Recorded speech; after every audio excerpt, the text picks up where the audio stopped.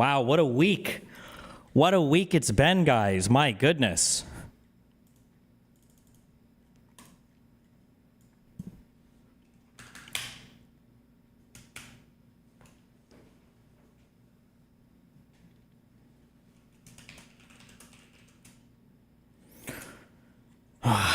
Okay. Well, I've moved rooms. I don't have a rug in here yet, and I don't have any soundproofing. It'll be here in like 3 days, and then I have to tear everything out and put it back, but...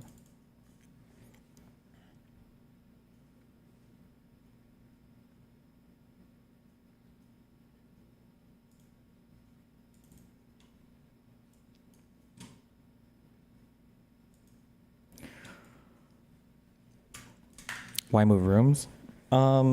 I mean, I can close that door in the background so nobody can see anything, anybody walking in or out. And then I think it'll help with the AC and the heating if I'm in this room for reasons having to do with my duct work.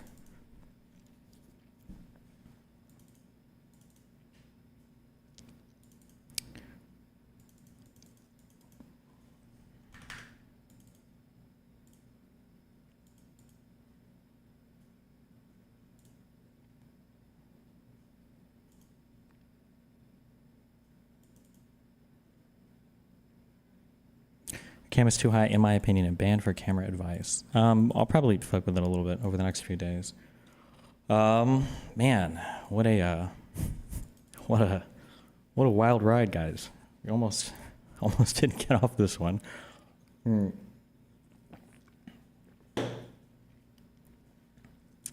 had a bunch of stuff I wanted to talk about, but I didn't write anything down because it was too fucking cringe. So I guess we'll just run through. We'll run through a few things. For a lot of you, it's going to be a really disappointing stream, and I'm glad. I'm glad it's going to be disappointing. I wanted to disappoint you. Okay.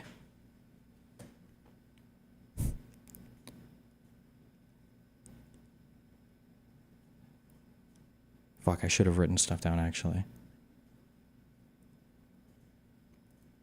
For the juicy stuff, this is what I will say. I'm glad that I've inspired so many people to go the litigation route. However, unfortunately, that severely restricts what would be wise for me or what I am capable of saying publicly about anything. I do look forward to the continuation of and ideally the resolution of that process, hopefully sooner rather than later. But I think my two legal teams now are probably going to hate me for saying anything at all. So I can't really say much insofar as that goes, unfortunately. Fuck,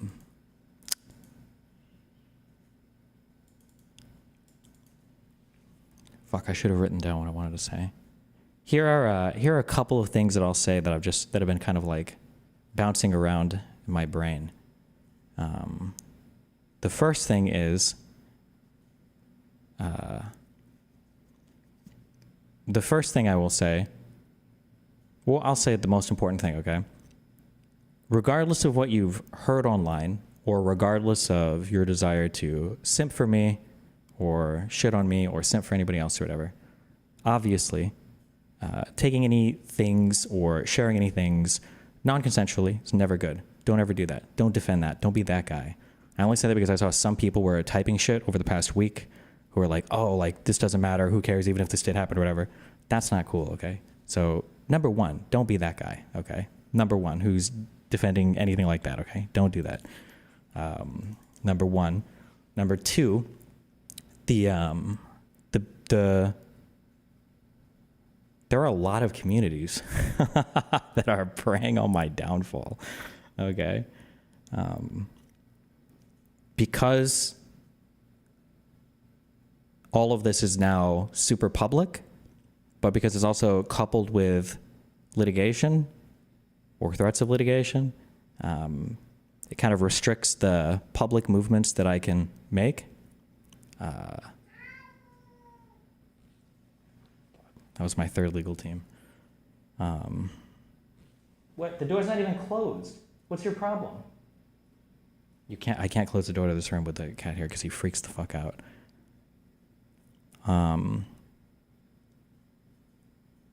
Yeah, I will say that it is what? Hi.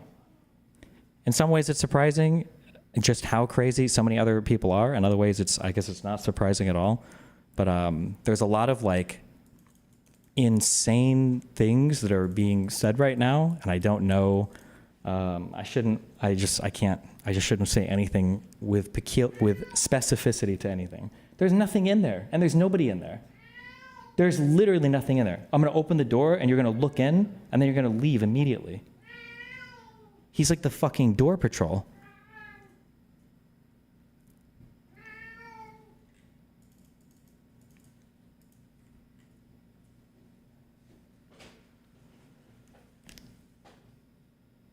Do you want me to open it? Yeah? No? Okay.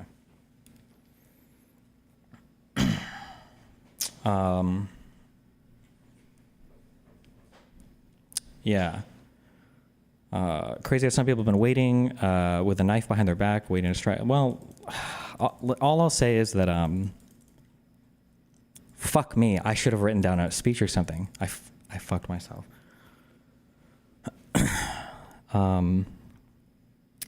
There's a lot of weird like people talking together and doing really weird things. I don't know why. I mean, I guess I kind of know why, but I really am looking forward to the litigation process, depending on how far it goes or whatever. I'm really looking forward to that being finished so that I can speak a little bit more about this, although I won't as much. I will say that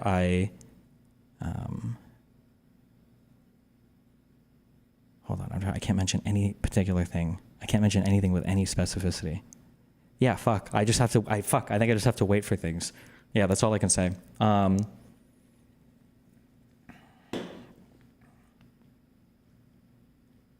One thing I will say, one thing that sucks, I don't know if this should be considered signal to noise, but when I'm speaking to my community or my fan base, there's like a lot of other people that are out there and who are not looking for anything good whatsoever. Don't mind fuck yourself paying attention to the haters that we're always gonna hate no matter what. There are people out there who are like fucking frothing at the mouth to bring on highly questionable people who've said stupid shit in the past and who continue to say stupid shit, who think that like now all of a sudden these people have like keen insight, and they absolutely do not. I will say that over the past year, like 2024, I've kind of like distanced myself from like a lot of these communities, and now 2025, obviously we've had the master distancing for a ton of people. So hopefully we continue to move in that direction. Or not actually, no, we don't move in that direction anymore. That's done. Now we're like hardcore fucking separated. Can you blacklist some of these people? Yeah, there's a lot of these people I'm probably just never talking to ever again. I did say, I want to write up a list of all the people, actually, hold on. Because there were some people that messaged me to like figure out like what was actually going on before they kind of decided to do all this like crazy public stuff about it. I just want to read off a list of those people. Hold on. Okay. Yeah, and that's all of them. That was a little bit shocking as well, but okay. What do you want? But yeah.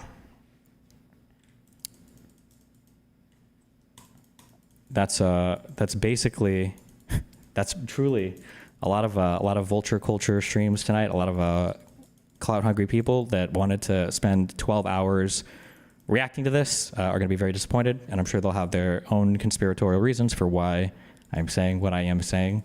I do think it is kind of funny how crazy the conspiracies spin around me, but yeah, I think that's about all I can say. Yeah.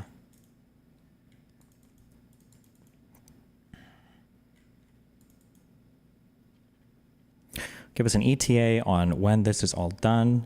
I don't really think I can do that. I don't know if that's even possible, But I mean, if stuff starts getting filed, obviously, what's the name of that one guy who did the, what's the name of that one guy? Henry Resilient? Maybe he'll go on and he'll start reviewing everything.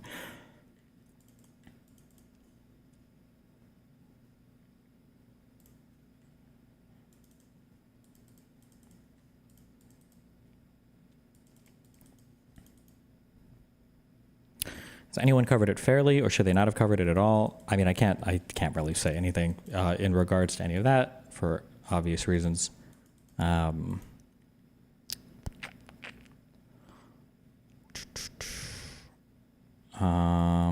you talk about the media projects? Are they canceled essentially? I think I'm shutting down Bridges, but I think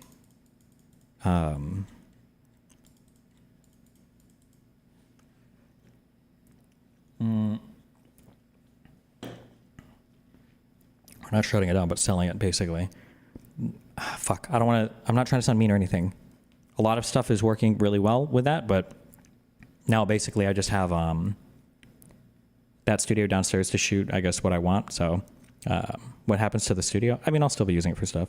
I recorded an interview with Evil Mike, I think like 5 days ago. But I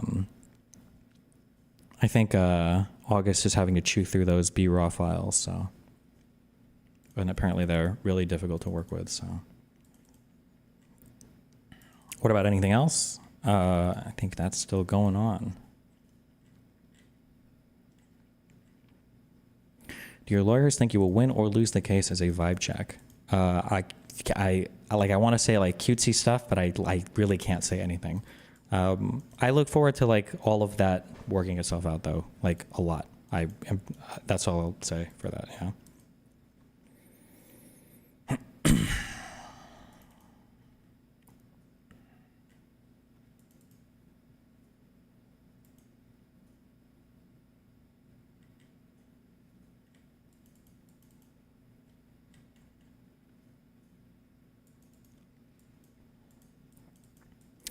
Why shut down Bridges? I think people you invite there wouldn't even know about this drama if you resume it in a few months or so. It's more just like, I'm basically like absorbing all that studio and all the assets. I'm absorbing it into my business proper. So if I want to have anybody down there to like invite for a show or whatever, I'll just like basically manage it for my business going forward.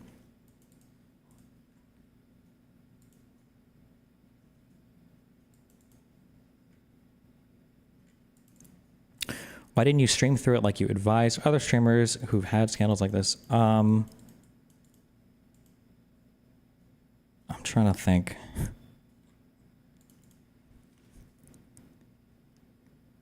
I think I said some stuff. I'll just reiterate what I've said in my chat before, that I've been streaming through it for like 2 months because there's just been a lot of stuff working through the background. That's been a lot of, but there's a lot of communities that are like moving in tandem with a bunch of things, which is like very weird and very annoying. But have you seen any of the stock market stuff? I saw somebody meme in chat, and then I looked up my NVIDIA stock, and I think my NVIDIA gains, I think, have been completely wiped out. Canceled my membership to make moral arguments while living your personal life the way you do. I can't justify supporting you. Disappointing. Hey, listen. If you want to leave, or if you're upset about whatever you think has happened or whatever you've heard, you're always welcome to do what you wish. I just want to do politics here. That's how I felt for the past year, at least. Whatever happens in the background where all of this stuff is going through. But, hey, listen, that's all I can say right now. Sorry. Did you get plastic surgery? Yes.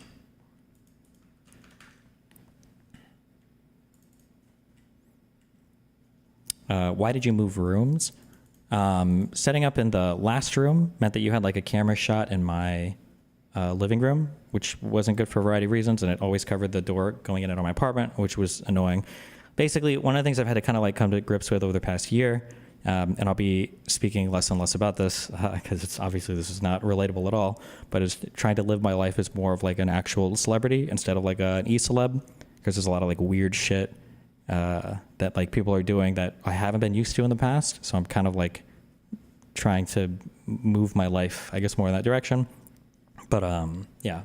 Also, a nice thing about this room too is that when my girlfriend is here, if she streams in this room, this sounds stupid, but it's the most annoying thing ever. The thermostat is out there, and I think the main AC pump vent is in here. So if I'm streaming out there and I turn the AC on in here, people in this room are fucking freezing to death. And then in that room, I'm still hot. So hopefully this balances out the stuff a little bit more. But those are the two big reasons. Chipotle Mexican Grill donated $50. Court litigation can be tough. Fuel up on a delicious steak burrito. I'm going to be honest. The steak at Chipotle is way too much of a gamble. So I'm going to say no.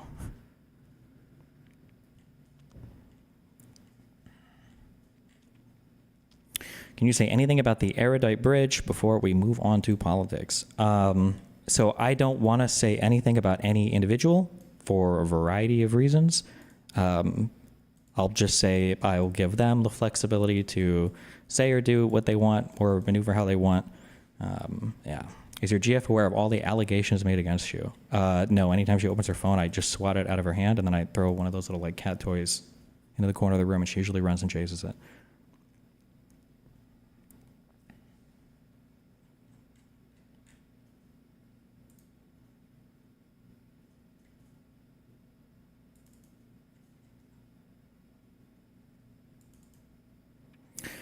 Can you react to the outro of Lex Friedman calling us Ukrainian bot farms? Don't take that away from me, please. Yeah, we'll probably go over that.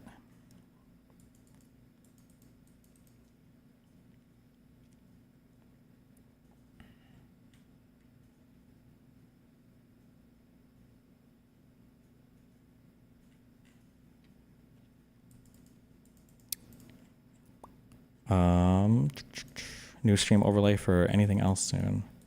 You mean intro video? Maybe, I don't know.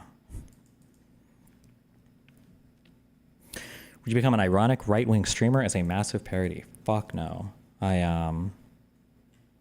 almost I'm gonna be honest, I was eyeing that retirement account a week ago. I was like, you know what?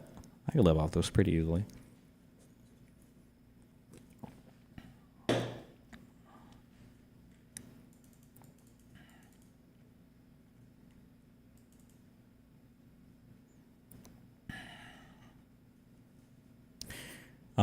Can you give us your unfiltered take on the Marianne Williamson convo?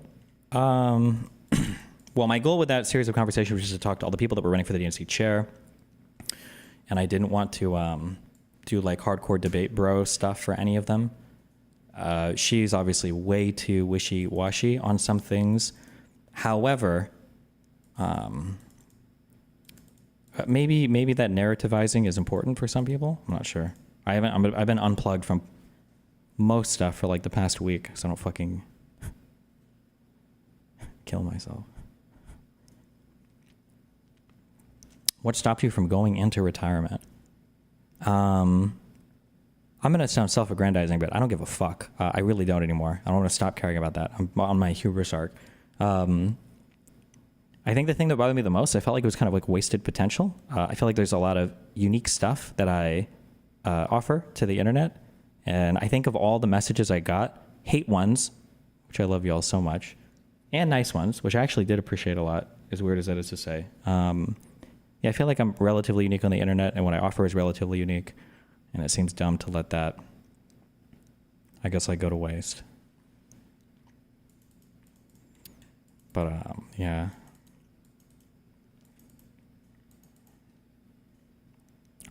Can you tell us who is still absolutely on board? Absolutely on board. I can't, and I'm happy that I can't say that, because most of those friends that I've made and those people have all been like offline or not like talent, not on stream over the past year.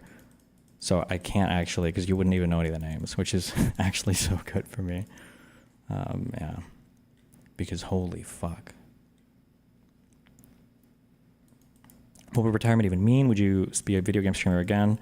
No, I would probably just fucking play video games and goon all day. The drama is overblown. You only lost 6K subs, and there hasn't been any drama video on you from Penguin Z/Mogul Mail. I'm sure they're coming. I'm sure they're in the pipeline. I will reiterate, and I do want to say this just because I saw some of it. I don't think it's a huge deal, but I don't think too many people think it. But just to be clear, regardless of whatever you think I've done or have heard people talk about me, don't like assume. Let's assume. Well, let me be very careful here. Even assuming if I did do the worst things possible, and you still wanted to watch my content, in your mind, the process should be like a separate the art from the artist, or it should be a man, he fucked up really bad, if those things were true that have been said publicly. But don't ever lock yourself in the trap of the person that I like did a thing, so now I'm going to justify the thing. Those are the only comments that I saw in my community that were worrisome to me. All the other shit from all the other vultures and all the other communities that are like coming in trying to like make drama out of this, that don't give a fuck about any victims or any people involved, which is the majority of people. Don't give a fuck about any of that. I don't care about that. But just yeah, just make sure that don't ever fall into that trap. Your desktop capture is the wrong resolution. What? Should be 1080p, no?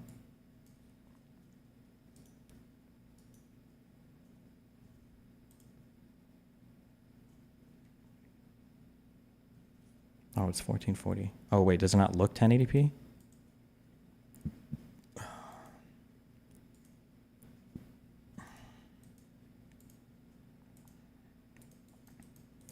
Chances of getting closer to the DNC, or is that Jover? Let's just put that on ice for a little bit. Okay, let's just take a deep breath and chillax for a tad. I don't think we're out of anything though, for good.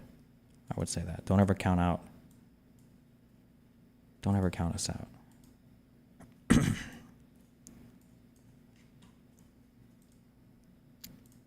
Fuck, are you really gonna make me look at all this shit? I don't know.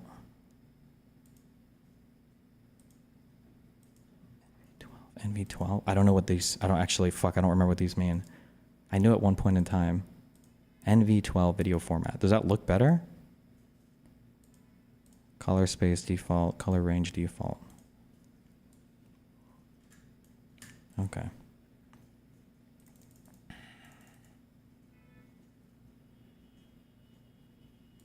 Nick Mullen retired after your podcast. How dare you?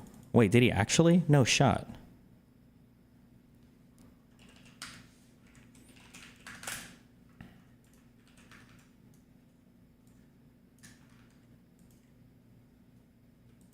On a lighter note, what do you think about Elon's gestures? Autistic or actual salute? I have no idea what form or what brand of autism you would have, where you were like doing, oh shit, I did the wrong one. Fuck, I'm such a bad, fuck. That's like me trying to say the N word. I don't practice enough. Not that, I'm sorry. Whatever the thing is, this one. Doing that twice, that was so fucking weird. The problem is there's like three explanations. Either one, he's an actual Nazi signaling other Nazis, which I hate to say this, I don't think is the case.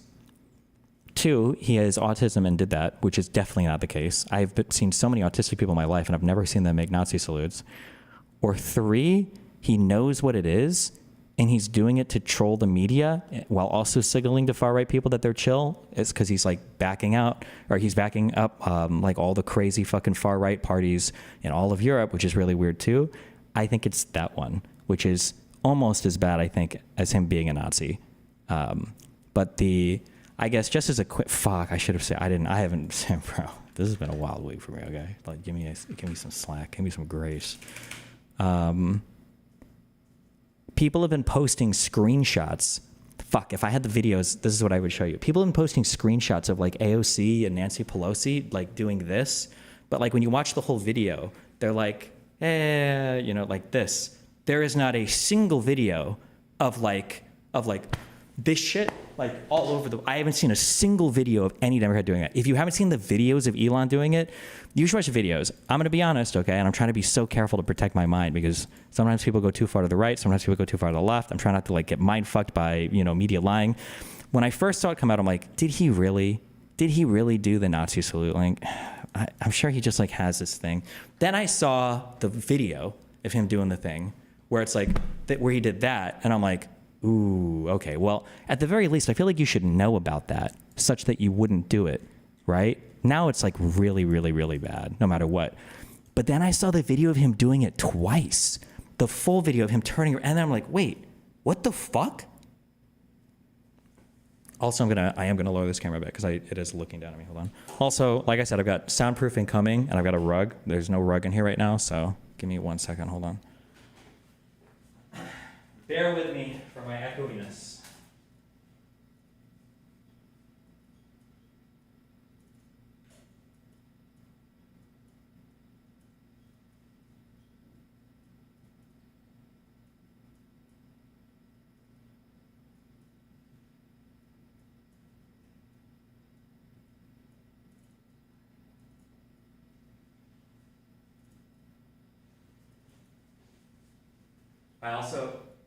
We're gonna be fighting with this. I don't know how I feel about this, if I'll eventually just get like a blind thing or whatever. Can you even see actually anything? I have like, this is our light source for the, I was gonna say for the fill, but I guess this would be our key. But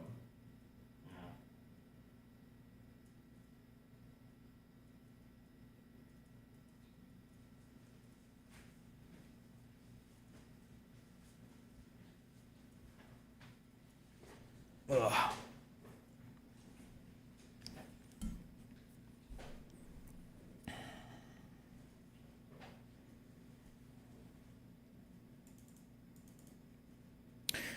There are a lot of people upset with your handling of the situation. Do you think there was stuff you could have done differently post November 29th and post January 20th? Post the, fuck, I can't. Listen, I can't say anything. Come check back with me after the legal stuff. I really want to answer that question and I can't, so, but. What kind of soundproofing? Some MLV for the floor under that rug or wall diffusion? If diffusion, do you know what material? Hold on. Actually, I can just bring it up. Fuck it, we're not doing anything else here, so who the fuck cares? Why not? Why not do audio, video stuff this stream? For old time's sake, one more time. Hassan Grapes, a girl at a brothel that was charged for having trafficked minors, but somehow Destiny's the worst person Tom ever associated with. Can't make this crap up. So I don't think Hassan raped anybody. I don't think that's true. We don't have to do that. We don't have to sync to that here. I have more interest in political stuff than just shit flinging with people, but again, if you're going to support me by supporting what we do best, not by becoming the worst of the worst, which is every other community that we fight with, okay?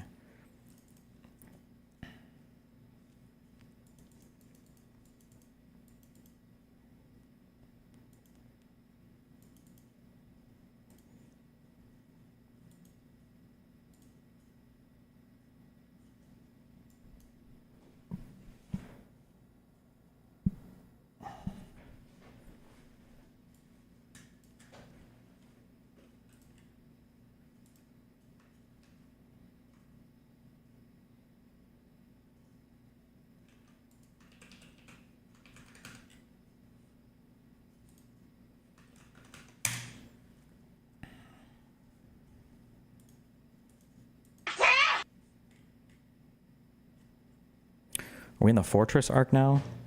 No, I'm never in a Fortress arc. Fuck that.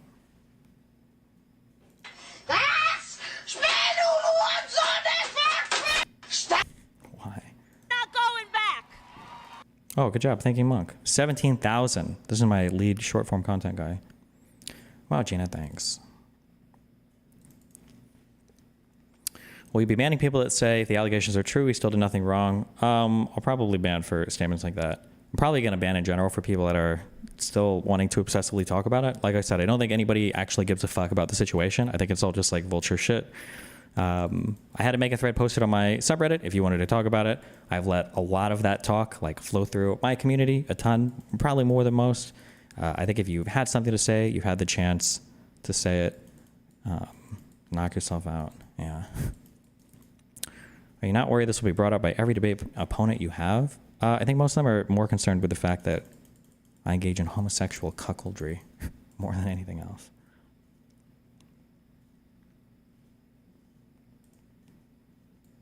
People try to post the videos comparing these things, but Because we're not going back. We're not going back. Because we're not going back. We're not going back. turn the aperture down like one stop. It will make your face more in focus. What does a full stop even count as? It's at 1.75 right now. I could change it a little. I might. I'll fuck with it later off stream. Your camera's a little blurry. It's because my aperture is at 1.75, and if I try to move a little bit closer or farther, it's gonna go out of focus. I can fucking change. Ah, fuck it. Who cares? What else are we doing right now? Why the fuck not?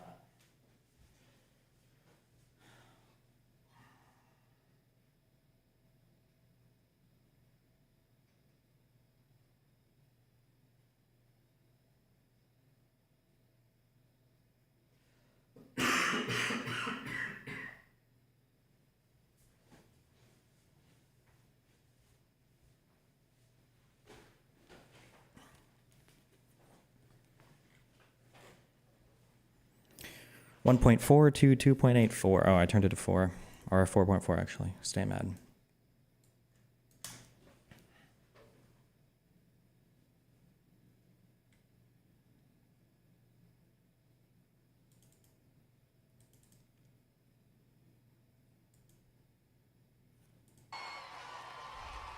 Because we're not going back. We're not going back. Because we're not going back. We're not going back.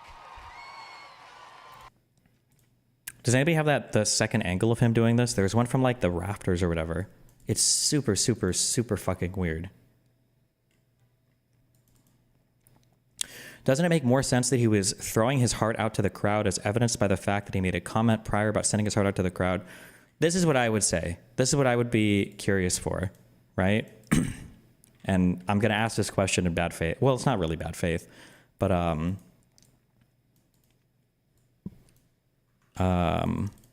like, show me, can somebody show me a single video of any US politician ever doing anything remotely similar to what Elon did? That's all I would want to see. Just one time. Just one run of that. I would be curious if there was a single link of this ever happening.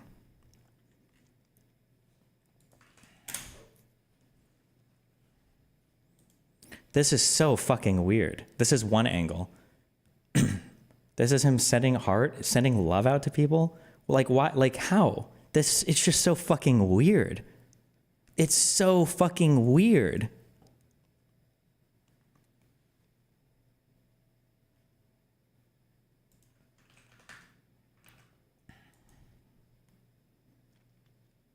Sorry I'm late. Is Elon a Nazi or just memeing or autistic?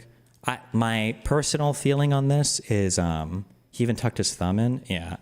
My personal feeling on this is that Elon knows what he's doing, but he's not actually a Nazi, but he's doing it to show that he's like cool with that crowd of people and then to troll the media a little bit. But that's almost as bad as just being a Nazi. Like, There's value to a culture. I think there is value to a culture. And we don't want Japan to disappear. We don't want Italy as a culture to disappear. We don't want France as a culture to disappear. I think we have to maintain the sort of reasonable cultural identity of the various countries, or they simply will not be those countries. One thing that's also really painful too, and I have to figure out how to navigate this. Fuck, dude, it's so hard. It's not fun. I don't like it. I don't like it because so much of like me talking about stuff or so much of me navigating political spaces on the internet is just figuring out like how many people actually believe this versus how many are just trolls versus how many are bots versus how many people are actually genuinely confused. One of the frustrating things, so like that Sam Hyde video, for instance, that Sam Hyde video was just a full-on 100% like love letter to neo-Nazism. Like was like in every way, size, shape, or form. Like there's so many. I don't even want to call it dog whistles. Like it was just like overt, blatant stuff. And now you don't want to fall into the trap of like over recognizing dog whistles. Did you watch the second Sam Hyde video? I have not. You don't want to run into the trap. Do you remember there was a time several years ago, I think it was around the Rittenhouse time, where every time somebody did this, people were like, Nazi, it's a fucking Nazi, it's a fucking Nazi, it's a Nazi. And it's like, okay, this is getting kind of silly. But I think there is. I spent so much time debating these people like 10 years ago, 8 years ago, that I'm so familiar with the culture. I don't know how much, maybe it's changed a lot, probably not, but. I think there is value to a culture, and we don't want Japan to disappear. We don't want Italy as a culture to disappear. We don't want France as a culture to disappear. I think we have to maintain the sort of reasonable cultural identity of the various countries, or they simply will not be those countries. Italy is the people of Italy. The buildings are there, but really, what is Italy? Italy is the people of Italy. Yeah. Like, another thing, too, that you have to, and even my audience is not good at this. I don't know how to make you guys good at this. You have to be able to separate out, like, people that are just racist from people that are, like, neo-Nazis. I wish there was a different name for it, because when I say neo-Nazi, I know that a lot of people either turn their brain off or just don't think about it anymore. But, like, neo-Nazis don't have to be, in a lot of the typical ways, like racist at all. Like there are a lot of neo-Nazis that can be totally cool having, black friends and Jewish, well, maybe not Jewish, maybe Jewish friends, if they're self-hating Jews, or Indian friends or whatever. They can have friends of all different races. They can appreciate other cultures. They can appreciate other peoples. They can appreciate so much. Like, neo-Nazis are not just like white trash racist people. It's not the same thing. It's like neo-Nazism is a whole ass ideology. I wouldn't even go as far as to say, some people might take issue with this. I'm not a scholar on this. This is my personal feeling. I wouldn't even say neo-Nazis are like white supremacists. I would say that white supremacists are different and dumber. It's like a different thing, white supremacy versus like neo-Nazi stuff. Yeah, maybe ethno-nationalist might be better, although that gets a little bit hairy because how you even define ethnicity, like theoretically, I might be an ethno-nationalist if you say like, well, the ethnicity of an American is a person who shares like democratic values and blah, blah, blah. That whatever an ethnicity is can get like really complicated for a variety of reasons. I don't know. But people that are neo-Nazis will say things like this, but like racists and white supremacists won't say things like this. Like a racist will say, we don't want any of them browns, any of them darkies in our country. They're savages, right? And then a white supremacist might say, we don't want Indians or black people like tearing our country down. Like America should be for white people because we need to take care of our own and these people make us worse. But a neo-Nazi, and this is so important to understand because I'm really scared that we've either already crossed this threshold or we're prepared to cross a threshold. A neo-Nazi will say, like, Indian culture is beautiful and unique, and different African cultures can be beautiful and unique, and they might even be able to make our country better economically in some ways. However, America should be for white people. India should be for Indian people. Japan should be for Japanese people. And we can enjoy our stuff via free trade or via the internet, and that's fine. But every country should have their own people and their own culture that's defined by the people of that country, because culture is a phenotype. It's a thing that emerges from a genotype. It emerges from an ethnic shared ancestry. And so necessarily, if you outbreed all of the native Italians or native Frenchmen or native Americans who they say are like Anglo-Saxons or fucking white European descendants, whatever the fuck that means, which changes every decade, you're losing something there. So like the neo-Nazi stuff is a lot different than just racism or white supremacy. And if you mix those two things up, you're going to constantly get into traps where you're accusing somebody of being a neo-Nazi, or you're accusing somebody of being like a racist or white supremacist, and they're not really. And they really won't even be. And I do believe that for a decent chunk of them, they won't be racist, and they won't even necessarily be white supremacist. They're just saying that like everybody needs a country for their own people, so why can't white people have that? And you have to be ready to take that argument like on as it exists, because it's different. It's a lot different. Like what Elon says here, you can never attack from a white supremacist or a racist standpoint, but it does jive hardcore with neo-Nazi sentiment. Now, I don't know if he said more stuff. I don't know if I even want to know, but yeah.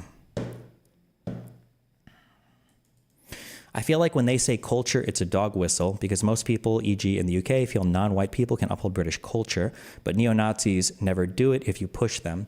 It depends on how sophisticated the neo-Nazi you're talking to is. What a neo-Nazi will say is that brown people, first generation, second generation, maybe can uphold English culture, maybe for a little bit, but they're being forced to do it. Anybody can be forced to uphold something, but they'll have a whole bunch of like genetic studies and they'll have a whole bunch of like behavioral data where they'll say, there's a concept, they'll call it like return to the mean, that sure, maybe a first or second generation immigrant can uphold British customs, but by the third or fourth generation, those genetic proclivities are going to come through in the grandchildren and in the great-grandchildren. And those great-great-grandchildren, those great-great-Indian grandchildren are not going to be British in the same way that a Johnson or a Smith or whatever the fucking British names are, Spencer or whatever, are going to be English. It's not going to be the same. And they're going to revert to the mean of wherever it is they came from. There's a reason why those countries look that way, and we don't want Britain to look that way, so we should exclude these, et cetera, et cetera, et cetera. Yeah, it's a lot. It's just a way more sophisticated set of arguments. The reason why, doesn't this imply that neo-Nazis can exist insidiously because there's no real way you can distill their motivations from their rationale? I mean, the motivations are pretty simple. If you take them at their word, they just want a white place for white people, basically. And that, well, but then there's also like this whole attached thing of, there's this whole attached Jewish thing too. I don't know what it is, bro. Jews are really just everybody's fucking scapegoat. Holy fuck. The only problem is neo-Nazis seem to be so ambiguous without a strict definition. Neo can imply so many things. Yeah, I guess. I would just say that, like, in my mind, the key tenets of neo-Nazism are going to be things like culture emerges from genes. So culture is a phenotype. A phenotype is just an expression of a gene. So like blue eyes will be a phenotype and the genotype will be whatever the sequence of bullshit is, right? So culture is a phenotype that necessarily emerges from unique genotypes that are shared among ancestors, like ethnic ancestry. That's like one key tenet of a neo-Nazi. And then the second one is usually involving some form of Jewish conspiratorial stuff. The Jewish conspiracy stuff is important because it explains why white people have lost the ability to advocate for themselves. I don't know how deep that goes. I haven't gone that deep, but like supposedly,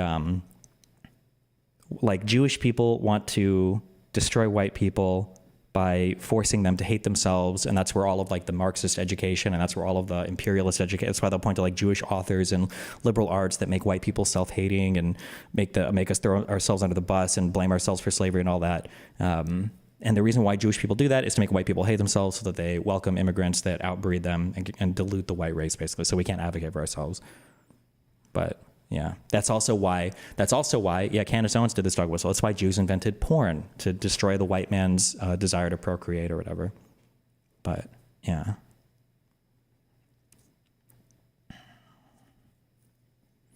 Are you sure that neo-Nazi is even the right word here? If a Japanese person held the same opinion about wanting Japan to remain Japanese, I don't think anyone would call them neo-Nazis. Seems like xenophobia is more accurate. Well, I mean, if the Japanese person believed in weird Jewish conspiracy stuff, then maybe. But another thing, people make this flaw, especially with Israel. Neo-Nazis love to do this. But it's true, Japan is a really common example too. People say there's nothing wrong with Japanese people wanting to keep Japan Japanese. Or they'll say, well, how can you defend Israel's ethno-nationalist immigration policies? And the answer is, those are different countries with different sets of values that exist for different reasons.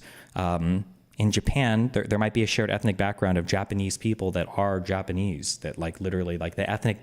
This is a thing that I wish would change. I wish that we use different words to describe ethnicity, race, and nationality, because in some cases it's very fucking confusing. Jewish is the worst because Jews are the worst. No, I'm just kidding. Because you've got the Jewish religion, which nobody talks about. Then you have the Jewish ethnicity, which is what most people talk about. And then you have, wait, there was a third one. Israeli, I guess. Religion, ethnicity, and I guess Jewish, like, nationality, I guess. So yeah, although they'll try to say Israeli sometimes, but yeah.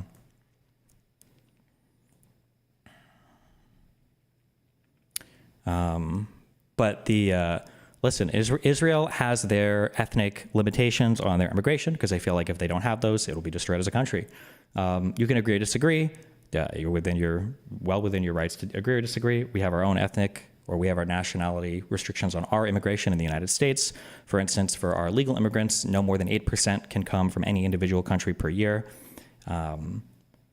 And then Japan can do their stuff as they want. Like it's Japan, they've got Japanese ethnic background and they have the Japanese nation. In the United States of America, though, we were kind of built on this idea of immigration. Like a lot of new world countries are kind of built around these ideas of immigration. So to say that, well, why can't the United States have the same type of immigration policy as these other countries? Well, we're a different country with a different set of values.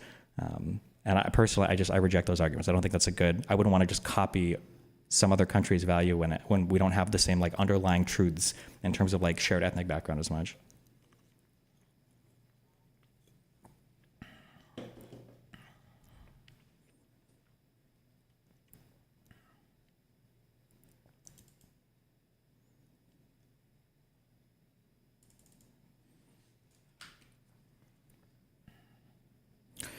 So Destiny, it's only Nazism when it's the US but not Japan. Okay, if that's what you took from what I just said, then good luck, buddy.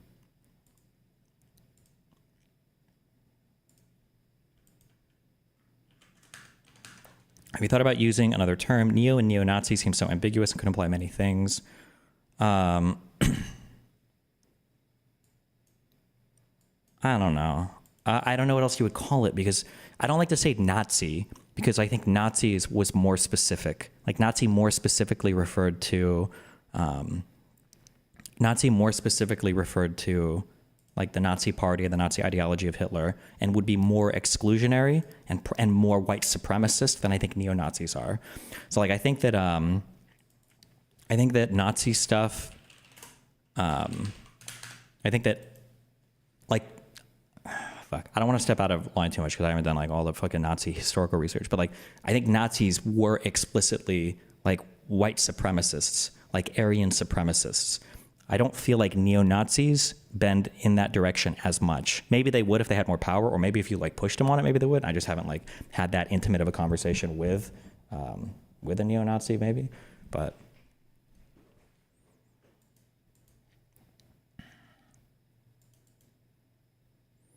Instead of a word, what are the main arguments against why neo-Nazis are bad, and what are the things that are harmful that come from it?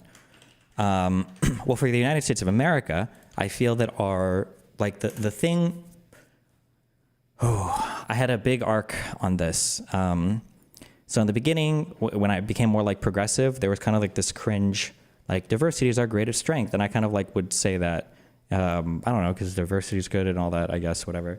And then I was like, okay, diversity is obviously not our greatest strength. There's a whole bunch of great strengths we have, and that's not necessarily, that's kind of like an arbitrary bullshit word that doesn't mean anything. Diversity how? Like, I don't know. But now, I do think diversity is our greatest strength.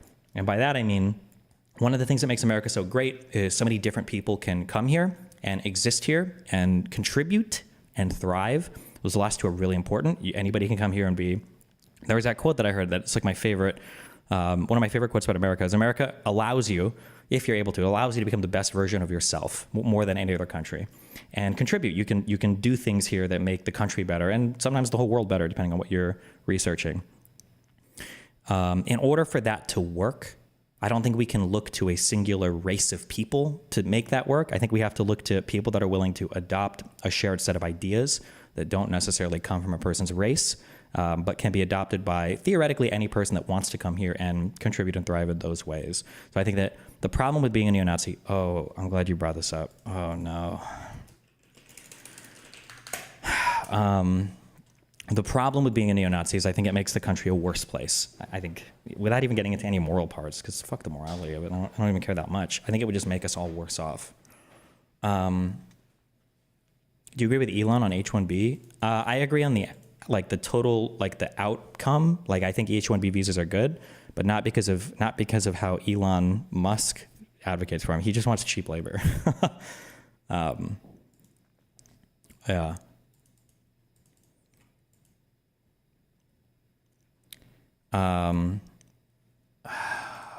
It was one of these like liberal, Was it Project Liberal, the Twitter? Hold on, I gotta find this. By your definition, Sam Hyde and Fuentes wouldn't be neo-Nazi then, right? Both of them constantly harp on white supremacy and preserving the white race. They literally are racist and hate browns, especially their followers.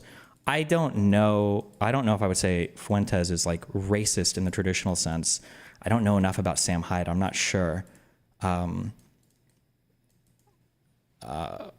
don't know if I'm just not familiar enough with either content. Like, I know they'll shit on other races sometimes, but it's hard to separate the memery from the true feelings. But they could also be white supremacists and they could be racist. But the ideology part of the neo-Nazi stuff is a lot different than just being a racist. Fuentes is not traditionally racist. What do you mean? Like, there will be like brown groypers, and he had that thing where he went to that dude's house and they had the birthday shit, and I think they recorded a song. I don't remember if he was in the background or whatever. Like, it's just a different thing. Like, a traditionally like KKK tier racist guy would never ever do that. Just a different thing. What's the benefit of making these distinctions? Because you can't solve a problem if you don't understand where it's coming from, and if you just run around like screaming like racist, you're not understanding. One, you don't understand the complaints of these people. The amount of charity is insane. Bro,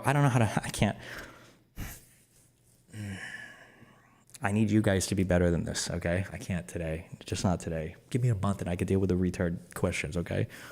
I'm not trying to be charitable to anybody. I'm not trying to be nice by saying he's not racist. It's not a compliment, okay? I'm not trying to be charitable or steelman or whatever. I'm just trying to, as precisely as possible, identify the thing.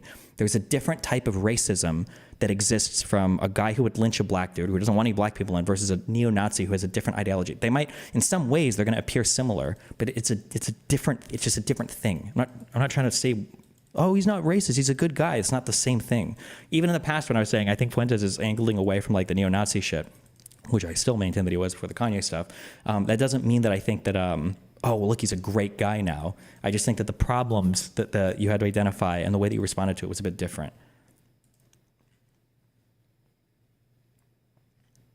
Isn't this called white nationalism? You could call it white nationalism or ethno-nationalism, sure. Would you not consider anti-Semitism a central part of neo-Nazism? I think I said that. Didn't I say that had to be one of the two prongs? I think that almost all neo-Nazism I think necessitates some form of like Jewish conspiracy. The last shooter was a black raper. I haven't read about that at all, but I'll get to that maybe today.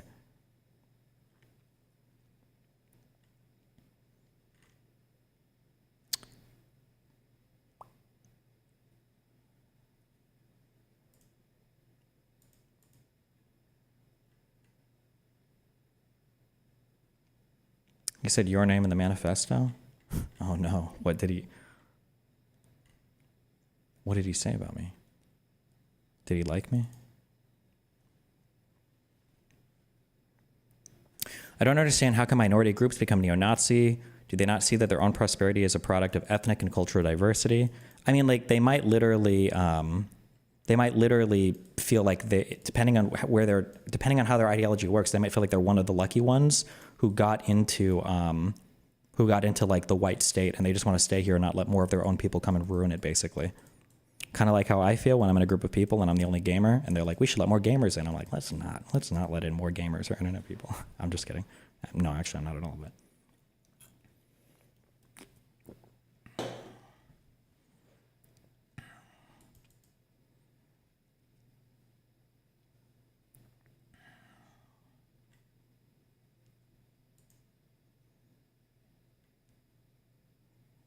Any thoughts on the new call between Trump and the Denmark Prime Minister? He was screaming and implying military force. What is he expecting to get from all this war threat? Okay, yeah, fuck, hold on, we'll get to this. Wait. I'm trying to find this tweet, and I'm not going to be able to find it. There was like a liberal account. Oh, it might have been this Joshua Reed guy. Hold on. Give me a second. I'm finding it. I think this is the thing that I'm like really scared about right now. Why'd you cover the pirate software drama? Was that politics? I just thought it was really funny. And I hate people that cheat in video games. Geez, I saw something on YouTube Drama yesterday about him. People are trying to go after him for like fucking sexual harassment allegations from like 15 years ago. What the fuck? People are going hard.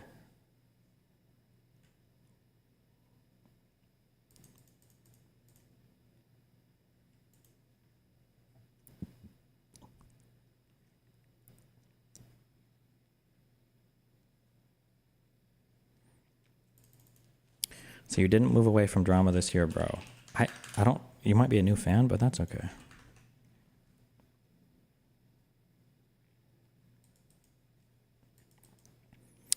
Are you concerned about your community skewing towards the right pending the lawsuit outcome? I hope not. I mean, I never would. Hopefully my community wouldn't, but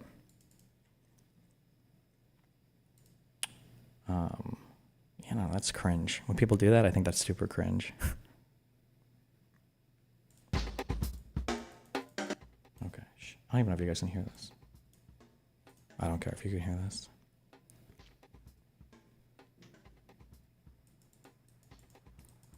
What do you think about expressing more empathy? Do you believe that being kinder and more vulnerable could improve things? I don't know if you're talking about stuff specific to me or in general.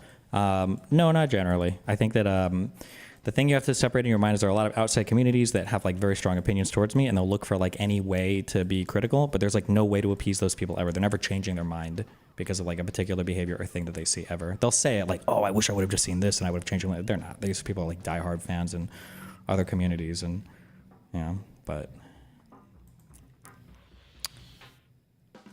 hold on, I'm finding this.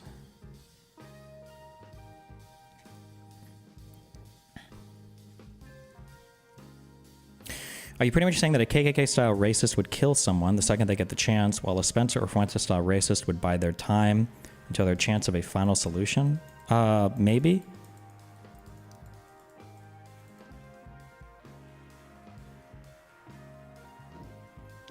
I think the big difference between like a Nazi and a neo-Nazi is I think the Nazis like legitimately wanted to exterminate everybody that they thought was lesser than them, whereas I think, and I could be wrong, and actually it might even be divided in the community, for neo-Nazis, if you gave them two buttons to push, one, you totally destroy a whole group of people, and the second button, you just send all of them back to their own country, whatever the fuck that means in their mind. I think like 50-50, half of them would push the kill all button, and the other half would push the, oh, just send them all back to their own country button, you know? I think. I could be wrong on that, though. Like I said, I haven't dove like that deep into all of that.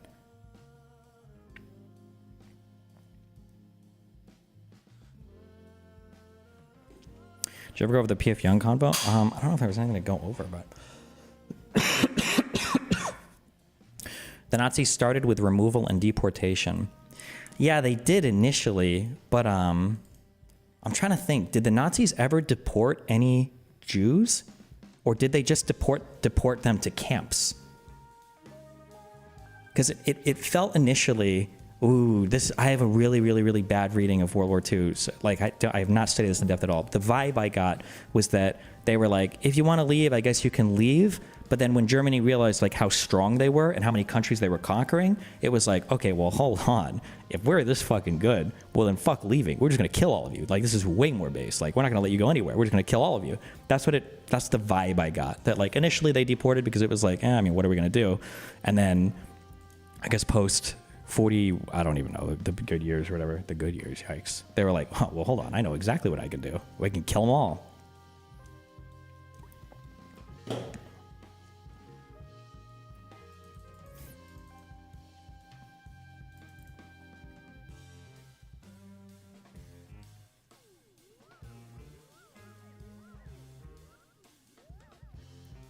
From my understanding, Destiny, it was the use of transport trains to camps, rarely deporting. Sometimes, yeah. Some of them did try to like escape or be deported or whatever. This is one of the reasons why early Israelis, or early Jews, I guess, hated Palestinians so much, is because after the Arab revolts in the late 30s in Palestine, or the British Mandate for Palestine, the Brits were pissed off at the Arabs. They crushed the Palestinian elite. But then they looked at the Jews and they were like, you guys are giving us way too much of a fucking headache down here. Like, literally kill yourselves. Fuck you. And then the Jews were like, okay, well, what do you mean? They're like, well, no more of you guys are going to Palestine. It's too much of a headache for us. And the Jews were like, okay, well, that's kind of bullshit because now we're dying in concentration camps. And the Brits were like, A+ for you. So a lot of Jews were really angry with Britain and with early Palestinians, because they're like, I think there was a famous story of like an actual, like a huge ship with like 500 plus people. Does anybody know the name of this ship that like was on its way and then got turned around? And then I think all of those people went back to camps and died. And they're like, okay, well, fuck us, I guess. That's the reason why a lot of early Jews are not to justify taking over, Palestine in any way or whatever. I'm not to say anything else. I'm just saying that, yeah.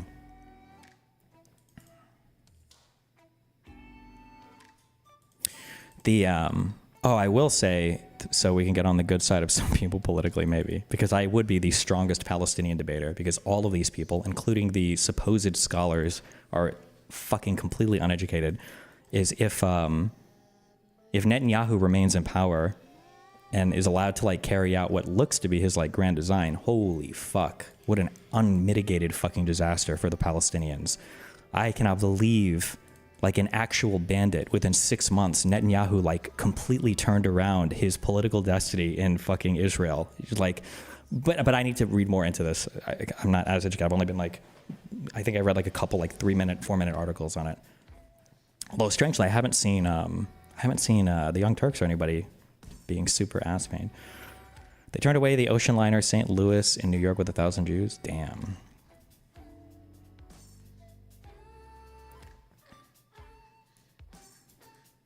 Yeah, I saw Trump talking about how like that's a huge thing too. If Netanyahu were to just go to Trump and be like, listen, okay? Listen, okay? Now, there's a whole bunch of people here, okay? The fuck? Oh, images. That's not what I wanted. What the fuck? Why did this not just take me to Google Maps? Whatever. There's a whole bunch of people here in the Gaza Strip, okay? They need a place to go, right? And check this out. You've got this wonderful Arab country called Egypt and this empty-ass fucking Sinai. All of them could just go here, right? I feel like Netanyahu could say this to Trump. Trump would be like, damn, that's a good idea, actually. Wait, there's all this space here. Why the fuck don't we just like push them all out and have them go live here? Like, speaking of the Young Turks, did you see that Anna Quote tweeted about you? I did. Anna, that's the same one who was doing the camel toe ratings 15 years ago on the Young Turks, right? I'm good on that, Chief. Shouldn't Netanyahu literally be in jail, or is that just a talking point? I feel like I read about this like one time, and I only have the impression that I was left with coming away. The impression that I was left with coming away was that Netanyahu is fucked up pretty bad. That was the impression that I had. But I would have to dig into it or whatever, yeah.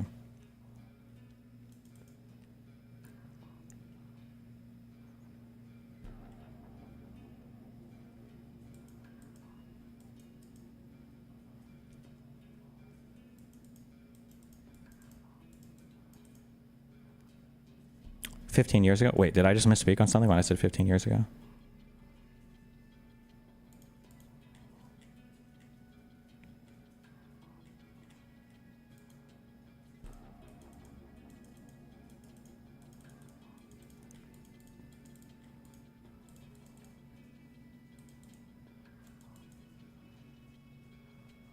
Oh, over the Young Turk shit.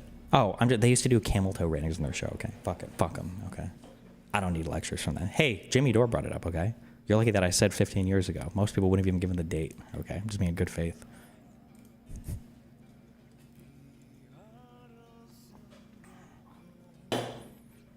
Safe to say that BB is hardcore annexing mode. Well, remember the key to the Israeli game is demographics. Demographics. That is always the key. That's the only thing that matters. So Israel does not want to annex the Gaza Strip. One, because it's shit land. Well, I mean, like, it's pretty, but they don't need it. They've got ports. They don't need, like, they have access to the Mediterranean. They don't need Gaza. But the biggest issue here is 2 million fucking Palestinians. Now, if they can kick all 2 million Palestinians out, or at least a significant portion of them, like over 1 million of them out, well, that changes the math on a potential annexation quite significantly. I don't remember the numbers anymore. Fuck, what was it? Is it 9 million in Israel, 7 million Jews, 2 million Arabs?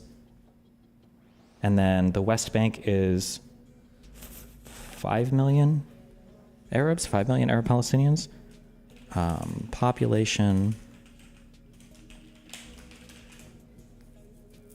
Oh no, 3 million. Oh, it's 5 million total. West Bank plus the Gaza Strip is 5 million Palestinian Arabs. And then in Israel, as citizens of Israel, that's 2 million Palestinian Arabs and 7 million Jewish Israelis. So it's about 7 million each.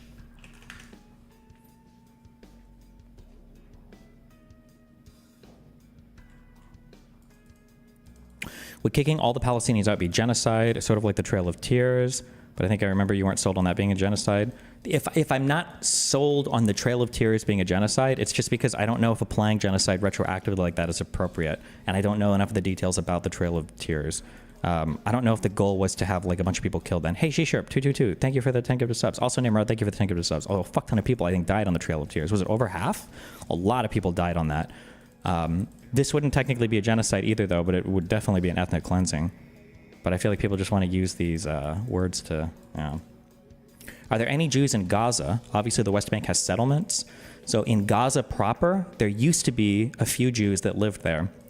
But in 2005, at the end of the Second Intifada, Ariel Sharon, who was the prime minister at the time, kicked all of them out. He wanted to take everybody out of the West Bank and everybody out of the Gaza Strip and do a full disengagement and say, fuck it. Because Sharon thought that the future of Israel would be doomed trying to hold on to both of these pieces of land, which it probably would have been. He was able to get full disengagement from Gaza, and I think 3 settlements destroyed and withdrawn from the West Bank, but not the rest. But since 2005, I don't believe there are any Jewish Israelis living in Gaza. Or maybe there's like 3 or so, I don't know. But like in general, no, there aren't any settlements anymore. They used to be in this, I think they were in the north here, Gaza City, I think around here. There was like a line of settlements.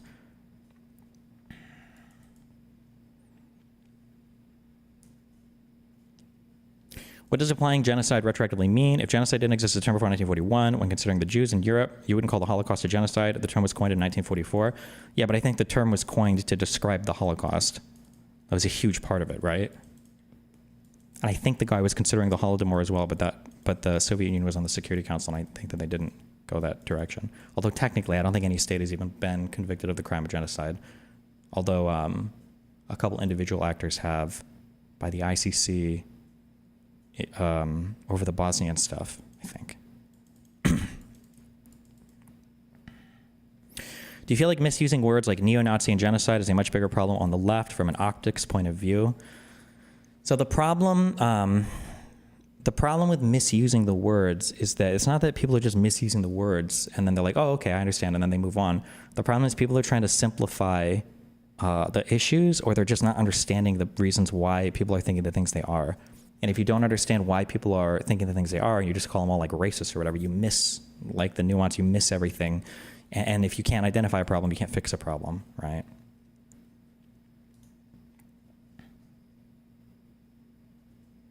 Is the Constitution still not on the on the White House website?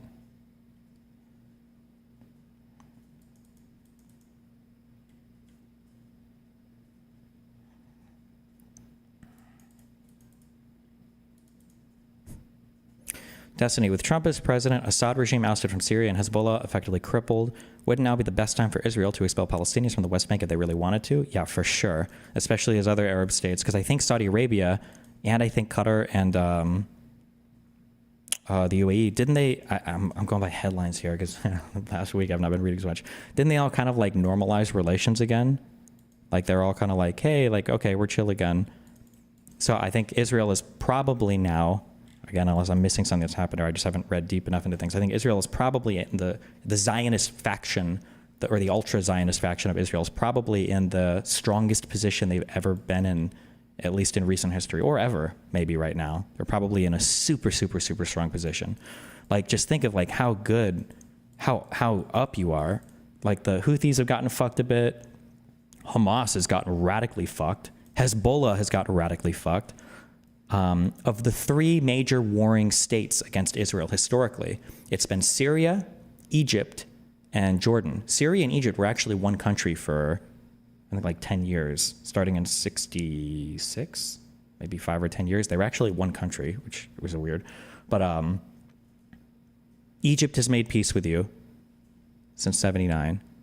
Jordan has made peace with you since 94. and now Syria is a failed state, and you didn't even have real borders with Syria. Like, Syrian borders were never formalized. I think the last opportunity, I think, for some kind of negotiation of an actual border, it was with, was it Barak or Rabin?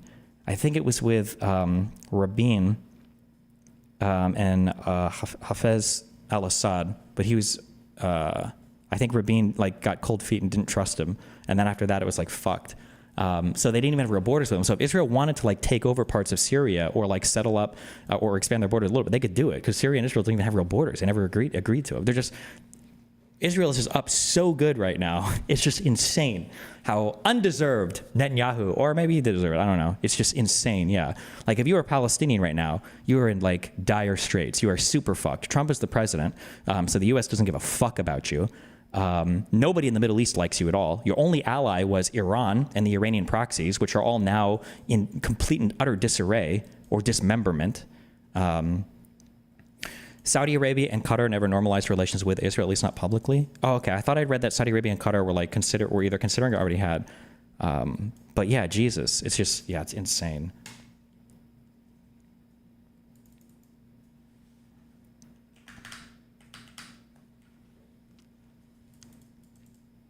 Stop saying Qatar. It's like Qatar. I think Qatar or something. It's some bullshit like that. Qatar is a closer way to pronounce it correctly than Qatar, though. Some people say Qatar, but I think Qatar is closer than Qatar. Is not even remotely close to it. But I'm sorry. I shouldn't make fun of that. Sorry. Then what's really stopping Israel from committing real genocide? This is going to be like mean or not mean. Nobody, I don't care. If you're pro-Palestinian, if you don't watch me anyway. I don't think the Israeli people are a genocidal people. I don't think they want to kill, even the Zionists, I don't think want to kill all of the Palestinians. They just want them to leave. I don't know if, like, keep in mind, Israel hosts a lot of its own criticism. Like B'Tselem is like a human rights org that I'm pretty sure started just to track Israeli crimes against Palestinians. So as long as you've got like left-leaning publications like Haaretz, as long as you have people, you know, that are staffing like B'Tselem, as long as you have your left parties in Israel.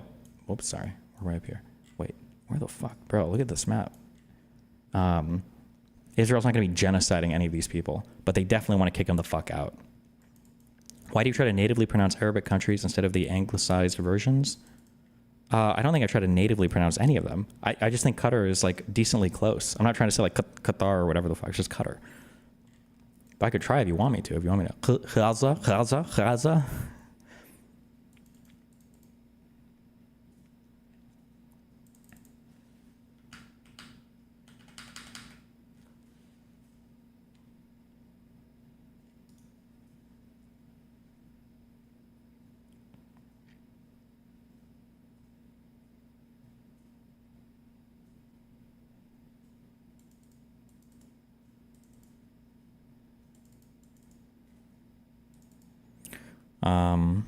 Did you look at the Lake and Riley Act? No. Are we all like women now? Did that happen? That was, bro. Those fucking EOs were fucking wild. Holy shit. Jesus Christ. What the fuck?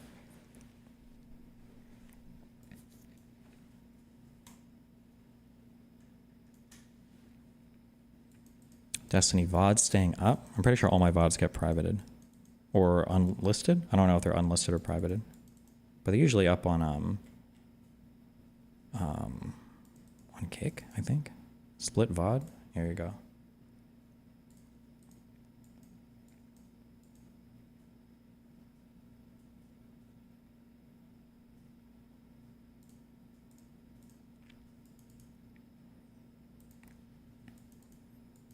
Trying to why can't you call genocides retroactively?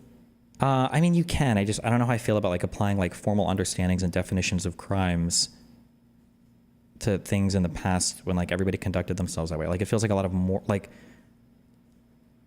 there's a lot of like moral not compulsion, not accusation. There's a moral weight. There's a word I'm looking for. Retardism. Yeah. There's a lot of like moral condemnation, I guess, that goes along with certain terms. And if it's a time when everybody is like conducting warfare that way, I just don't know if it would make sense to say that it's like, oh, everybody's trying to genocide each other. I'm not sure.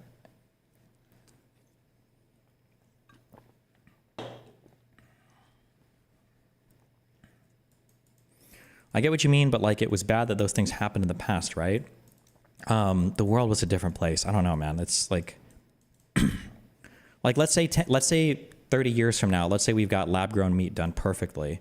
Like, would you call every single person in this era a murderer because they were eating like non-vegan food? I don't know. It just seems, I'm not sure.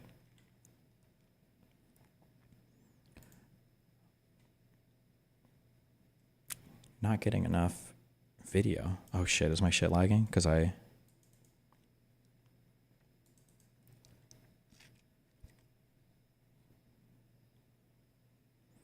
if Gaza is actually cleaned out and Palestinians are forced to relocate, would you call it an ethnic cleansing? Yeah, 100%. Of course. Easily. I think that I would go as far as to say if any Palestinians are forced out of the Gaza Strip and not allowed to return without there being like concrete security reasons, like we know this guy worked with Hamas, not just like, oh, he's a fighting aged male, I think that would qualify as ethnic cleansing. Like if 50,000 people weren't allowed to return because we don't think it, whatever, they're just not allowed, like that, I would think that would be a bit of, I think you could consider that at least partially like an ethnic cleansing. Yeah.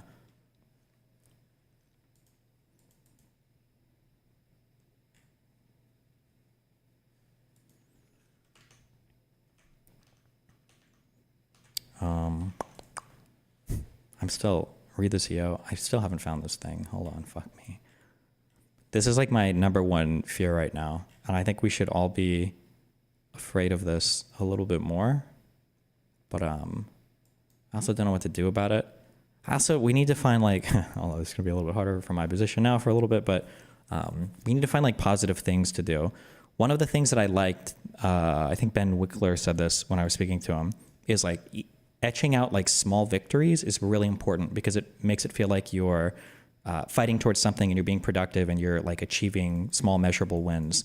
I think that's really important to find right now because otherwise it's just like unimaginable levels of doomerism, which is not good. Yeah.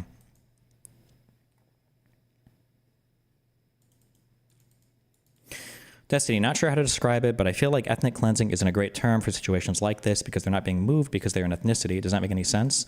Lumi, I think I maybe could agree with you, but I think the overall context is that like Israel wants to annex the Gaza. Well, let me be clear. Israel doesn't want to annex the Gaza Strip per se, but they want to control all of this territory and have it brought into Israel proper. They just can't because of the demographic concern, because they're not going to be enough ethnic Jewish people. So if you're preventing people from returning to an area and you're expelling them after a war, like the war, I would never say this war was started for ethnic cleansing reasons. I think that that's a morally bankrupt and intellectually bankrupt argument. But if that's the result that happens afterwards, you're kicking people out from the Gaza Strip and you're not letting them go back for arbitrary reasons. And we all know that the grand design of Israel is ideally to be able to absorb the Gaza Strip, or not first, but like to absorb the West Bank while maintaining your demographic superiority. It's hard not to call it, it's hard not to call that an ethnic cleansing. How is Palestinian not an ethnicity? Well, it's an ethnicity and a nationality, which is difficult, but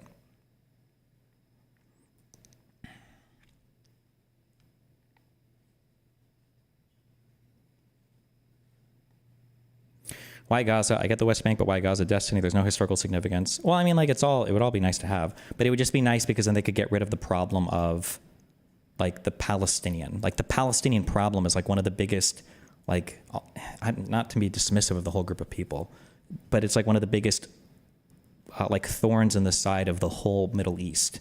The fact that Israel hasn't figured out how to deal with this issue yet. And the can is just being kicked down the road more and more and more after this huge bump we just had recently with the war and everything.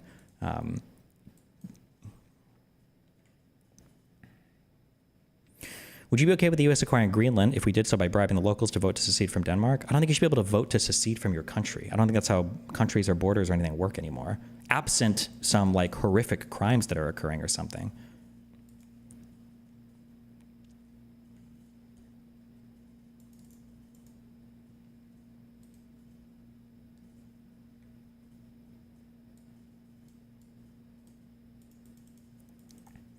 Greenland is not Denmark. Greenland is owned by Denmark, no? You guys keep saying it's an autonomous zone, but like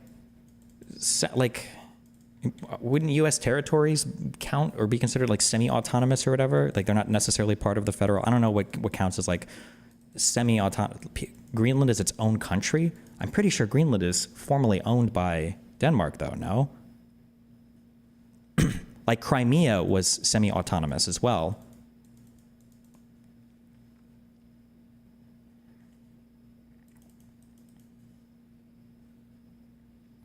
How do you feel about being able to renounce your citizenship? Do you think you should/should not have that right? I think generally people don't let you do that or don't want you to do that. One of the big issues that we have in the world, it's not a huge issue, but because people are so against it, is you don't ever want to have stateless people. Stateless people are really, really difficult to deal with, and nobody wants that ever, because it's just like, what the fuck do you do? Whose jurisdiction applies? If they do something wrong, where do you ship them back to? Who's responsible? So I don't know if you can, I don't know if you're allowed to renounce your citizenship if you don't have another citizenship, already. I don't know if you're allowed to do that.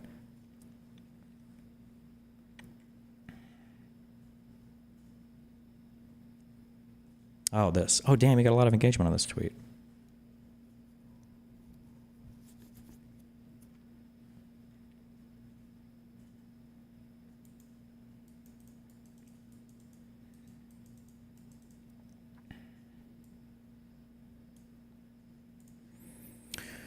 Okay, so here, this is the biggest fear that I have right now, and I don't really know like what we should even do about this. Hold on. Synced. Okay, so done uploading. Jesus. So this guy tweeted out, it brings me no joy to say this, but you are not ready for the next MAGA NPC update that's coming. So I think there used to be, and that's paying high prices is patriotic.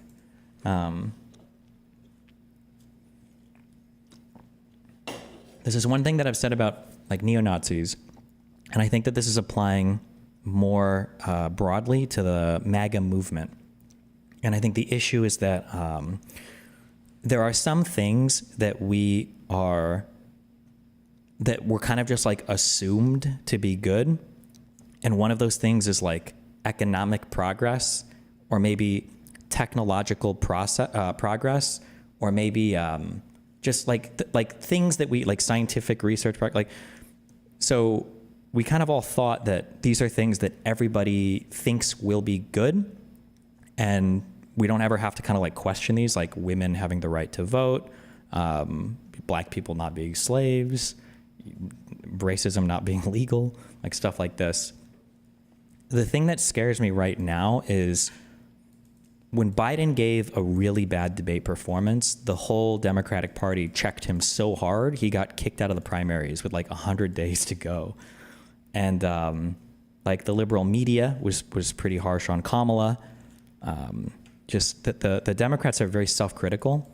I don't know if I've seen the Republican media or the conservative media or the centrist media check Trump on anything ever. And the thing that's like really scary to me is I don't know if there's anything that Trump could say that wouldn't be too far right now. And I think that's like the really scary thing, is that we might already be in a landscape where we've kind of prepared that.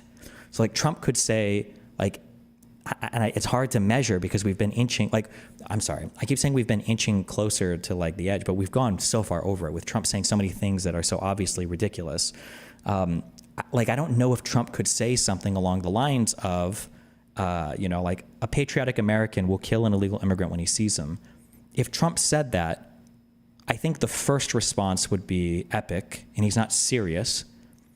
And then I think the second response would be, well, if they're an illegal immigrant already, especially if they've committed a crime, and then I think that it could just be kind of normalized, and then that would just be like the environment that we live in. And yeah, I guess I'm like, I'm really worried right now that we're already in a situation where Trump could say, like Trump trying to revoke birthright citizenship through a motherfucking executive order. It's also a thing, I think I've said this in the past, but like I don't ever want to hear a Republican talk about literally anything having to do with any kind of values or constitutionalism or rule of law, anything ever again. Like, what the fuck? How the fuck are you going to revoke birthright citizenship with an executive? Why would you even try? It's like unhinged and insane. If you're a federal agent, why the fuck would you ever bother enforcing any law? Like if you're in the FBI, I don't know if any of you are out there, why would you arrest anybody or do anything? Like imagine you're one of the federal officers that arrested somebody at the Capitol that was literally tasing fucking police officers or whatever, and these people all got pardoned. Why are you even doing your job? What the fuck is the point? If the president is literally going to be pardoning people who I thought we weren't going to pardon anybody that attacked cops or anybody that committed violence. And also remember, it's also crazy seeing the 180 on everything. Like Republicans said, there was that tweet, I think, of Charlie Kirk, where it was like ban TikTok, ban TikTok, ban TikTok, ban TikTok. And then it was like, Trump saved TikTok, thank God. And it was like, okay. Or Trump should just pardon the nonviolent J6ers. Trump shouldn't pardon anybody that was convicted of a violent crime. Trump shouldn't pardon anybody that like broke into anything or like actually committed, like vandalism or whatever, or any of that, And then he just pardons literally every single J6er. And it was like, the fuck?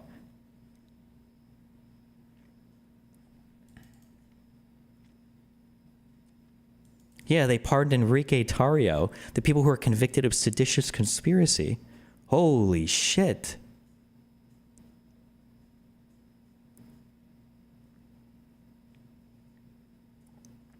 Not gonna lie, as a European, having friends trying to get rid of their accidental US citizenship, forced birthright citizenship is disgusting. How hard is it to renounce if you have another citizenship? I don't even believe you, my friend. I'm sorry.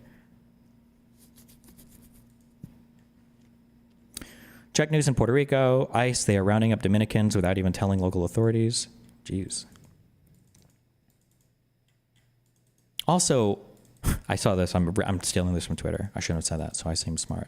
But why do they keep raiding like workplaces to find illegal immigrants? I thought these guys were freeloading losers. Shouldn't they be going to like the food banks or the food stamps or the fucking Escalade stores or the jewelry shops or whatever? Why is it that they keep breaking into workplaces to find all the illegals? I thought that they weren't working. I thought they were just leeches. They tried it first as an EO to test the waters and see how strong the opposition will be, aka how much work they've got to do before full capitulation. Can you imagine that executive order goes through and it like they lose like 7-2 with fucking Alito and Thomas saying that well maybe birthright citizenship isn't as settled as we think it would be.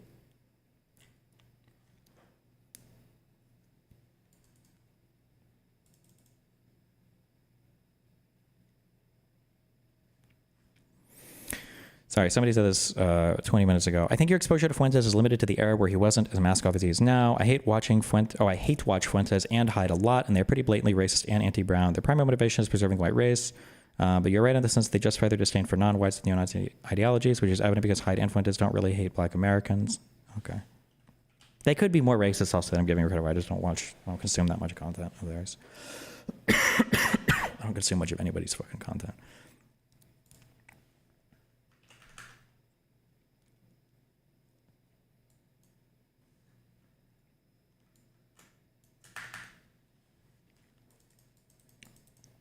You were kind of dismissive of Project 2025 during the race. What do you think about it now? I mean, apparently they're working down the list.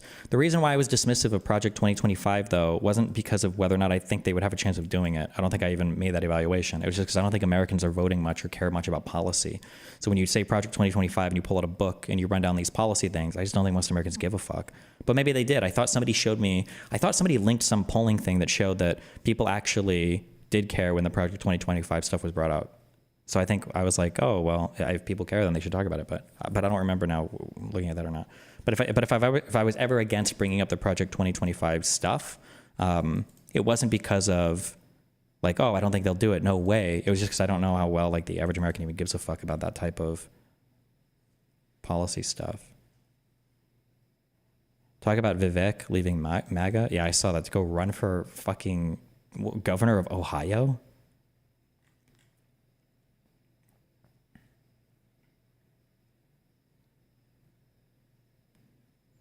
Now that Trump pardoned J6 people, what happens to the Fedsurrection theories?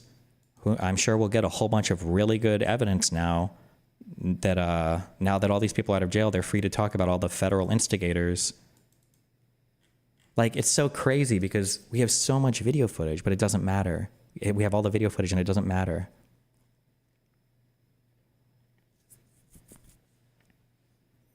So what is the DNC doing, or at least can do, to fight back against Trump? Like, if you're a political person, if you work in politics, the goal has to be 2026 has to be like the big year.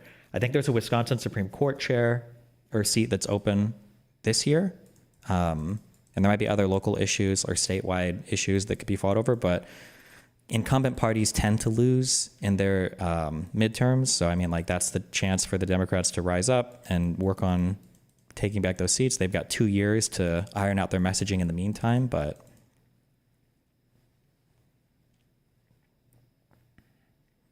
you're going to cover all the declassified Trump or stuff that Trump signed off on. Didn't he,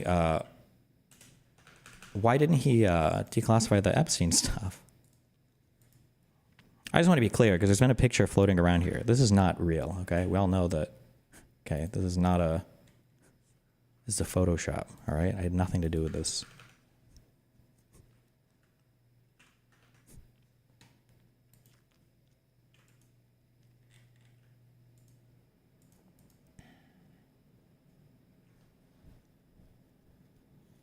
It's possible that Trump be trying to have a war with Denmark or Panama to extend his mandate for more years. I'm not from a political background. I don't even know if that makes sense. No, in the United States, it doesn't work that way. We elect people. We elect new presidents and everything during war. So.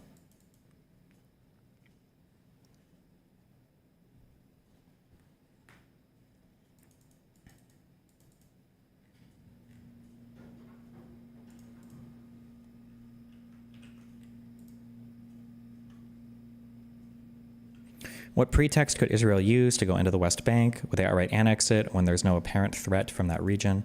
Israel will never annex the West Bank completely. They just annex small pieces of it. So they formally annexed East Jerusalem. They're annexing like neighborhoods around East Jerusalem, and they just work on taking more and more and more and more. Supposedly, that was the impetus for the Abraham Accords. It wasn't Kushner and Trump going into the Middle East with their ingenious design for peace. It was Israel saying, we're going to start annexing more and more areas of the West Bank, part of a thing called Area C. And Saudi Arabia and Qatar were looking at it and they're like, okay, well, this is like probably not good, really bad. And then I think Kushner came in and they were trying to figure shit out. And they're like, okay, well, what if you guys like have like a formal public peace? You say publicly like, okay, Israel, we're chill, and then we won't annex these parts of the West Bank yet, okay? Yeah. Why won't you call religion lame outright? I mean, I think I have enough. Like I'm a pretty strong atheist. I don't give a fuck.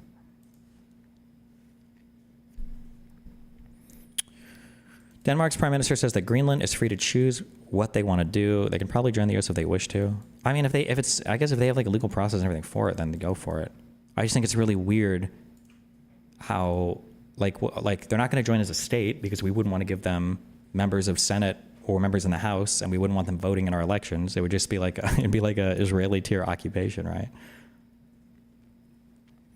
How should Europe behave with respect to Trump broadly?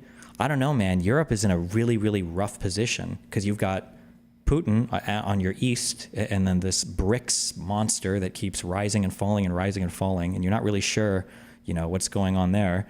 Then you've got America that's this unhinged behemoth that who the fuck knows what America wants to do at any point in time. And then you've got the UK that just fucking ejected itself from the largest market in the world and one of your most successful large like multinational bodies ever. So I don't know, if you're Europe, you're like really fucking weird right now. You don't know what the fuck. You don't know what the fuck to do. Do you see Trump tell reporters Spain is a BRICS nation? Okay.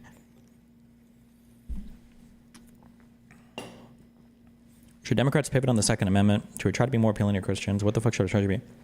I wish that I liked what Kamala and Walz did so much good on their messaging. I don't know if Kamala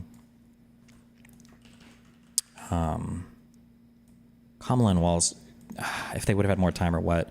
But I liked their Second Amendment like positions, like the owning guns thing. Second Amendment fights are just such a waste of time for for the Democratic Party. I think it sounds mean and insensitive, and I don't mean to sound that way, but like school shootings and mass shootings and stuff, they're a blip on the radar. They're big events media-wise, but it's just in the grand totality of everything that exists in this country, it's nowhere near as important as stuff like the economy or healthcare or immigration or our foreign policy and the actual wars and all of that. Like, it's just not that.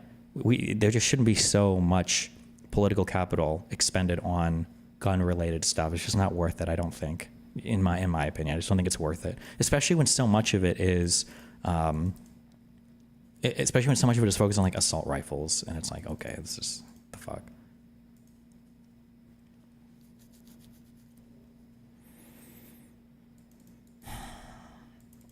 I think the EU become more isolationist with respect to America and will try to build up their security as their own. As a European, that's the sentiment I see a lot. I don't know, and I'm totally and woefully ignorant of this. I don't know what resources exist in Europe for them to do that. Like, can Europe be energy independent? Is there enough energy in Europe for them to do that? Or do they have to get oil from OPEC or Russia or the United States? Like, I don't know what, I saw one guy say no with an omega lol face, and that's metalloid sword. And then I see a lot of people saying yes. If we consider Georgia European, then yes. For nuclear, yes, France is really good at nuclear energy. Didn't France end up like spinning down a bunch of those nuclear reactors because they wanted to, be more green? Go full screen. I think I'm going to put another light back here. Oh, do you see that hue bulb in the background? On all my lights are Nanlite now, but do you see the little, like this stuff? That's a hue bulb back there.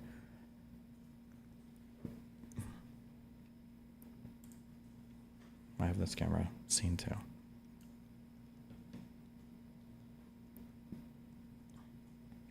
France did maintenance on nuclear reactors. You're thinking of Germany? Am I thinking of Germany? You're thinking of Germany. France is a successful nuclear country. I know that France is a really successful nuclear country, but I thought that's why I was so upset about it. I know that Germany was trying to do like more coal. Also, clean coal and all that shit is a fucking meme. Don't let conservatives ever gaslight you on that shit. I thought that even France was looking at spinning down some of their nuclear shit, but I could be wrong. Germany is retarded on nuclear. France is still 70%. Okay, maybe it was just Germany then.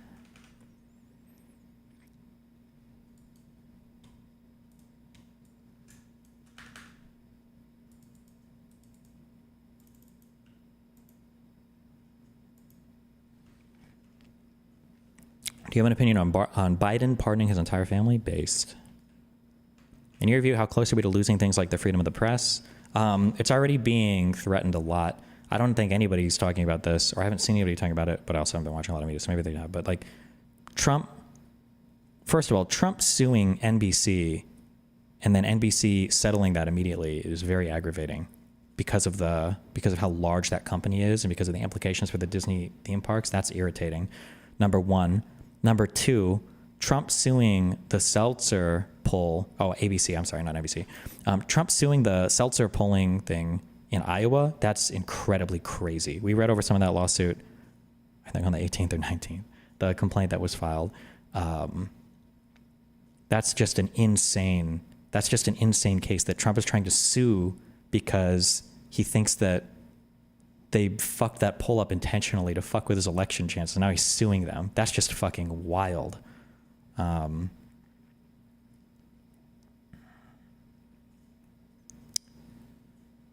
Yeah, Jesus. How the fuck did she fuck up that poll so hard? I don't know. That's a good question. She was enemy number one.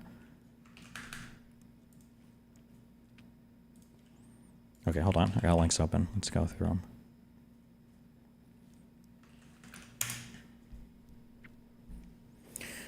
Protecting the meaning and value of American citizenship. Oh, is this with the birthright citizenship executive order?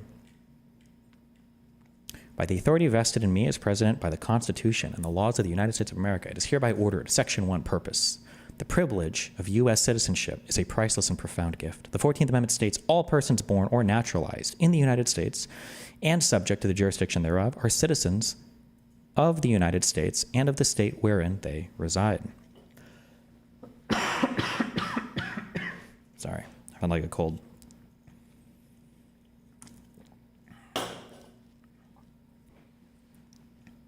Lots of background noise. The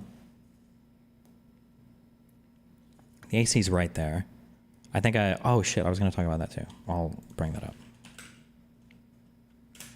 We'll, don't worry, we'll do parts, because we love parts and hardware, okay? Do you see that he stripped security from Fauci? Fired 12 inspector generals, took security clearance away from J6 committee people? Oh yeah, he revoked Fauci's security clearance. Remember when, somebody in my subreddit brought this up, remember when Biden increased the security for Trump when he wasn't even in government because of the Iranian threats? Crazy how Trump pardoned every J6er and then revokes Fauci's security, huh? Kind of weird.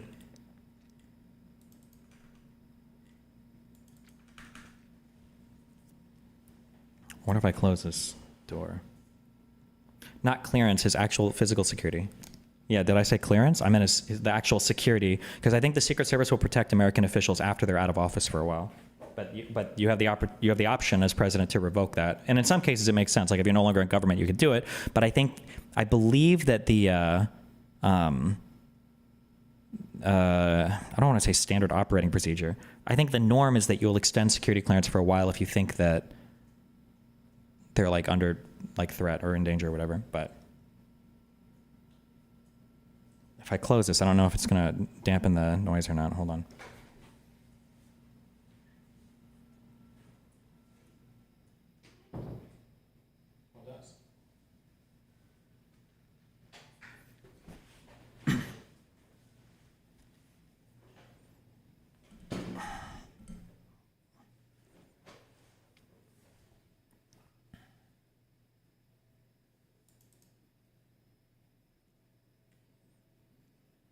Is this executive order just undermining the judicial branch? I don't think that Trump believes in branches of government or any of that shit. That provision rightly repudiated the Supreme Court of the United States' shameful decision in Dred Scott v. Sanford, which is, I think, considered one of the worst Supreme Court decisions ever, okay? Which misinterpreted the Constitution as permanently excluding people of African descent from eligibility for U.S. citizenship solely based on their race. Do you have any warming words of optimism to share with the hanging sense of hopelessness and what feels like a blitzkrieg of MAGA diarrhea? Small victories, I guess, find them.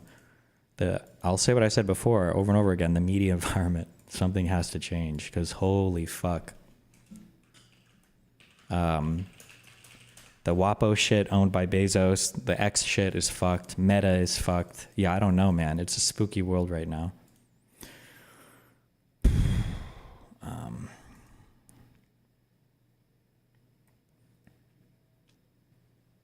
The 14th Amendment has never been interpreted to extend citizenship universally to everyone born within the United States. The 14th Amendment has always excluded from birthright citizenship persons who were born in the United States but not subject to the jurisdiction thereof. It says who? Citing what? Consistent with this understanding, the Congress has further specified through legislation that a person born in the United States and subject to the jurisdiction thereof is a national and a citizen of the United States at birth, 8 U.S.C. 1401, generally mirroring the 14th Amendment's text.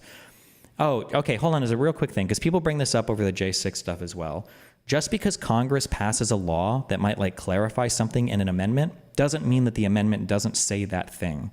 A lot of people are saying things like, oh, well, if the ECA didn't allow you to do a thing, then why did they pass a law to change it? You can, like, laws are complicated. And sometimes you need language that clarifies a law or clarifies an amendment or whatever, and that's fine, but that doesn't mean that it didn't apply before. Like don't fall into that trap. It's a stupid trap.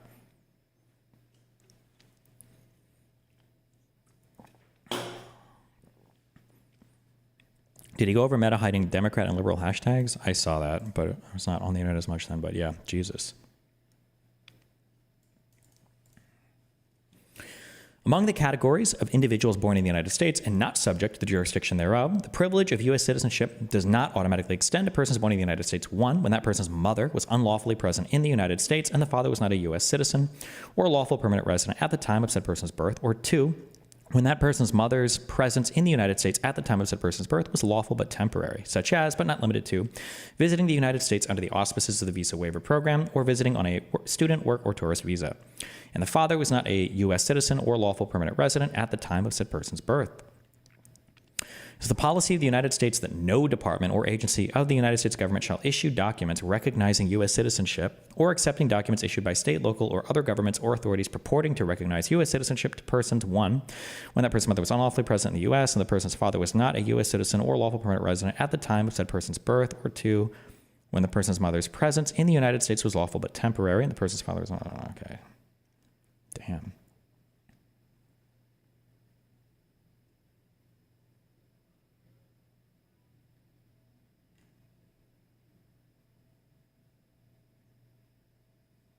If this was allowed to go through, is this only going forward? This wouldn't be taking away, or do they derive subject to the jurisdiction thereof to only apply to lawful immigrants? I have no idea. Generally when you're citing law or citing things, you usually are, well, you cite something, but there's nothing here, so, yeah.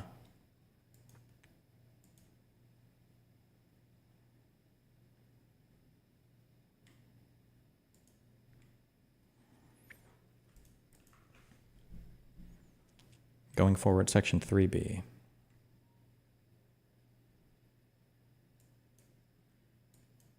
The heads of all executive departments and agencies shall issue public guidance within 30 days of this. Wait, where is going forward?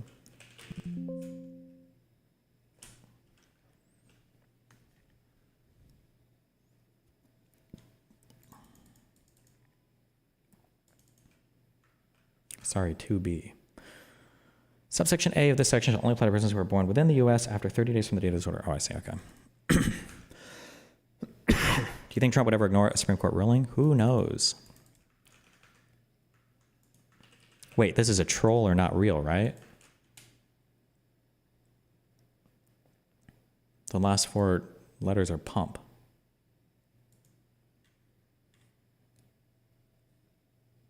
Oh, that was another thing.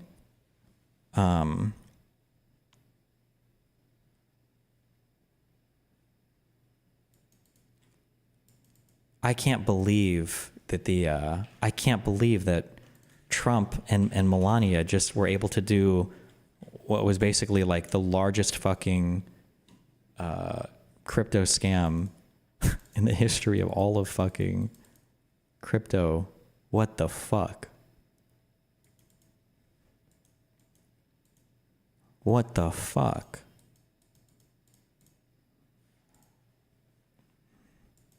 I like how they've at least moved on. I like how they've at least moved on from pretending that they're doing things with utility and they're just literally calling it like a meme coin. Did you hear Trump's response to it? No, I didn't see that. Where they literally were like,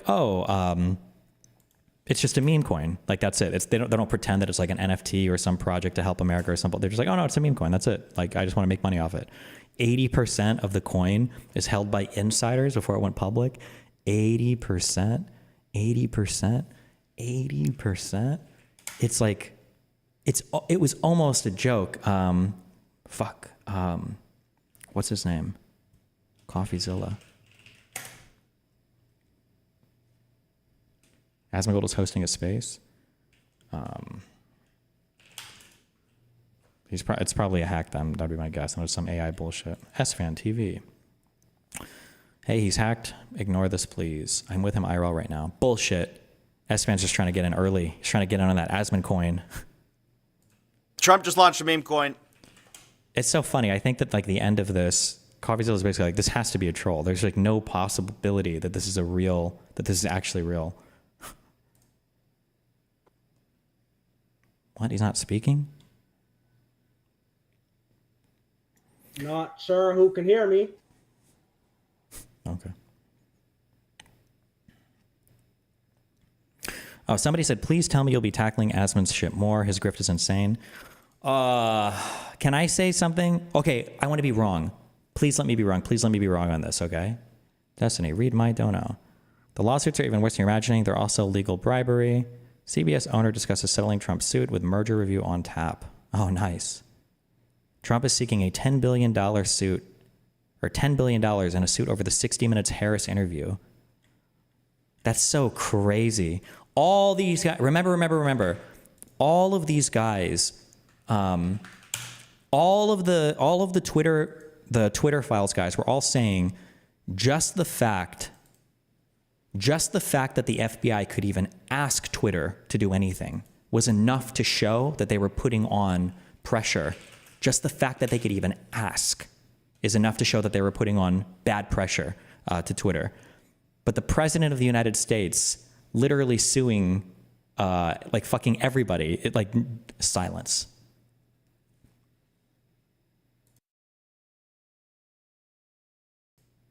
Absolute silence.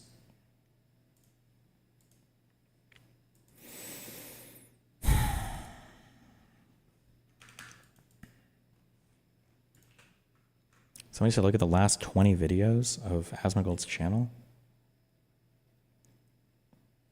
This might make J.D. Vance the next president. Trump just obliterated Colombia. The truth about Brett Cooper. Why was I looking at this?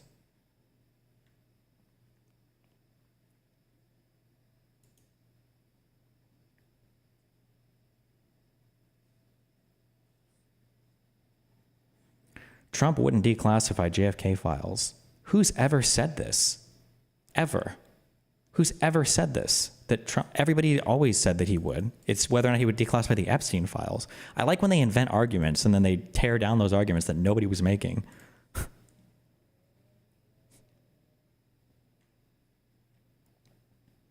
All of these reactions are just to Fox News. The Trump inauguration. Oh shit, what did he say about the Elon salute? It's just a meme. It's just a meme, it's just a meme, it's just a meme, it's just a meme, it's just a meme. Or wait, is it even in this video? I think we're going to see real meaningful change. Yeah, I'm ready for Elon to really cut most of the 2 million plus jobs in the federal government out of the equation. And I'm ready to see Epic. over 400 So bureaucracies here in the United States that are like a cancer in God's U.S. Republic completely abolished. The IRS needs to be abolished. Oh, I would like to see, say, look at Department that hat. There it is. of Education gone. He just doesn't say anything about it. He just shows it. Okay, wait, fuck. I have so many links open. I don't have time to go through every fucking thing. Somebody said all of his stream titles are very Trump positive. Did you see the 99% Holocaust clip? Yeah, I did. That was such a weird... Oh, that was such a fucking weird... That was such a weird thing to say. Big day, Trump golden age, Trump golden age, wait, what? Why? Trump golden age, Trump golden age. Okay. Have you seen the German Jew clip? No? I don't know about that. Holocaust is a lie. I am, guys. I'm not one of these Holocaust deniers. I think the Holocaust probably happened. I think probably 99% certainty it happened. And the number of people that were killed is not a big... Okay, I don't know what the rest of this link says. So just as a quick thing, and remember, this is why it's important to understand the difference between neo-Nazi versus just retard, okay? Also, I'm completely and totally out of charitability for Asmongold, so I'm not cutting him any charitability anymore, okay? A neo-Nazi will never tell you, and I'm not saying Asmund is a neo-Nazi, though. I don't know. I think he's just a hardcore grifter, and he's super audience captured right now, okay? A neo-Nazi will never, ever say the Holocaust didn't happen. They'll never say that. They'll never say, well, Holocaust, that didn't happen. They'll always say, it happened, but a lot of bad things happened in World War II. And 6 million, bro? I'm sure there were hundreds of thousands, maybe even millions of Jews killed. But I mean, there were more Soviets killed in the death camps. You know, nobody talks about the 7 million Soviet soldiers that were murdered in the death camps, and there were all the bombings in Japan and the bombings of Dresden and the so many big battles and so many civilians and like killed everywhere. Like it was really bad. There was a breakout of typhoid and there was a breakout of all these diseases in the camps, and they just couldn't manage it. And like that's what a neo-Nazi will say. Just remember that. Or the number dead doesn't matter. Like the Holocaust was a horrible thing. Like why do we have to fixate on the 6 million so much? You know, it's just spooky to signal on that without being aware of what you're doing, I guess. But anyway, so 4chan is right. You are a Jew. Well, we'll get to that. My Jew brother. My Jew brother. I do want to make one thing Shalom. abundantly clear. You will not find that on my early life Wikipedia part. Okay. I'm German. Oh, what the hell? The opposite. Oh, fuck. Oh, no, what So- the hell? Oh, what the hell? He's the enemy. He's the enemy. He's the enemy. Not Shalom, my brother. Get that out of your fucking head. Oh, what the...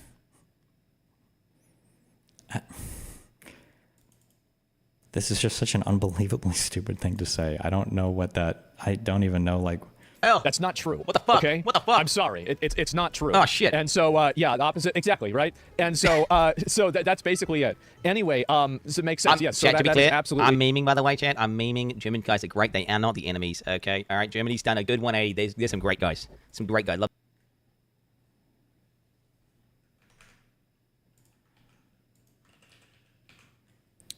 Somebody said their friend linked this. Official Trump coin price.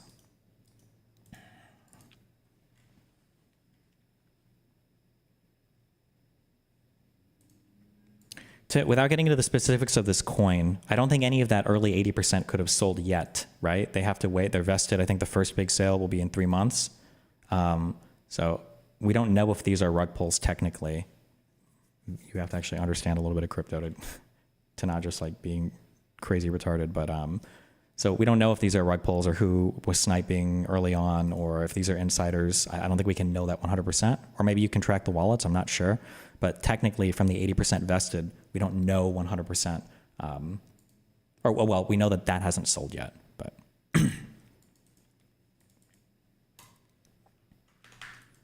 but just the idea, there was no sell-off yet. No. The 80%, all of the held coin is vested every 3 months, I think, until 12 months. Like at 3, 6, 9, and 12, I think, is when the early vested stuff, or the 80% is allowed to be sold. But I mean, like, this is a crypto coin that Trump is allowed to have while he's the fucking president. It's unbelievable.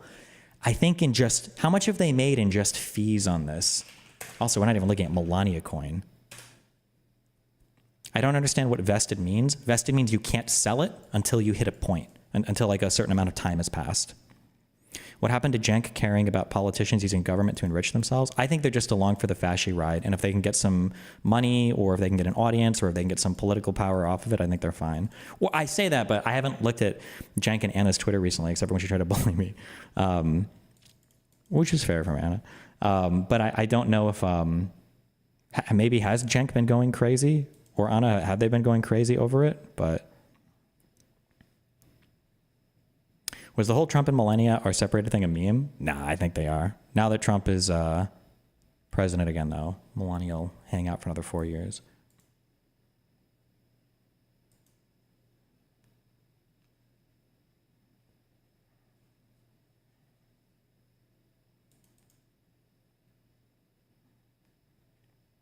Anna is way more far gone than Cenk. Well, she started earlier, so Cenk can still catch up. Is there, I suck at tracking crypto shit. I don't know how to look at I don't know how to track these markets, or like where the numbers are reported at. I can't tell you at all. Like, is there a way to see what they've collected in fees so far? Last I checked, I think it was over like $12 million on day one, I think.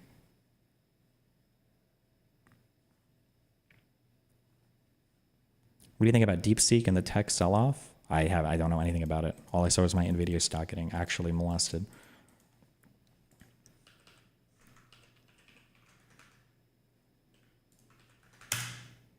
Good thing we brought that CrowdStrike in, though, right?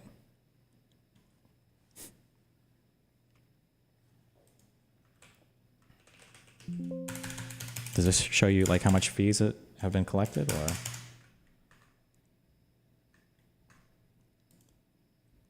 Is there even a way to, there must be a way to check that. It's all on the blockchain, right?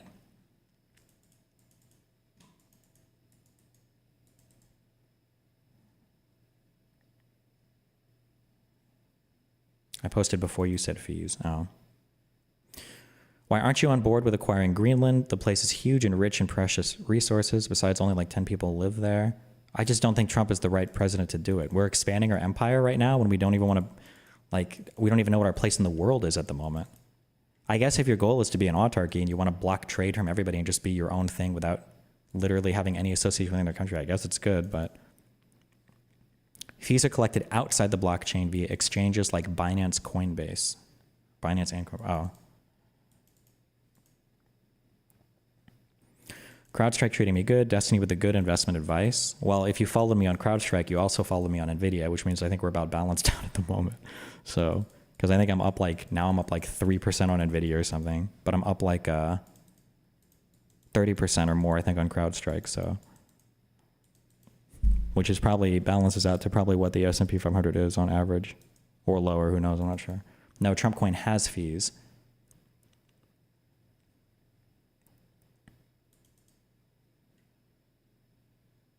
Okay, well, nobody's linked it, so I'm going to assume this isn't public or it's hard to get this information. I'm not an emotional thinker, okay? Like, so I can't appeal to people emotionally. But what I can say is...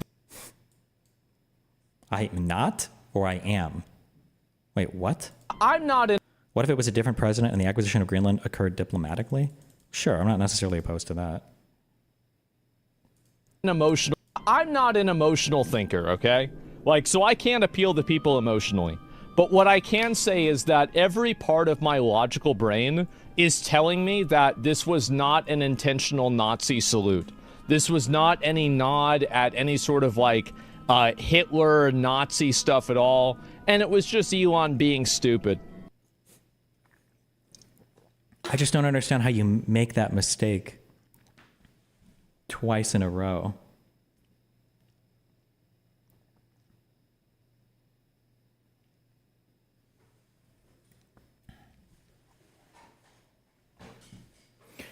Let me grab a sippy soy. Hold on.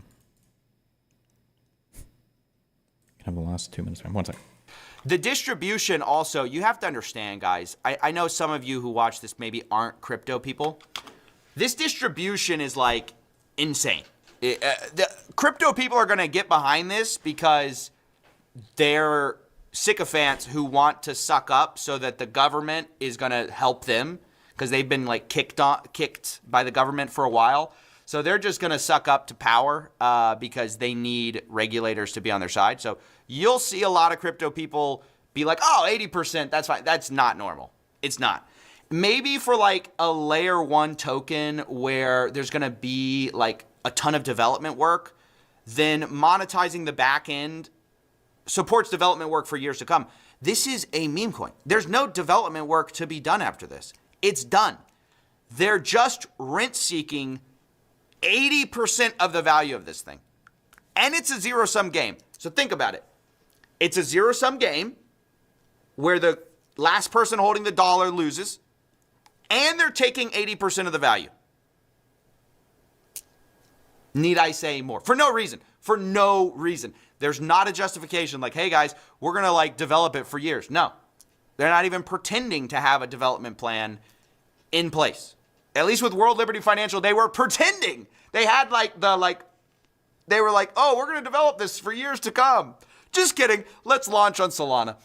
All right. Well, look, I'll probably follow up about this later. I'm tired for a lot of reasons, but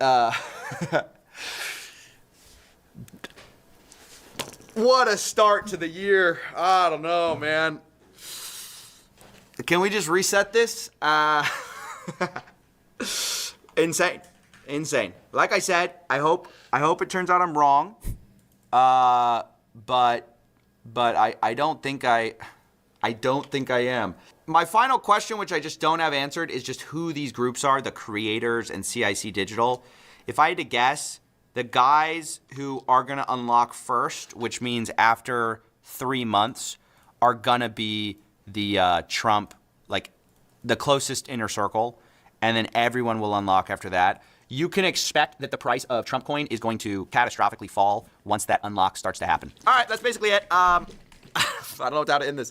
It's going to be a long year. And this was before, I think, Melania coin launched. Bro, my president is crypto scamming. Bro.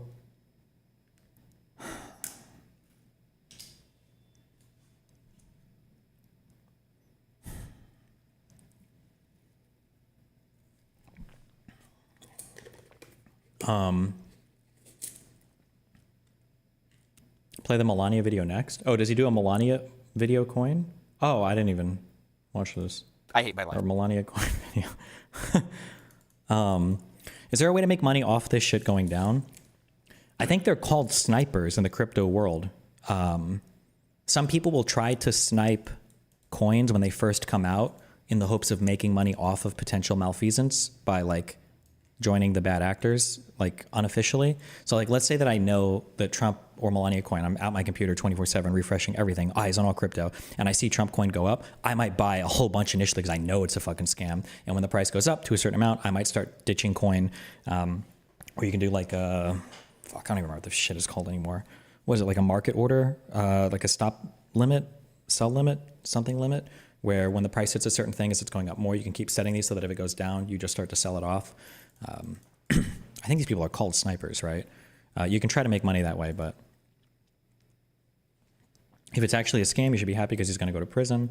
Well, yeah. Do you think the Securities and Exchange Commission is going to be, or the Securities Exchange Commission is going to be prosecuting the president under? Yeah. Oh, stop loss limit order. That's what I was looking for. Why 3 months? I know nothing about crypto. Sorry if you already explained. So there's a vested period where the initial coin can't be sold on the market for 3 months. Then 25% of it unlocks to sell. And then 25% will unlock, I think, 3 months after. And then the other 25% 3 months like that, I believe. Something like that. But that's what the vested period refers to. Crypto scam would be a personal act right now, not presidential. Oh, yeah? Think so? Oh. Well, hold on. Doesn't happen. And what's this next clip? Maybe this will... Yeah, maybe we'll get into this. Okay, because I could be wrong. I hope I'm wrong about this. Wait.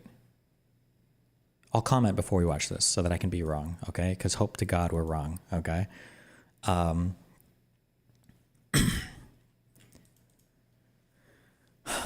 The feeling that I have on Twitch,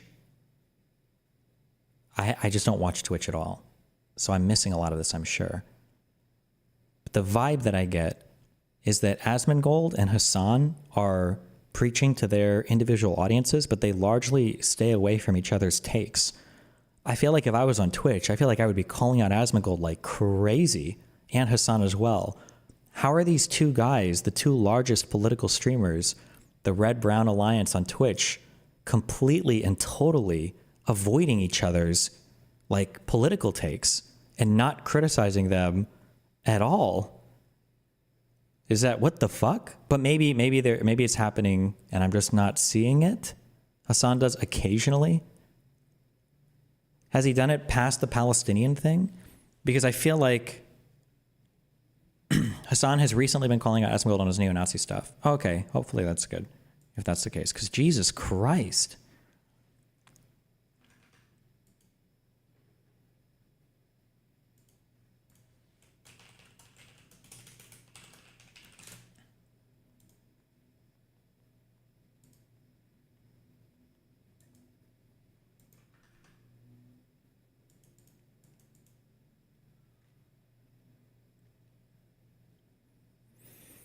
I know you said in the past you want to do this, but what would happen to make you consider leaving the country?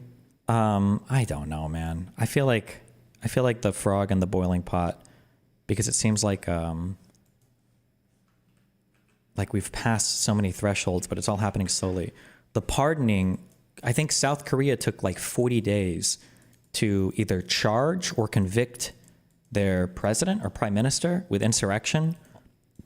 And we re-elected our insurrection guy, and then he pardoned every single violent co-conspirator. It's just, it was indicting for the South Korean guy? Okay. It's just absolutely fucking unbelievable. Jesus.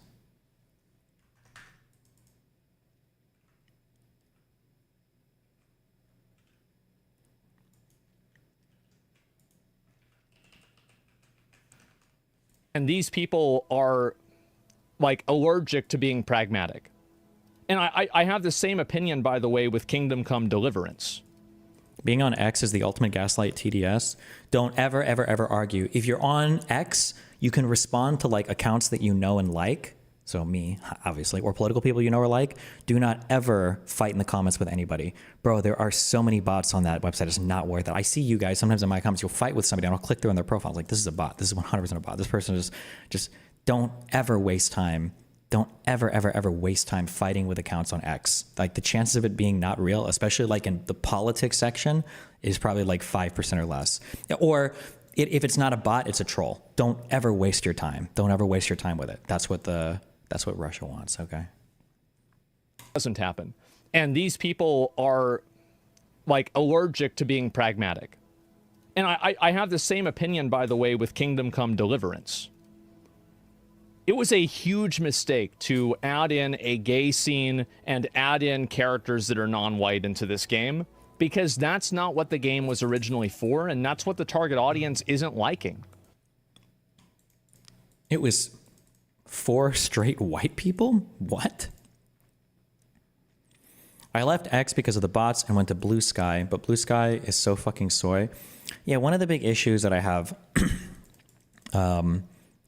not to go back to the self-aggrandizing shit, a couple of things that I do well are I can cover a variety of content. I don't do drama stuff anymore generally, but I can cover like different political stuff, not just Trump stuff, but like some geopolitical stuff or economic stuff or other so a variety of things.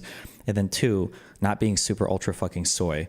God, I wish that left-leaning spaces online weren't so fucking soy and weren't so like one-dimensional. I saw that Brian Tyler Cohen, who is like a smart guy, and I like him, he's a cool dude, but I saw people complaining on my subreddit, and then I went to look through the channel. It's like, it's all like Trump. It's like, holy shit, so much Trump. Like the content direction is very singularly focused. And then, yeah, oh my God, Blue Sky is just so fucking soy. Holy shit, it's so fucking soy. Yeah, I wish liberals need to not. Just don't do that, okay? Only 4, and that's what the target audience isn't liking. It was a huge mistake to do that. It alienated a ton of people in the audience, and at the end of the day, why did you do this? Why did you add something into the game that the majority of this audience is going to reject? Okay, maybe this is a hot take. It's probably not a hot take with my audience, but why does everyone hate wokeness? Most of the time, bar the extra crazy people, the main idea of wokeness is just to be more accepting, right? So the Steelman version is some wokeness is fucking cringe. When you can tell that like, oh, we've got a gay, like, handicapped person who's supposed to be like our good guy here or whatever. Like, it's like kind of cringe. I can understand that. The main reason why people hyperfixate on like the stuff though is because other people tell you to hyperfixate on it. Like if you come across like lame writing or like super cringe, like ultra woke writing, then you either don't consume it anymore or you just like ignore it or whatever. And it's like, okay, this is cringe, who cares? And then you move on. Like that's it. But the people who are like obsessively talking about woke shit all the time is just so fucking stupid, I think.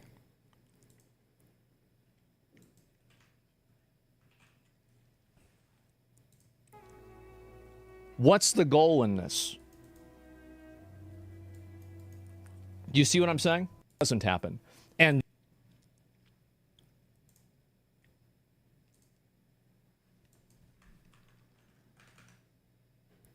Yeah, people keep saying that in chat. One of the Pardon J6 guys got killed by a cop, but I haven't seen it or whatever. Yeah. This is the type of wokeness which you would consider soy, right? Okay, listen, I think it's cool that people can come far with diseases and stuff. I just don't think this was an appropriate setting for this, okay? I just don't think this was an appropriate setting to do this, okay? I just don't think that... She's not the easiest person to please. Fuck. Right, Mama? She needs things to be just right. Don't get me wrong. I mean, we do love her. That's my mug, isn't it? But she needs a place of her own, and fast. This isn't what I was hoping to bring up immediately, but... Redfin updates their listings every 2 minutes. That means every 2 minutes, there's a chance we'll be back to having our porridge in peace. Oh, wow. This one's just right. Is she leaving? Yes. What's happening? You know what? Maybe 2025 Destiny will get an ad blocker. That we didn't need this on stage for the DNC stuff, okay?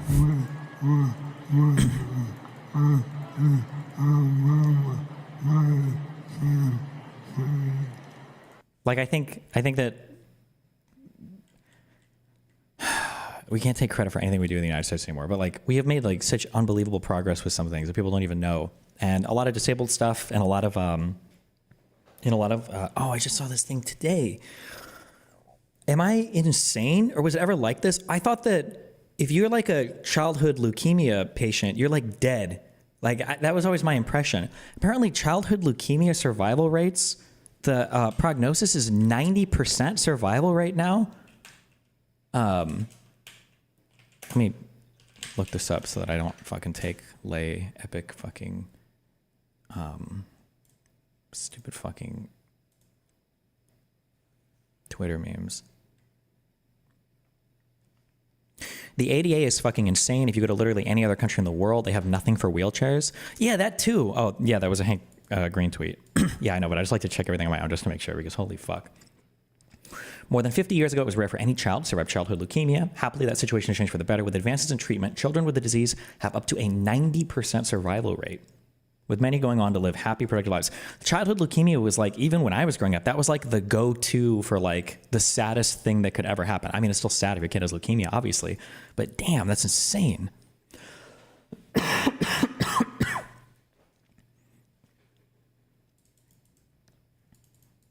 But the, did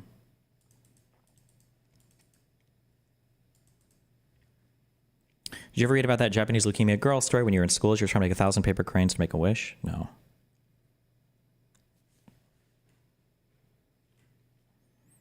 If you could attribute a single cause explaining the popularity of Trump and the rise of the MAGA right, what would you say it is/was? Maybe you'll disagree, but I think it can be overwhelmingly attributed to the constant wokeness conservatives perceived in the news and media. Yeah, but a lot of that perception is fed to you by conservatives. I just think it's because conservatives have spent a lot of time in the back honing their entertainment craft.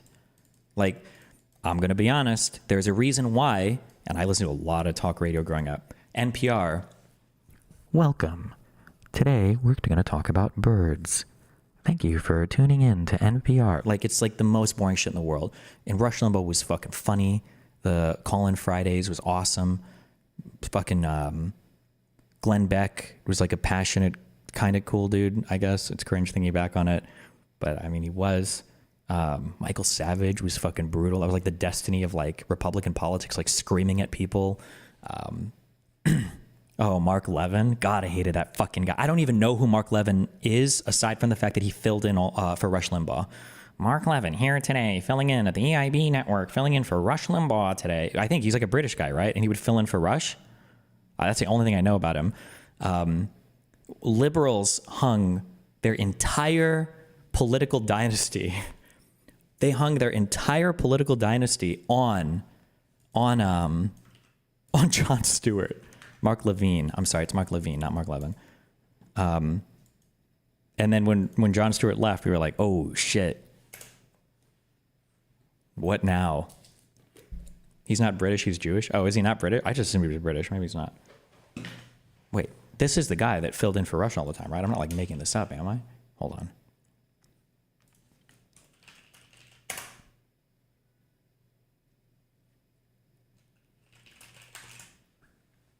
Don't forget Stephen Colbert. Colbert was there as like a funny guy, but Stewart gave you that good mix of like funny, serious political stuff. Colbert was just like kind of memes. He started off as like just a segment on the Daily Show. Why do I fill in Trump?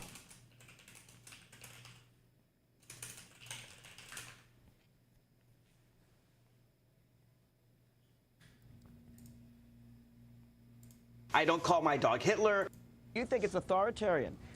Government is not the answer. Let the private industry do it. Leave Wall Street alone, and then they... Wait, was this the guy? Mark Stein. Who's this? Hold on. For about 20 minutes in... Oh, no, I'm thinking of this guy. I'm sorry. Mark Stein. This is the voice. Why did the...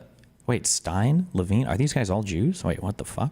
1989? Maybe, I don't know, maybe 1977. This guy's British, right? He must be, right? 1953, somewhere around there.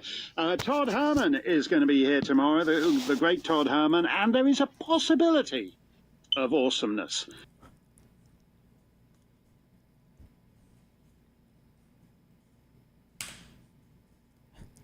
Wait. Tomorrow, the great Todd Herman, and there is a possibility of awesomeness. Do we have the official percentages on the chances of Todd being awesome tomorrow? Really? I thought it would be way higher than that.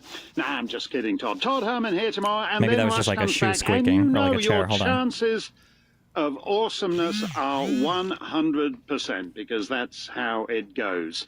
Yesterday, Rush boiled it all down when he said there is no plan B. Mark Stein is a COVID and Brexit nut job in the UK now. I mean, he was a nut job. He filled in for Rush, so of course he's a nut job. He's Canadian. Canada is not sending their best, okay? Trust me, I'm just kidding. Can you summarize your thoughts on Nosferatu? I saw it. This is painful. Okay, 3 things I will say. 1, I feel like it's a little bit unnecessarily sexual. Am I crazy on that? Like, I feel like that was too much. It didn't need to be that sexual. I feel like it was kind of weird. Number 1. Number 2, I don't know if this is going to be mean. I'll try not to do spoilers, I guess. Number 2, it was too long. I don't know what the whole point is of the first arc of the movie. Like that, I thought that character was going to be so much more important. Was it Tom, the husband guy? I thought that guy was going to be so much more important. Like that whole journey at the beginning. I feel like you could have ejected like 20 minutes of the opening of that movie, and I don't know why the fuck. I don't know, whatever. And then the third kind of minor complaint, this is like a cinematography complaint, but I don't know if I'm just doing this to myself in my own head. And I don't know if it's because I'm watching like older stuff now too, like The Sopranos, or rewatching some Quentin Tarantino stuff. I feel like this is a feeling I have, and I could just be so wrong on this, and I'm just like mind fucking myself into seeing this. I feel like using heavy CGI is really limiting the imagination of, is it the DP, the director of photography, or would you just say it was just the director? Who decides, like, I guess, setting up the shots and everything? I feel like using CGI so much is ruining people's ability to think a little bit about shots. There are too many shots in movies now where it's just a person walking like up and down or back and forth through like a hallway, and like maybe there will be like a moving pillar, maybe, but a cinematographer, is that a real job? Oh, I thought it was like director, and then DP, like the director of photography is the one who, yeah. I don't think that's like a super pretentious, like I don't know how much that would matter. How far into The Sopranos are you? I think I'm almost through season 1, where I just finished like episode 9 or something yesterday. Oh, DP and cinematographer are the same thing. Okay, gotcha. But yeah, I feel like when you do a lot of, and again, I could be totally mind fucking myself on this, but it feels like when you rely a lot on CGI, you don't have as much a mind for like, oh, this would be a cool shot. All of it is just like moving backwards and forwards. Sometimes you're framing stuff with like an entryway or whatever, but it's like the camera movements are just so not as interesting or creative as I feel like they could be. But that's like a super nitpicky thing. Artistically, I thought the movie looked cool. There were like a lot of cool shots, like him standing in the snow, the carriage coming towards him, that whole like very ethereal, like outdoor, like all of those shots look super beautiful. I like that all, but I don't know. But one of the biggest helps to visual effects is having real shots to base the CGI elements on. Yeah, I agree. Because there's even like, again, like even when watching The Sopranos, like sometimes you want like a shot around the corner, or like just the way that a camera might move around a room and like capture a conversation. It just, and like I said, I could be just totally mind fucking myself on this now because I think about it too much. But it feels like when you over rely on CGI, or you use a lot of CGI and you're not in any real rooms ever, because like that last movie, the Nosferatu, it wouldn't surprise me if there wasn't a single real room in that entire movie. Like there were no 4-wall or 3-wall rooms ever. It was all CGI in like open spaces with green screens. But I feel like when you're doing that, I feel like it destroys your ability to be imaginative with shots. The castle was real, bro? Was it actually? If it was, that would be super surprising to me. If it was, that's interesting, but... Did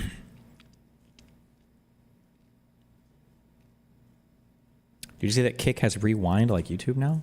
Wait, seriously? I've heard you say similar things before, you being unfair to CGI. Fincher is great CGI. I'm not saying any... Oh, holy shit, it does. Nice. Damn. Ooh. I'm not saying CGI is bad. Please don't confuse me. I'm just saying that if you're using CGI a lot, it might inhibit your ability to think more creatively about how to shoot things. Somebody's saying nearly nothing was CGI in Nosferatu. Oh, that's super interesting. Then just fuck me, I guess. I don't know. Then I guess I feel like there were shots that looked good, like the visual composition was cool. I'm thinking a lot of those shots when he was walking towards the castle and the carriage comes. I think a lot of that looked really cool, but the camera stuff was just like very boring, I guess. But what the fuck do I know? I don't know. Maybe I'm mind fucking myself on that.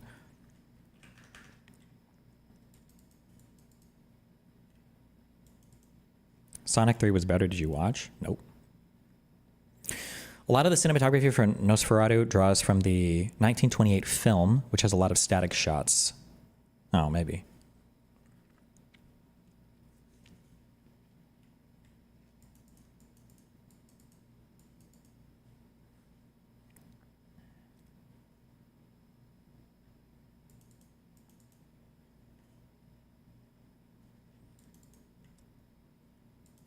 In Sonic, it was decent.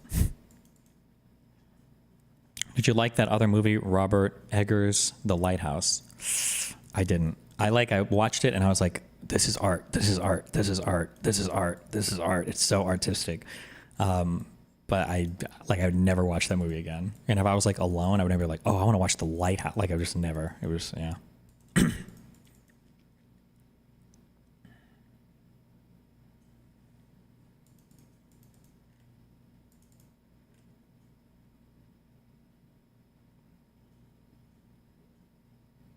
Be careful when people tell you a movie has no CGI in it. This video does a good job explaining it.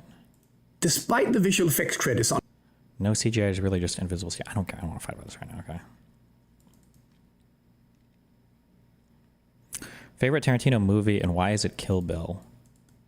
Kill Bill was just a good movie. I am obsessed right now and I don't know why. I just need to go back and understand it more. Or I've like trauma watched this or something and it's like burned into my brain. I am just obsessed with these two... I'm obsessed with these two dialogue scenes in Inglourious Bastards. It's just so, like, on paper, these are just so boring. But they're so good. I don't know why, though. I don't know what it is. I don't know if it's is it Waltz or Waltz? Christoph Waltz? It's Waltz. Christopher Waltz? I don't know if it's the acting or in the performance or if it's just the script writing or the camera or what. But it's just, I feel like on paper it's just not that exciting, but it's so good. Or I don't know if I'm getting older. And now that means I'm like boring, so I like boring shit. This is another scene that like I think on paper is just like very boring. I don't care. Okay, they go into a bar. We really need 20 minutes of this? Like seriously?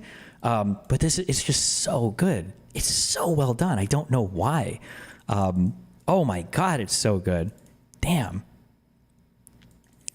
is the mundane conversation contrast against the ultra tense situations. It's not just that though. It's not just what it is. It's like, it's got to be the combination of like all of the elements. It's not just the tension. A lot of people can have scenes with tension where there's a good guy and a bad guy in the same room. I don't know. It's like the writing, it's the performances, maybe it's the editing, like the pacing, like fuck. It's just, these are such good scenes. Jesus, they're such good scenes. Both of these are. I feel like I like Django more than Kill Bill, but I don't know if I can think of any scenes like this. Also, I think Django has one huge fatal flaw. Not fatal flaw. There's a big thing in Django that I don't like, and I feel like they copy paste like a fourth of the movie, and they don't need to. Like he does his big killing things, and then he gets caught, and then he breaks out, and he comes back, and he does basically the exact same thing again. I don't know why that needed to happen. I feel like they could have just like rolled that into one thing, but hey, it's more Django, so I'll take it. But yeah.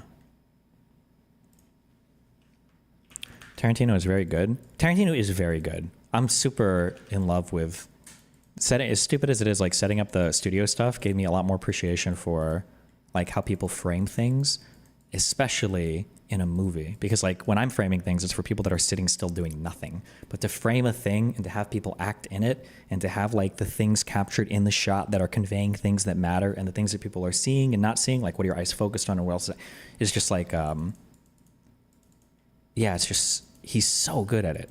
At least in Django, I notice he's so good. Django is probably my favorite shot thing I think ever. But maybe if I go back and I watch other stuff, maybe now with a different eye, maybe it'd be more appreciative. Because I hated the Tate movie, whatever the fuck. God, I hated that movie so much. Jesus.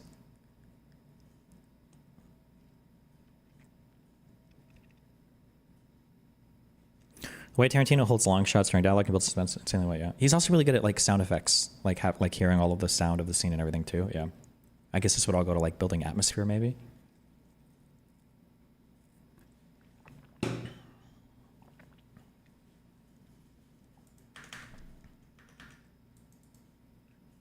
Thoughts on Denis Villeneuve? He did Blade Runner, I think, right? Which I liked, and then Dune, which were meh.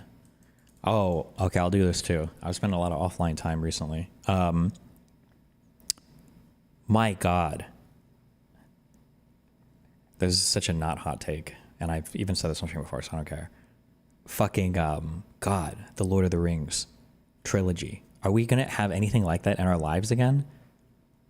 My God. Is it unpopular, or is it popular to say that the Two Towers was the best one? The second one, right? Damn. God damn. What a...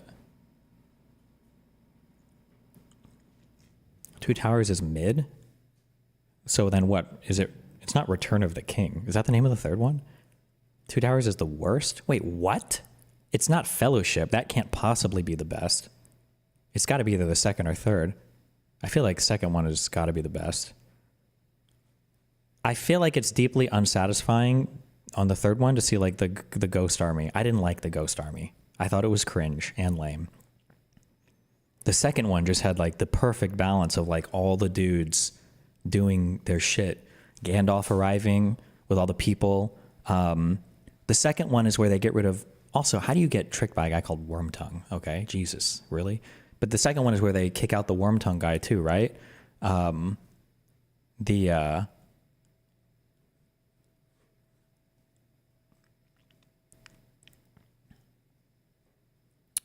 Gandalf actually does a little bit of magic for once in his fucking life.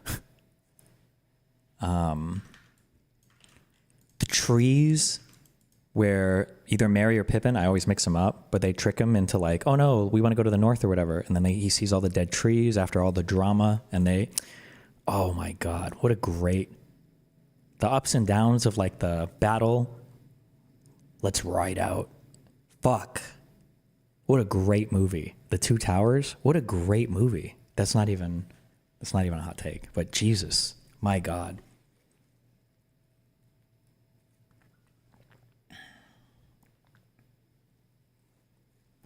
Thoughts on Synecdoche, New York? That's a really good movie too. But you have to be like in an intellectual headspace. Synecdoche, New York is not a movie that you watch where you're like, oh, I just want to watch this and enjoy it. You have to be like in your thinking space. But I think it's an amazing movie also. I only watched that movie because Adam was coming onto his show and I wanted to watch it before because it was his favorite movie. I think that's a masterpiece of a film. There's a lot to think about there if you want to sit and think about it. The Lord of the Rings trilogy was a super rare moment in the history of film that had thousands of staff working as a passion project. Oh, okay, maybe.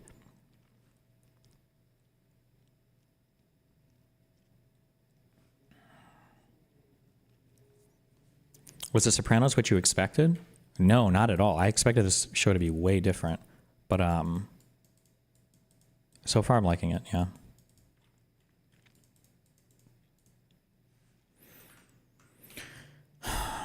Okay, I still have more links here. What do we got?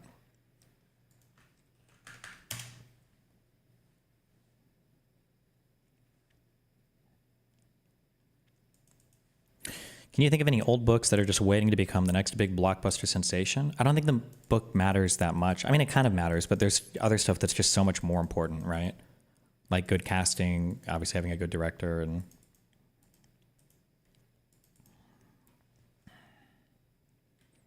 does AE have any guests this week? I don't know, probably not. Oh, I have to, I'm going to redesign the studio downstairs, so welcome to that. That'll be my next big project.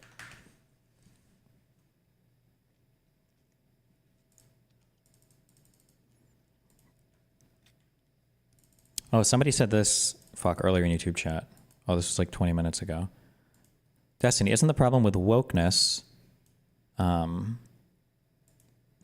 that's copy paste fucked up. The bad aesthetics. People think of wokeness as fat, unattractive girls with colorful hair and nose rings. I mean, like, that might be like, but that's what conservatives have assigned it. Like, I want to be careful because there's like not an archetype of girl that looks bad per se. But like conservative women for a long time were literally just the tall blonde Fox News ladies. And if you ever liked like alt girls, goth girls, scene girls, any like rocker chicks, like any alternative looking woman ever, like all of these people, you're like pixie dream girl people from the Scott Pilgrim movie, the Manic Pixie Dream Girl shit. If you like all of those styles, all of those aesthetics are like alternate. These are not like conservatively coded women. So I mean, like, now obviously as conservatives have like hyper fixated on, oh God, what did the PF Young say? MAHA was a huge thing. Make America healthy again. The health at every size shit. I don't think. I don't. Conservatives have just done a really good job at telling you what to think about literally fucking everything. It's just fucking cringe as fuck. Insider turns 40K into millions with Melania coin and a meter for 2 hours. Oh, was this a sniper or whatever?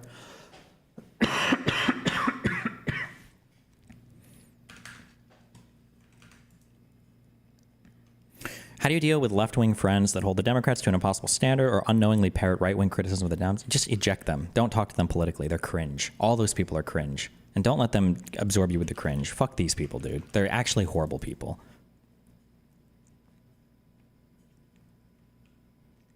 The first season of The Sopranos is the most traditional as far as the episodes are episodic. It gets really into its own from the second season onwards.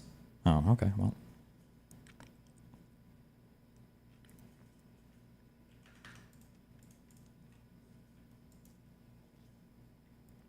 Oh, wait, one final question about Nosferatu or whatever. When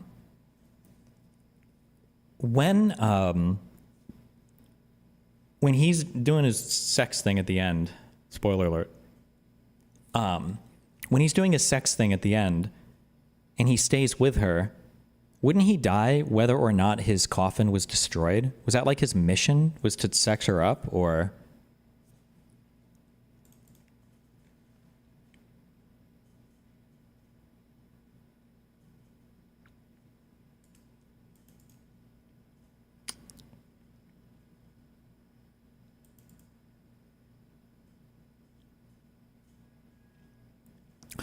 I've blocked probably all the far left people. They're just not worth engaging with. Time is better spent on building our own base. Yeah, true. Another issue, I don't remember who I read this term from. I think I probably discovered this on stream. There's a name for this. It's called like privilege politics, but it's basically people who just don't care about progress because they're insulated from all the bad outcomes of a Republican society. And I find that a lot of people are like that. People got mad at me because somebody was like, what are the Democrats doing now? And I retweeted and I brought up the pre-existing conditions thing. And they were like, you should have brought up something more recent. I mean, like, I could have, but that's just such an unbelievably huge jump forward in my lifetime for America having any type of like social, like mandates, I guess, related to insurance. It was a really big deal in the U.S., in U.S. healthcare history, although I guess we just don't think about it as much now. But I think that somebody posted like this perfect cycle that we get trapped in all the time. And it's like Dems, fuck, I'm not going to remember what it was. It was like, Dems can't do anything. And then it's like, people don't vote for Dems. People don't vote. And then it's like, Dems lose elections. And then it's like, Dems have no power. I fucking butchered this. I don't give a fuck. And then we're just like locked into this cycle indefinitely. And it's like, why aren't the Dems doing anything? I was like, motherfucker, our margins are so goddamn thin. What the fuck can we do? And it's so frustrating. This dynamic has to change. Republicans are so good at this. Republicans will literally lose an election, change nothing, run the same guy, and fight to vote all over the fucking country. Meanwhile, Democrats will win elections, and then all your far left media is like, why does it even matter? Who cares? I'm not going to waste my time voting. I'm not going to waste my time voting because they're all owned by billionaires. And the right will be like, it's a waste of time to vote because it's literally all the elections are stolen anyway, but I'm still going to go fucking vote. I don't give a fuck. I don't care how many fucking illegal immigrants are there. I'm going to vote. I'll stand in line behind 100 illegal immigrants just to get my fucking vote in at the ballot box. And like people on the far left are like, why would I even bother? Khaza is going to end up the same either way. It's like, bro, can you not? What the fuck? Damn, dude. Republicans are just crazy. In a good way here, though. Because they fucking vote. God, they fucking vote. They can't be discouraged from voting. Republicans have like 15 conspiracies at every single point in time working against them. Illegals are voting. They're trying to gerrymander us. They're breeding out all the white people. They're busting people up from other countries. They're faking the voter rolls. They're purging our voter rolls. Biden is doing something in Antifa, and they're blocking the windows and like all these things. And they're like, that's why we got to vote even harder. They're like, we have to vote so hard. And then meanwhile, Democrats are like, well, Kamala is not actually copy pasting my ideal, like www.howsocialistwouldgoverntheunitedstates.com. And so, yeah, fuck that. I'm not voting, but I'm not in a swing state. So it's like, bro, the fuck?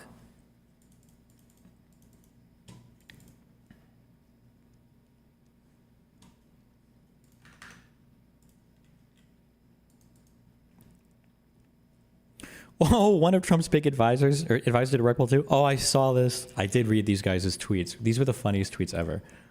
I don't care about this guy. Staying away from crypto. I tweeted a few times today about $Trump and a newly created coin called $TikTok. I had someone reach out earlier, and they wanted to make a coin to support TikTok's comeback. That turned out to be a chaotic mess because I was scammed by said individual. I truly do apologize to everyone that was affected and putting money into that. I'm going to stay away from the crypto stuff until I get a better understanding of who to trust. Be safe out there and make sure you're protected. So this guy, he rug pulled his own coin. And when somebody tweeted out and they were like, bro, why did you rug pull our shit? He goes, well, the price was going down, so of course I sold it all. Like that's what any reasonable person would do. Does anybody have a link to that tweet? That was just a very fucking funny tweet. Fuck, does anybody have a link? I need the link to this tweet. It's a hilarious fucking tweet.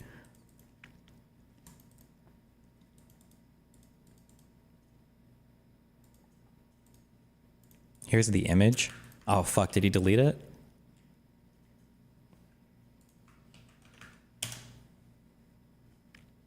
Your takes on the far left are retarded. Hassan isn't the entire left spectrum, lol bro. Are you going to really debate me that the far left online doesn't support the Democratic Party or the Democratic candidates? I don't even know if any serious people even debate that position. Oh. This guy made like millions of dollars from this. Bro, you rugged that shit. I'm very new to crypto, and I promise you I didn't rug it. Buddy, we see your wallet. It's all on chain. I literally sold because it was going down increasingly. I don't know who wouldn't do that. Oh my God. It's unreal, dude. These people are so shameless. The thing is that like I sort of support this type of stuff though. Like if there was like a network I could be on to promote it, if anybody wants to sponsor me, but for like, oh, because on the Republican side, you can get sponsored for anything. They're shameless. If anybody wants to sponsor me for like any MAGA related coins, I'll gladly promote that because the only people getting scammed are MAGA. So, you know, if you want to scam your own fucking fan base, knock yourself out. So I think these things are great. Fournier owned 50% plus of TikTok. He bought more to gain trust, then sold all at once, causing a 97% crash, a classic rug pull. Investors faced losses, yet his post claims he was scammed, ignoring his major role in the collapse. It's kind of like when Dave Rubin and Tim Pool got scammed by Russia, paying them $5 million last year to do content that they definitely didn't have any direction over whatsoever.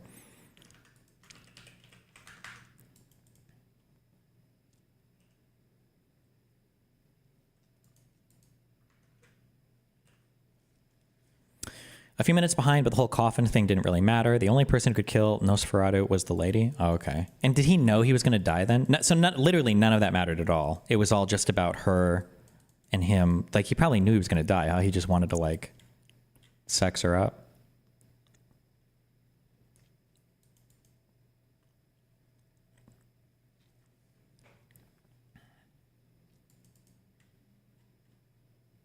No, he was obsessed. Damn, careful with careful with that. Can lead you down some bad roads. William Dafoe is a great actor. I didn't even know he was in that movie, and then he showed up. And I was like, wait a second, is that William Dafoe?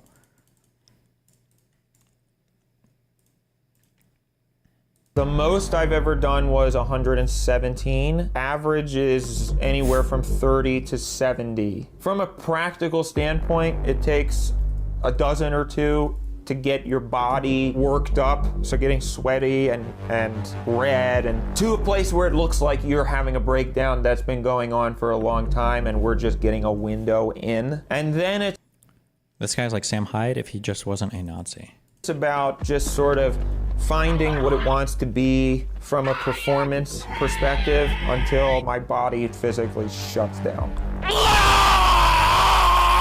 I like to kind of stretch my mouth and my... Why does he have stigmata? What the fuck? My eyes as wide as they can possibly go to kind of give it a cartoonish bulging. The most... Okay.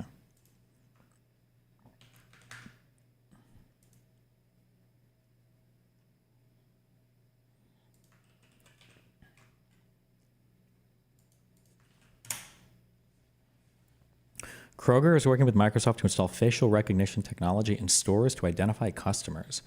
This could allow shoppers to see prices differently based on their profile. What?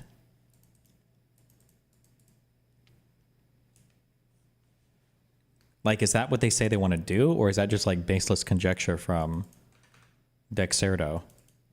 Well, I guess they must have said that. There's no way they would just add this in here, right?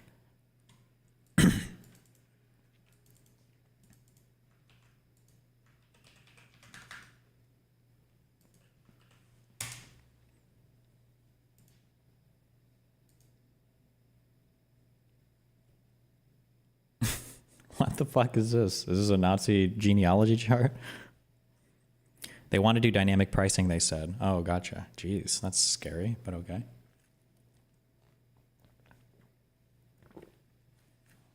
That's one of those things that's technically economically good for everybody, but it feels so bad, nobody would truly want that in society.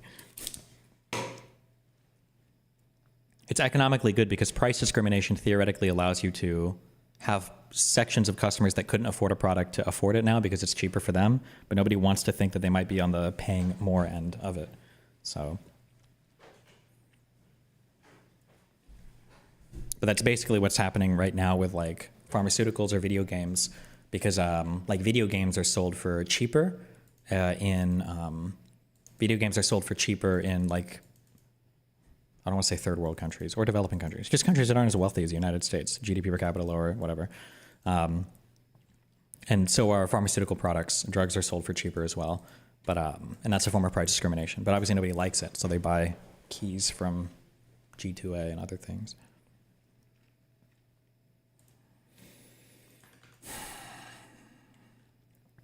Toasters.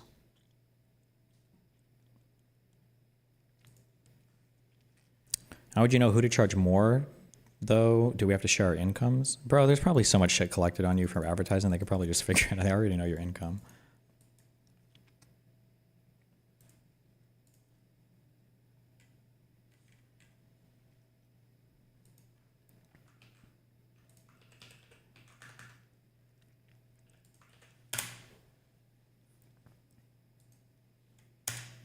Oh.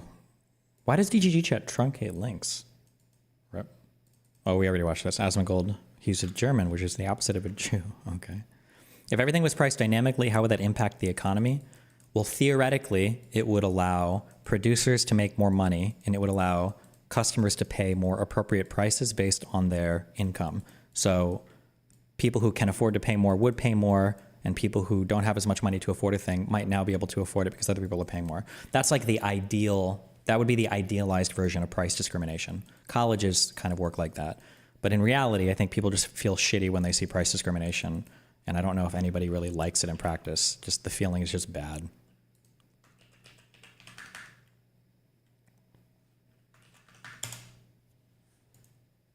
Get it settled. Yeah, I said, you ought to get it settled. Because he's not done very much on that. He's got a lot of power, like we have a lot of power. I said, you ought to get it settled. We did discuss it, yeah. Mr. President, you launched a crypto coin the other day. Do you intend to continue selling products that benefit yourself personally while you're president? Well, I don't know if it benefited. I don't know where it is. I don't know much about it other than I launched it. I heard it was very successful. I haven't. See, that's another reason why, that's another reason why I came back, and why I'm still here. Is because I'm so much more influential than I realized, Because I think Trump watched my stream and he realized this when I said this, This is because I started getting frustrated, and then I realized this. It was Andrew Wilson and then a couple of the lawyers that debated. This is the best debate strategy ever, is when somebody brings up a thing that's like clearly like not good, you're just like, oh, I haven't heard of that before. I don't know anything about that. Like, oh, what about this crypto? I don't know what crypto means. Like cryptography? Oh, wait, that's actually what crypto stands for cryptocurrency. Like, crypt keeping? I don't know. Like, they're just like, oh, I don't know anything about that. I didn't know nothing at all. Where it is. It's such a good strategy. It's like unbeatable. And then what are you gonna, he did the same with Project 2025? Yeah. Even though he had like hired, Trump said, I pointed this out a lot, but nobody cared. Trump said two statements that were contradictory. He said, I haven't read any of 2025. I haven't read any Project 2025. And also, I'm not like supporting any of the policies in 2025. And I was like, well, wait, which is it? How do you not know anything that's in there, but you also know that you don't support what's in there? Those things can't be simultaneously true, right? Yeah, but this is just like a killer strategy. It's settled. We did discuss it, yeah. Mr. President, you launched a crypto coin the other day. Do you intend to continue selling products that benefit And he said yourself some of the policies personally are while good, you're true. president? Well, I don't know if it benefited. I don't know where it is. I don't know much about it other than I launched it. I heard it was very successful. I haven't checked it. Where is it today? You made a lot of money, sir. How much? Several $1 billion, it seems like, in the last several days. Several billion? That's peanuts for these guys. And look, and he memes it off. He's like Asmongold. This is like the thing. Or Hassan. These guys all do media the exact same way, dude. This is like what everybody does. It's so crazy. You do like the worst thing ever, and then you just like meme it away and you joke it off. And then like that's it. And then you just move on. And nobody like in the media will say or do anything about this. And then you just like keep going. Based.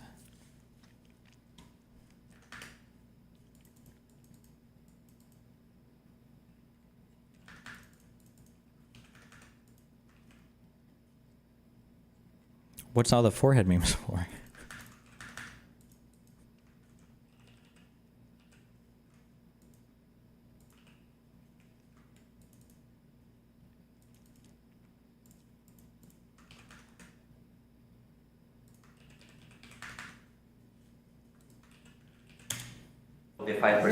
The Hunter Biden Ukraine shit is the worst thing to happen to U.S. politics for these conservatives. True.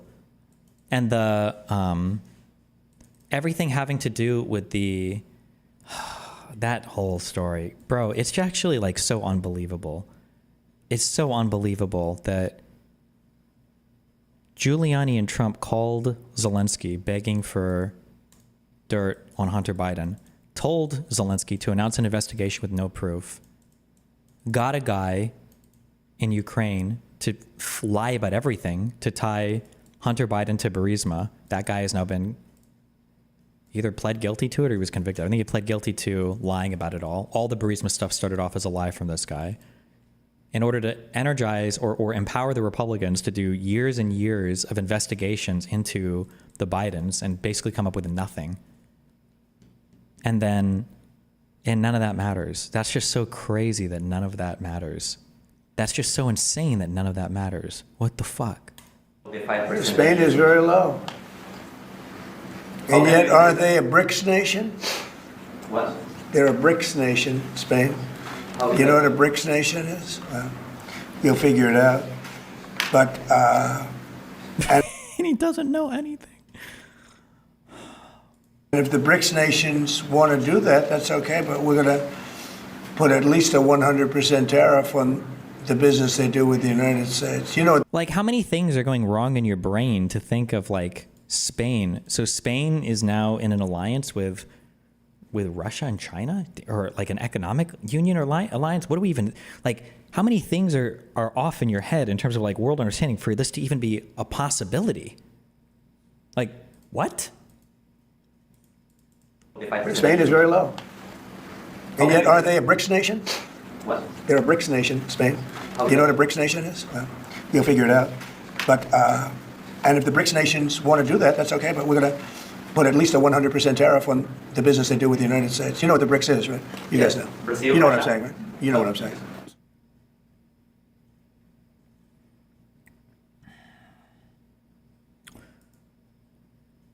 Thoughts on Biden pardoning his family? Didn't realize they were even in the Republican crosshairs. I think it's fine. Dude, anybody that comes down, they're the only person who I think could ever criticize the Biden pardons, maybe, and even that's a maybe, is Kyle Kulinski.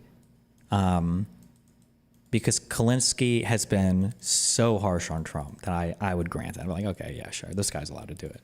But anybody else is a fucking virtue signal. Bro, the Trump shit is so unhinged. And they already went after Hunter Biden illegally, like for years and years and years. So him pardoning his family, I think it's fine. Fuck it. I think that's whatever. Legal did it too. Yeah, Legal was not even close to being able to do that. I think it's just insane.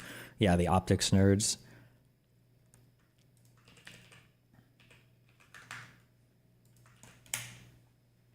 Imagine attacking this guy for decades. Not decades, that was retarded. He probably did attack him 20 years ago over something, I'm sure. Imagine attacking this guy for years and years and then pardoning all the J6ers and ending this guy's security detail and saying, hey, listen, if they get him.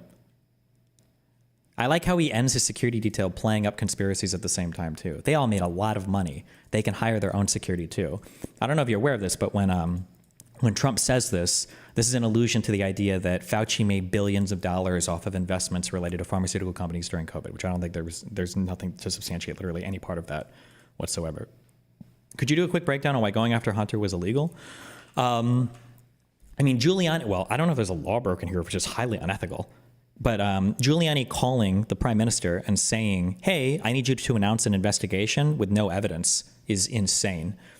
Trump making that call afterwards and then conditioning that investigation on fucking aid, I'm pretty sure was illegal because that was approved by Congress. And that was one of the things that was Trump's first impeachment. And then the fact that all of the Republican investigations afterwards, the Senate committees and the House committees and all that bullshit and all the FBI investigations, the special counsel, all that was all premised on, I believe all of it stemmed from that guy who claimed that Hunter Biden was doing bad things with Joe Biden with Burisma. And that was all based on a lie. And that guy pled guilty. Nobody talks about this. Nobody cares. Hunter Biden investigation start, lie, pled guilty. This FBI informant is the one where all of the Burisma stuff started. Former FBI informant pleaded guilty on Monday to lying about a phony bribery scheme involving President Joe Biden and his son Hunter that became central to the Republican impeachment inquiry in Congress. Alexander Smirnov entered his plea to a felony charge in connection with the bogus story, along with a tax evasion charge stemming from a separate indictment accusing him of concealing millions of dollars of income. But all of this was like started on a lie, basically. But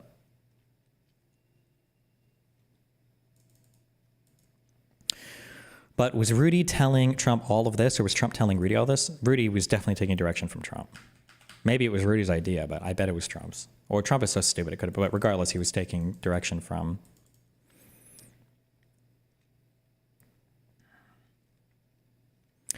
Destiny, Trump is so fucking dumb, bro. I wonder if as a member of the press, you could just ask him any questions and he'd bullshit some answer. Mr. President, do you know that Piltover has aligned with Noxus and announcing 200% tariffs on all U.S. goods, billions of dollars of U.S. goods pass through Piltover's hex gates every day? Probably. Who knows? People are omega lolling. Is that referring to, like, is that a sci-fi thing or?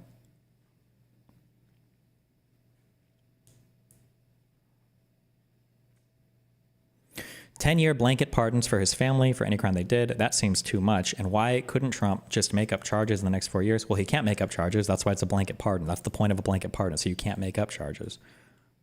Oh, League of Legends, Noxus. Oh, my bad. It's been a long time. I've been out of the game. Okay.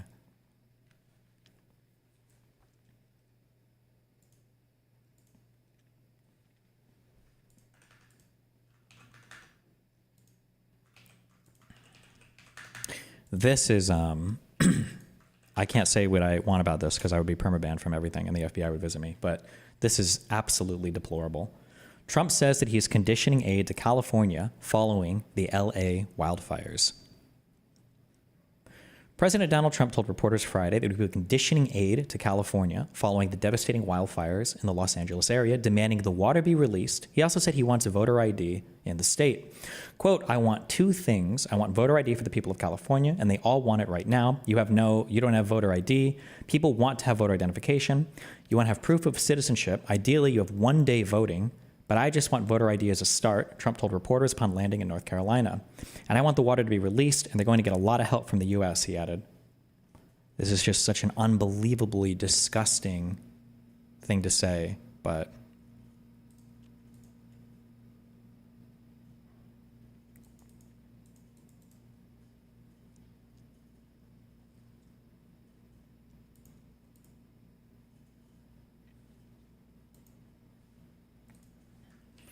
quick question, why do commodities cost more where the dollar is stronger? It's saddening that I can buy 10 times more in Mexico with the same USD. What's the benefit of a stronger dollar? We can import more. We can buy more shit from other people. You just said it, right? Is one benefit. But I think there's also, macroecon is obviously hard, but you also have to consider the United States has a bit of a unique place in the world when it comes to macroecon as well, because the USD is the Federal Reserve currency, so we probably have a bit more flexibility with our monetary policy too. Like our currency becoming weaker can help us export more, and we don't have to worry about like our whole economy collapsing because people don't want to hold USD anymore because the US economy is stable. I don't know if other countries can say the same, but it's a different, yeah. Vote that was. What is this? Who's doing a great job right now as vice president. You also talk about some sort of a trade or a deal. Should we get rid of FEMA? One idea that I've like flirted with in my head is the idea of being A-OK abolishing a lot of these federal agencies and then just have some blue states come together and like make their own. And then it sounds cruel, but like just let red states suffer. So if we want to have some form of FEMA, then maybe California, Massachusetts, a bunch of blue states get together and like, okay, well, we have our blue FEMA. And then when there are disasters, they can send aid and help accordingly. And then when Texas has another, freeze out, or when Florida or Georgia or South Carolina or North Carolina have another hurricane, then they can figure out their own shit. Yeah. Bro, that was one of the most eye-opening on paper things I'd ever seen. It was the difference between two states who, does anybody know what I'm talking about?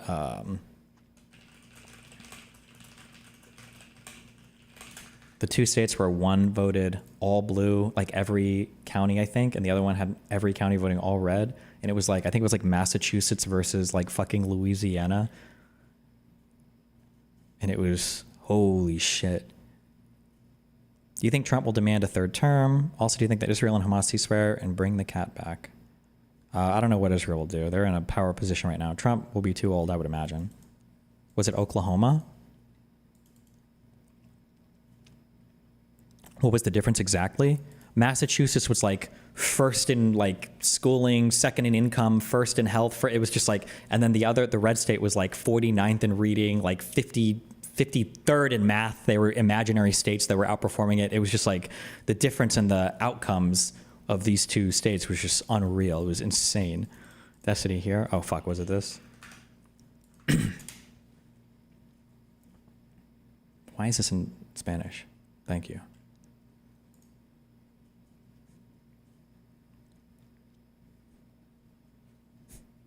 Oklahoma voted unanimously red, I guess. 44th in education, 49th in healthcare, 44th in quality of life, 50th in test scores, top 10 worst poverty. Massachusetts, first in education, second in healthcare, first in quality of life, first in test scores, top 10 least poverty. Jesus. Portuguese? We don't acknowledge that language here.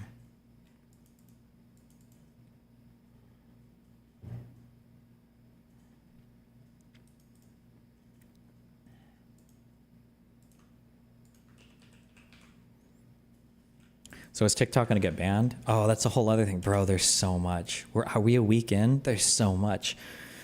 So all the conservatives flipped their position on TikTok, and now they all like it, probably because they overperformed with young people. The left is happy because all the left were like Palestinian, pro-Palestinian people, so they want TikTok to stay. And then Trump is saying that they have 90 days, but they want like the United States to own 50% of it. I don't even know what the fuck that means. The thing is with TikTok, I think the legal arguments that the government made were strong. That's why I think it survived the Supreme Court case. However, it sucks because if TikTok goes away, I know that it's going to be Zuckerberg and Musk that benefit directly. But the idea of fucking state media owned by fucking Elon Musk or Zuckerberg, bro, kill me.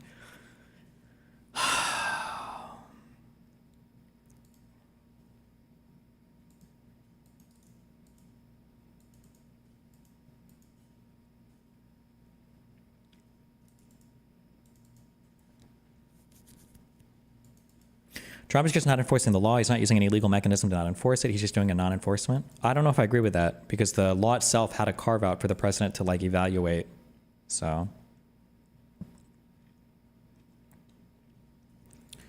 I hope that I can beat this out of your heads. I don't know. Or maybe this might just be a concern troll. I'm going hardcore banning on any concern trolling I see over political shit because I don't know how much of it is real versus just fucking psyopers. Destiny, wouldn't limiting disaster aid to blue states like you suggested be just as disgusting for the same reasons you just said Trump's conditional aid to California is disgusting? No, because he's doing it first. If the other side breaks the norms and they've decided they don't want to play by the norms, then you have to reevaluate your situation. That is a painfully obvious thing that every other person would acknowledge in any situation. If somebody walked up to you and aimed a gun at you and you shot back, there is not a single human being that would go, well, by shooting back at the guy that shot at you, aren't you kind of doing the exact same thing that you accused him of? No, you're not.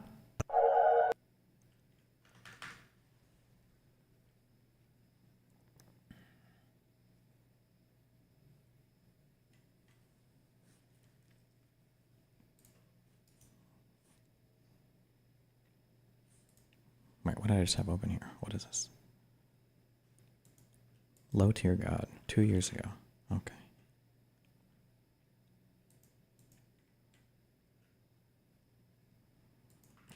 Balance of payment in millions. Wait, is this accurate? I don't trust any of these fucking graphs anymore. I almost don't want to show it on stream. Is this the difference in federal money that they receive versus what they spend?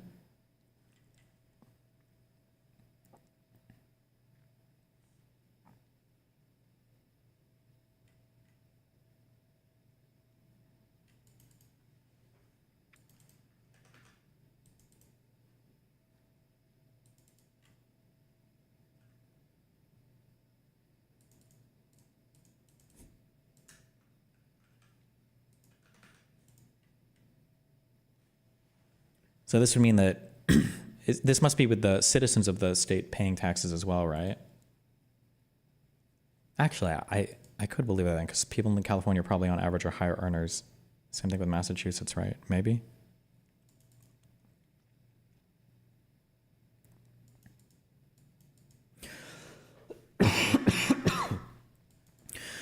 You know how you talk about how the right always stands behind its politicians? They do the same thing with their states. I feel like Democrats are so willing to talk shit about New York, California, Chicago, etc. Meanwhile, Republican strongholds like Florida and Texas are adored by all Republicans. Well, it's just the media people, though. Like, I feel like people who live in New York and LA, like, even if they've got some bad things to say, like, they love these places. But the people in the media will shit on it relentlessly. And it's funny because the media people are usually living their, like, best lives.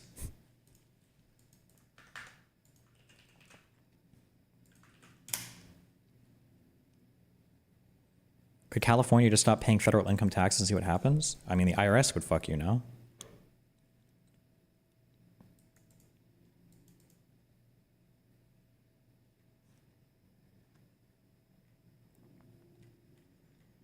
States that are the most dependent on the federal government. Oh, Jesus. Oh, Jesus. Okay.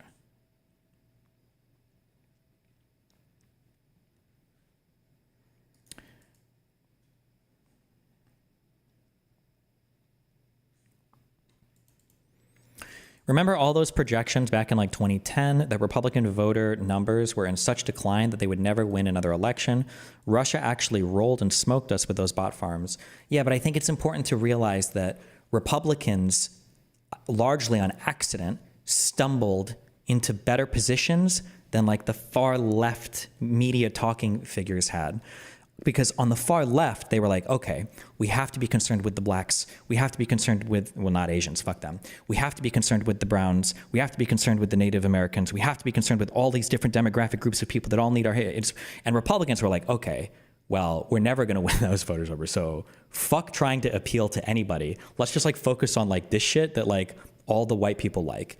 But the problem is, not the problem, the benefit is like they just focused on like general shit. And it's not just white people that like that. And people on the left have this weird assumption sometimes that like, okay, well, we know that all black people hate cops. And we know that all brown people hate drug and labor enforcement. It's like, no, what the fuck are you talking about? Black people like safe neighborhoods. Nobody likes crime. Not even black people like crime, believe it or not. I know it's crazy. Brown people don't like socialism, especially if they fled from fucking Cuba or Venezuela. These people are not coming here looking for socialism, right? So I feel like Republicans stumbled into this like weird world where like, okay, let's just try to appeal to like our base. And then like other people like brown and black and people of other races are like, oh shit, like this sounds kind of base. Yeah, fuck the woke shit and you know, whatever, I just work and whoever the fuck, yeah, let's go. And so like Republicans, did the color of my light just change? Republicans just like stumbled into these like better positions. And meanwhile, Democrats are trying to be like, okay, like how do we ensure that black people know how much we love and respect them by getting rid of like the cops and defund the police and all these like weird, trying to pander to every different fucking group. And it's like, I think that you should come back and let's just like, what do we think of, you know, let's just like figure out like what everybody wants and what, you know, like the general, like build the base up, your base ideology first. And then you can do like a little bit of catering, maybe. That's like the feeling that I have.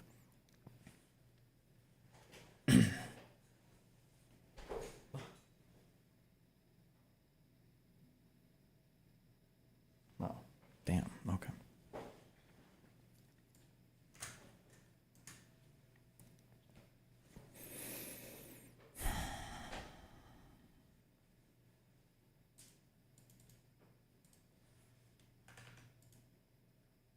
What is this? Well, here's the... You don't think... Oh, God. 3.5 minutes of Asmongold? You're going to do this to me?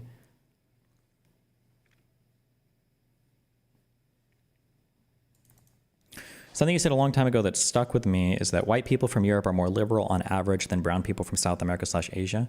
Yeah, one of the issues is, and it's kind of funny because this brings back a really old anti-SJW talking point that I think is true, that I repeat a lot, is that like, don't ever... Oh, I said this in my debate with Peterson. Don't ever mindfuck yourself into believing that because your group of friends is more colorful, that somehow they're more diverse. Like, we enforce a lot of ideological homogeneity on our friend groups now. So just because you have a bunch of like black and brown and, you know, like and European and South American, like just and African and all these other and Indian, or just because you have all these friends that all support your ideas and you think like, okay, look, I've got like a really diverse movement. It's like, motherfucker, these are all college kids in the most liberal colleges in the United States. These people do not represent the average like racial minority in the US. Don't bullshit yourself into thinking that. You have the most fucking orthodoxy group of thinkers in the universe. That's great that they all look different, but ideologically, you guys are like in fucking lockstep. Okay? Like, you have Hispanic friends that are championing the idea of Latinx, all right? Nobody gives a fuck about this shit outside of your group of friends. Or you have like black, like an ordinary black person in the United States is not talking about, what is it? Fuck, what's the term? Western imperialism? Or, oh God, there's a, the thing where you're always just shitting, it only ever applies to conquering imperialism. What's the word I'm looking for? What's the word I'm looking for? Not BIPOC. Colonialism. Yeah. Average black person, an average person of descent from any African place, any Asian place, any South American place, is not talking about fucking colonialism, okay? You've bullshitted yourself into thinking that you have these crazy diverse positions, but you don't. These are like exclusively like fucking ivory tower positions. Like most people don't give a fuck about this shit. Like, most Latinos would like, not to be mean, but would like beat the shit out of their daughter if she was having like premarital sex. Probably not that bad anymore, right? But like, these are not your progressive stalwarts that you seem to have like tricked yourself into thinking that they are, bro. But I don't know, yeah. So Republicans, just by treating, it's so funny, like inadvertently by just treating everybody like the same kind of person, I think they lucked into appealing to a lot more people than the Democrats. I wasn't gonna say this until after the DNC election, but I fuck all that now, I guess. Jesus. But I mean, I'm still invested. I wish for the best. I don't know if you guys noticed this, but there was one question, and I loved everybody that I interviewed. Okay, I loved everybody that I interviewed. There was one question that I asked that I don't think I asked this to Williamson because she was out there and everything. That every single person I asked this question to failed. Oh, you noticed this? Yeah. When I asked all of these candidates, because I think I asked Wickler, and Skoufis, and O'Malley, and guys that I liked a lot of their positions and everything, and I said like, hey, so my fan base is a bunch of like white men. What are you gonna do about like young white men? Because it feels like nobody wants to talk to them, and everybody generalized that. Nobody wanted to touch that. I think O'Malley said, well, we need to worry about all the people in the United States. I think, oh no, I might have asked, did I ask Miriam or Williamson? I think I asked her that. And she was like, well, women have these problems too. Yeah. And then I think Wickler and Skoufis also were like, oh yeah, we have to do things. Wickler's answer was okay. I think Wickler brought it back, but it's irritating to me because progressives have the language for it where like if a black person says like, hey, like I think it's kind of bullshit that there are certain things relating to my ethnicity that I have to deal with in the United States that you never have to think about. And a white person's like, okay, well, what about my problems? Or like when a woman is like, hey, like I have to worry about, you know, like harassment or whatever else. And a guy's like, okay, well, we get harassed too. Like, have you seen video game lobbies? Like it's bad for us too. No matter what, you take away their complaint and you all lives matter them, right?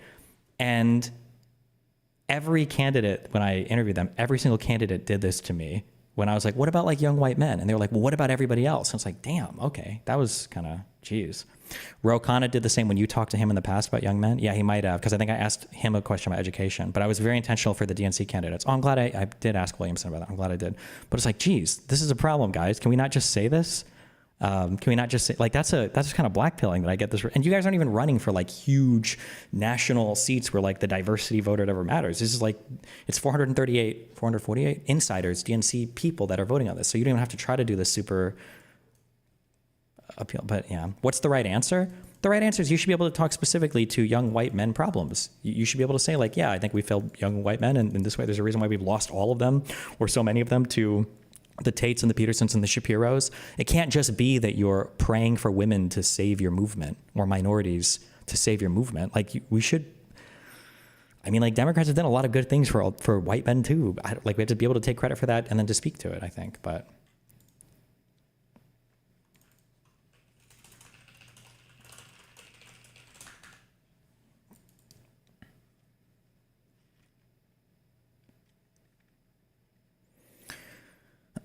To be fair, are white males' problems truly limited to only white men? It seems like in general it's all young men.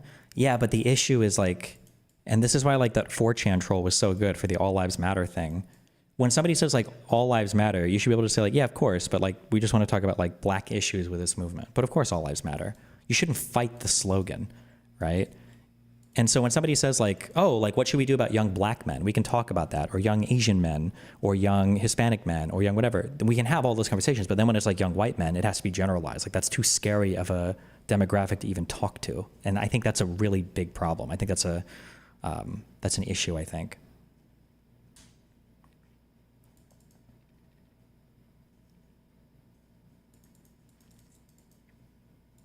What has Dems done for white men? Well, I don't know if you would say white men specifically, but for just in terms of like econ policy that helps the entire country. I think that Dems have done a much better job than any of the fucking conservatives have. Conservatives help rich white men, but that's basically it. Yeah.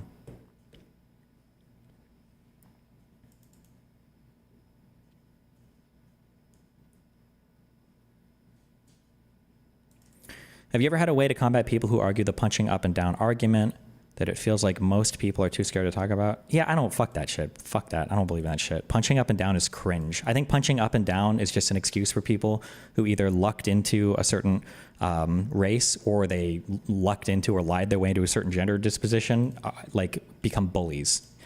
I think I used to use the term punching up and down, but I think there's something more specific that I'm talking about. And I think I even was hinting at it when I spoke about it before. I just didn't have the better language to describe it. The reason why I think punching up feels okay is because hopefully, usually it's not like ultra vitriolic. Like you don't feel when Dave Chappelle is making fun of white people that he actually hates white people. But for certain white people making fun of black people, it's like, okay, wait, hold on, buddy. We need to figure this out.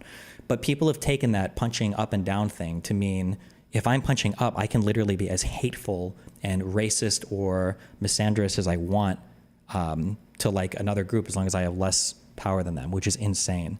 To make this all about me, smaller streamers also do this, where a small streamer, Ethan has had to deal with this a lot recently, Ethan Klein, a smaller streamer thinks that they can just say whatever the fuck they want and be as like disgusting and vitriolic and nasty as possible to somebody. Like, oh, well, that's a bigger streamer, I should be able to do this with no repercussions whatsoever.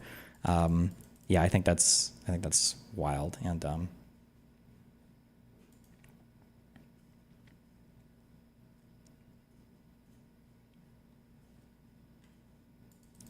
Katie did that during the Israel-Palestine arc? Yeah.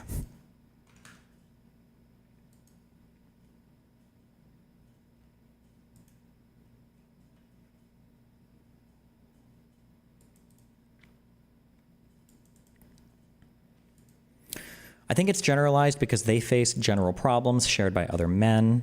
What specifically only hurts white men that also has a specific solution.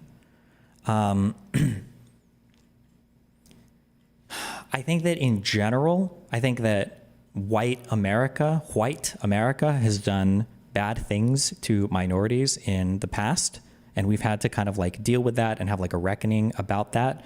However, white America has also done like a lot of really amazing things too. And I think the issue is when you talk about feeling horrible for the things that America has done, I don't care if you agree with me or not, I'm just right on this. That is a burden that is solely placed on the white man. Not even the white woman has this burden. When you talk about America bad, what you're really saying is white man bad. Nobody talks about imperialism and colonialism and they're blaming like American leaders who are not white, because a lot of them have been white. It's always about the white man. So I'm not even sure. I mean, like there are things that apply specifically to white people having to do with like suicidality maybe and the opioid crisis maybe, but you got to figure something out. It can't be that you have all this language, all this academic jargon to shit on white people over and over and over again, but you have nothing to build them up for. Because the issue is you're treating white people and black people differently at that point, right? If you can be sensitive enough to talk about microaggressions, and I use that expression very seriously, I think microaggressions are the worst thing in the world. I think they're worse than overt racism or sexism because micro things are things that will drive you crazy over long periods of time. You can't call them out because it's a small thing and you feel like a crazy person calling it out. But like if progressives can understand how annoying like a microaggression can be, or just overtly being bad to somebody over a long period of time, how can you expect like white, especially young white people, to endure the same thing and not have an issue with it? Like that's not gonna That just is not going to fly. It can't be that way. So one of the things that O'Malley said that I really liked was when he tries to phrase things, he tries to do, he said, and, but, so. So instead of just saying a thing is good, you say like, white people, young white men have more opportunities than they've ever had in the past in America today. And we're doing a really great job at assisting with that through things like the Infrastructure Act that'll give probably a lot of money to white people who are doing these types of jobs or own these types of companies. But there are specific issues facing white people, like suicidality especially, or the opioid crisis in the past. So that's the but. And then the so, these are things we're going to do to target these types of issues so that as other people in society make gains, other ethnicities make gains, white people don't feel like they're being left behind. I think that like that and, but, so is a really important formula. Destiny, you can't be racist against white people. Academic literature is abused to shit by, frankly, anti-white racists who just want to, that too.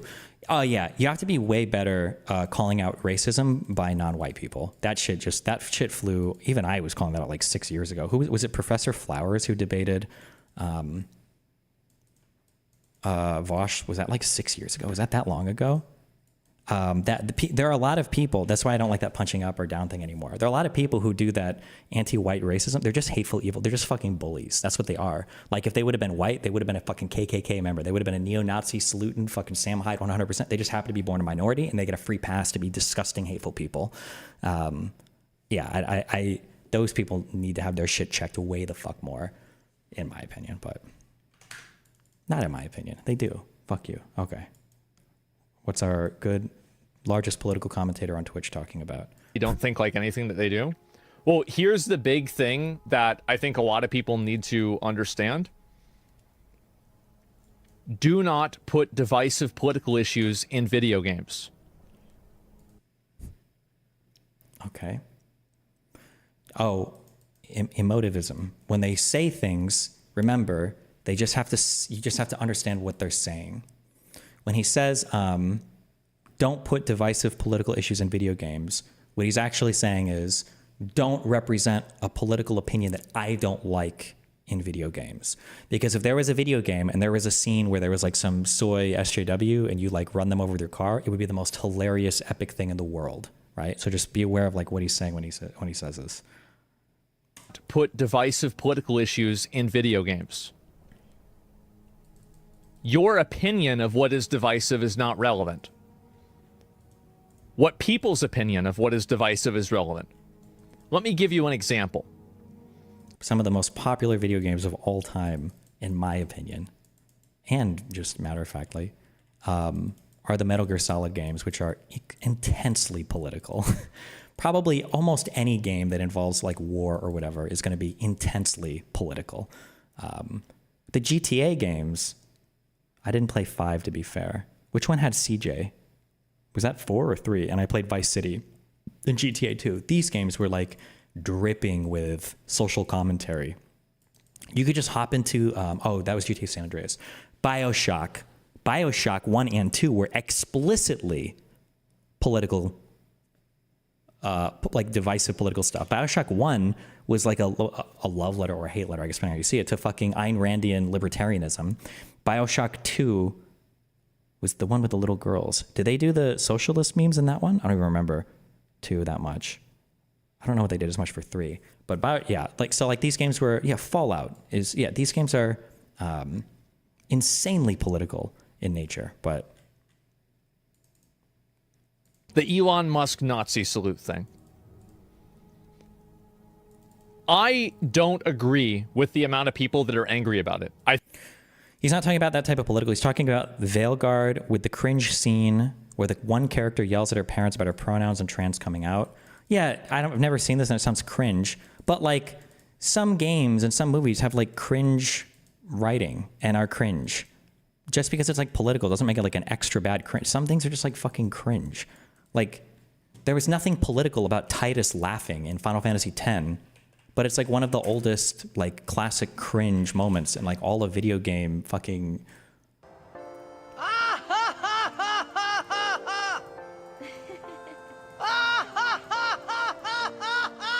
Like, there's like, yeah, sometimes video games are cringe, but like, I think that they're being unreasonable.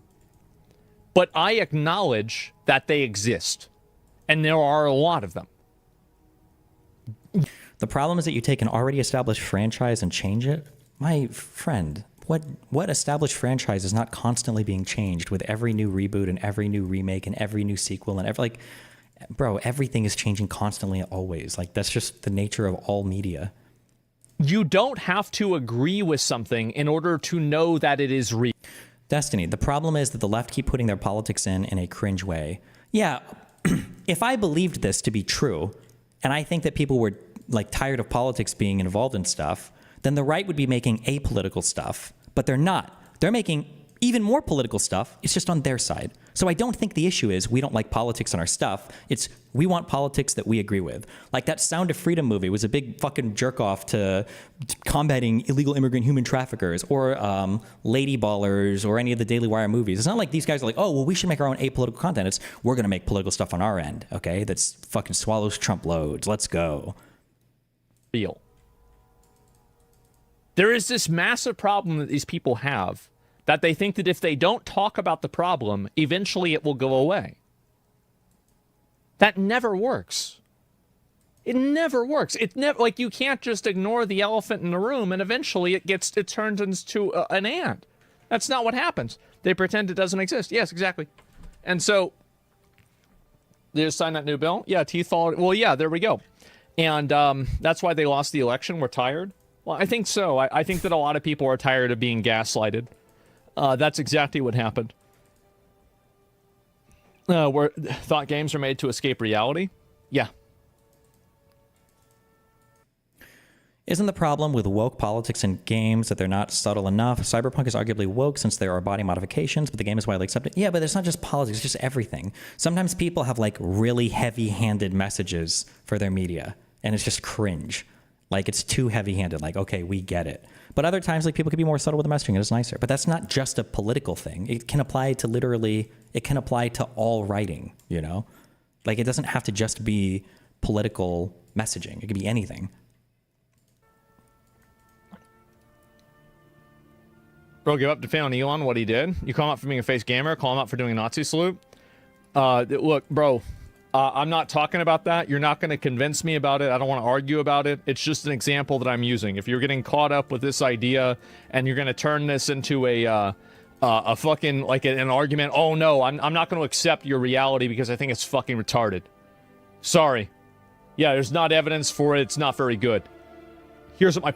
Is there a single video game released in the last 20 years with a heavy-handed right-wing political message? Probably not, but that's because right-wing people have, like, disengaged from all fucking art and creative shit. But I mean, like, what do you guys expect? You guys shit on art constantly. Liberal arts? Those are fucking gay fucking degrees. Those are gay degrees for the gays. We don't do that. We only do STEM. We only do STEM in science because STEM is the only thing that fucking matters. STEM is the most fucking important thing. And it's like, wait, why are none of the artists conservative? Why are none of the musicians conservative? Why are none of the art directors or any of the producers, why are they like, yeah, no shit. If you sit here and you demonize the fuck out of everything that's not STEM and fucking hard science and blue collar and carrying bricks and crushing plants beneath your feet because it's the scenery is too green and throwing your cigarette butts in the street because littering is masculine, like, yeah, what do you expect? No shit.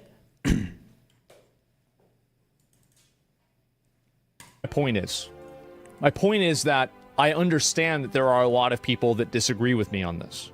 And that they disagree with me on other multiple issues, right? A multitude of issues. Like, for example, I think you should be able to get an abortion whenever you want. Like, with no restrictions. That's what my opinion is. I have an extreme opinion about this. That's the way I feel.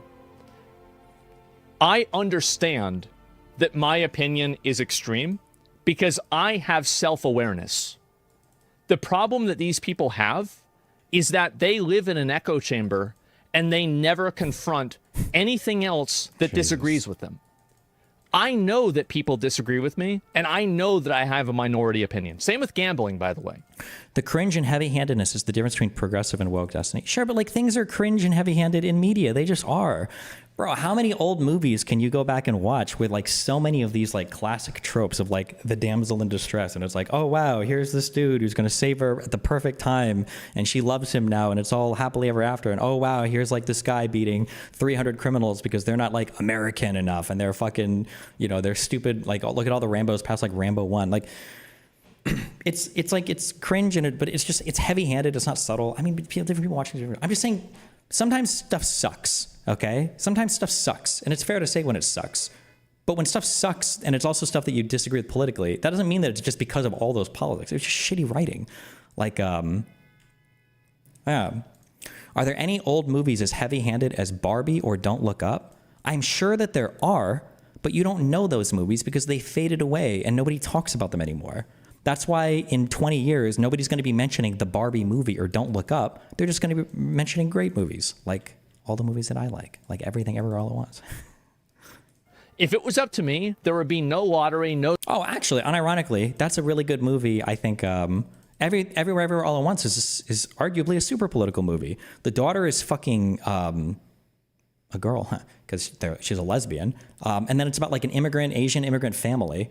And it's fighting like an older conservative dad, but it's not like super heavy-handed, right? They deal with it... I don't even know if I'd say that it's not heavy-handed. They just deal with it really well. Like the movie is well put together, so it doesn't feel as stupid, I guess. But like that's like arguably a super woke, progressive-y type political movie. But I don't think a conservative would watch that and be like, "Oh, this is so woke." So it's not the politics; it's just like shitty writing, you know. It's like Ghostbusters. The all-girl version of Ghostbusters sucked because it was woke, but Ghostbusters 2 just sucked because it was bad. Well, why? Ghostbusters 2 was an all-male cast. Maybe that was too anti-woke. Maybe if they would have some more women on the team, maybe it wouldn't have sucked so much. Now, to be fair, I like Ghostbusters 2. That's just the popular opinion, all right? I dug up the Veilguard scene in question that pisses everybody off. It's the second video in this tweet.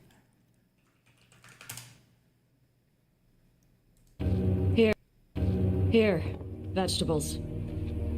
Okay, this I don't even know what the fuck this game is, but this just Jesus. Thank you. So, I'm non-binary. Why are they... Oh, God. Oh, I'm non-binary.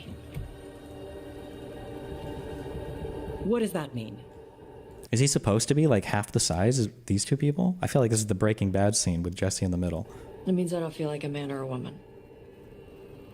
If you are neither a man nor a woman, then what are you?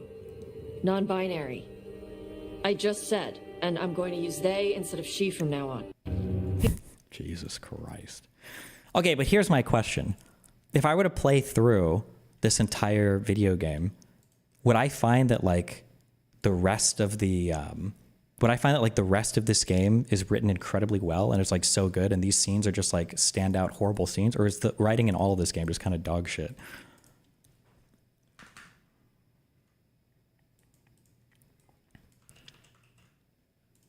Everything Everywhere All at Once was symbolically traditional. It just had a couple of woke themes, no tears. I super ultra disagree with that. I think it was fighting against a lot of kind of like, I don't want to say conservative values like the socio-political, like the right or whatever, but just fighting against like overbearing parents, judging people for not falling into ultra traditional masculine roles. The characters act like children the whole game. Okay. Having lesbo daughters, or a daughter. Okay, sorry, hold on, back to this. No scratch-offs, no gambling, period. Nobody would do it. I hate gambling. I think it's corrosive in every single way. But I understand that I'm the minority because I have self-awareness. These people refuse to have self-awareness. True. People are dragging them, desperately trying to say, look into the light, look at reality, look in the mirror. And they won't do it. The issue is like to lean on the conservatism for a bit. The issue is like we vote with our wallets. Like you can do, if you want to make more conservative coded media or whatever, then do it. But like fucking all this shit sells way better. Remember how ass pain people got about fucking Wakanda and the Black Panther? But that movie, I think, was one of the first Marvel ones that grossed over $1 billion. Like, if you don't like it, I mean, you need to have people who represent you that are making stuff that speaks more, I guess, to the souls of the people that, I guess, don't like shit like that. I don't know. But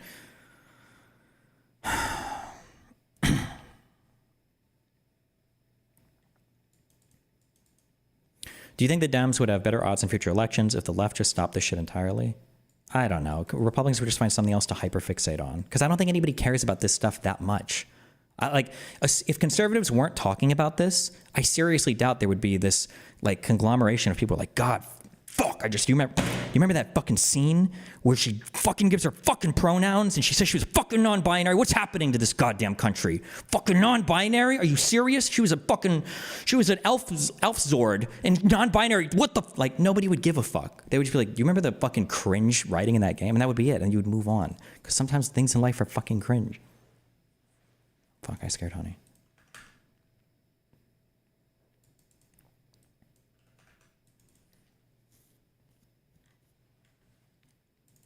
I don't know if she's an elf. I don't know what these people are. And they're putting hundreds, if not thousands of people out of jobs every single year by using these different types of media to be a platform for their worldview. All art is like a platform for your worldview. It's such a bizarro, it's such an artistically stupid thing to say. Like, when you engage in art, you're necessarily part of culture and giving something back to the culture that you exist in. And of course, that thing is going to represent and express things that you feel are true about society, right? Like, it's a reflection of yourself, it's a reflection of your experiences. Like, that's all art. Like, that's always going to be the case. But I don't know. Destiny, I think it's changed a bit this year in games, at least perceptually. Concord, Dragon Age, Suicide Squad all failed commercially, and there was quite a big anti-woke outrage around them. Sure, yeah, maybe. I don't follow the current games as much, but I have heard a lot of complaining about it. I don't know if it is the case that people care that much about it, or if it's just these people talking about it so much. But I've also heard like a lot of general complaints about games as well. That just games are just not in a great spot right now. I don't know if it's because they became too commercialized and they're just trying to like iterate on the exact same formula over and over and over and over and over again. But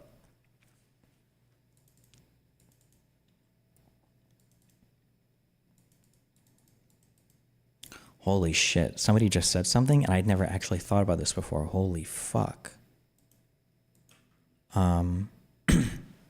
Somebody said, Destiny, that's just people getting old.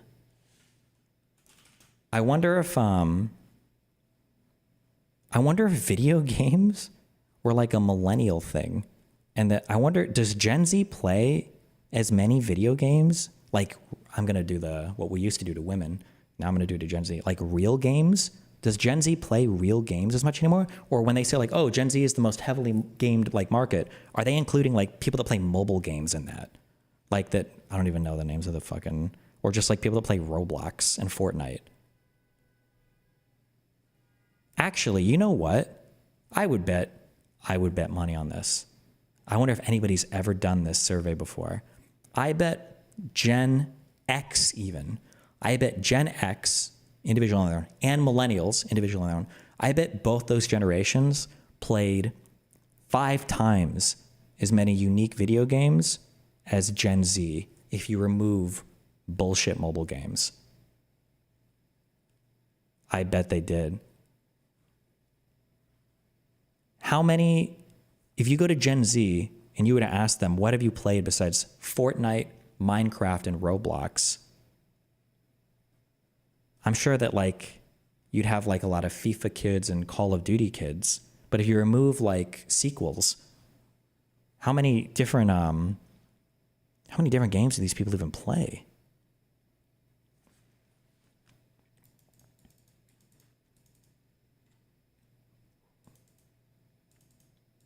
Gen Z is pushing 30, little bro. Wait, what is the oldest Gen Z? Wait, how old is oldest Gen Z?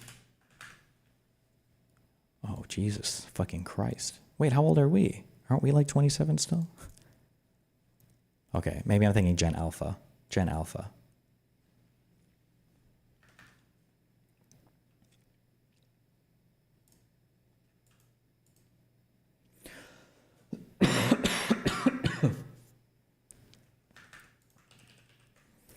At Destiny, since you mentioned the Black Panther, did you ever notice how the ultra-advanced Wakandans just stood by and did nothing while their fellow Africans were colonized and enslaved for centuries? Wow, that's really interesting that you would bring that up. I wonder if the first movie dealt with that theme incredibly heavily, and if maybe that was literally the entire central theme of the first movie.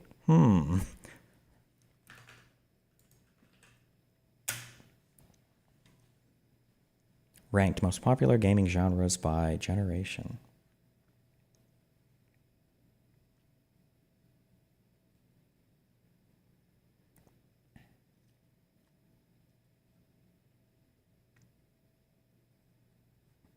Adventure, puzzle, shooter.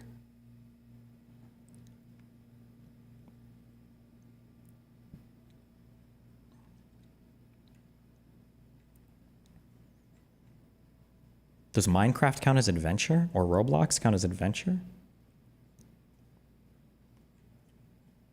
Do they list any of this anywhere?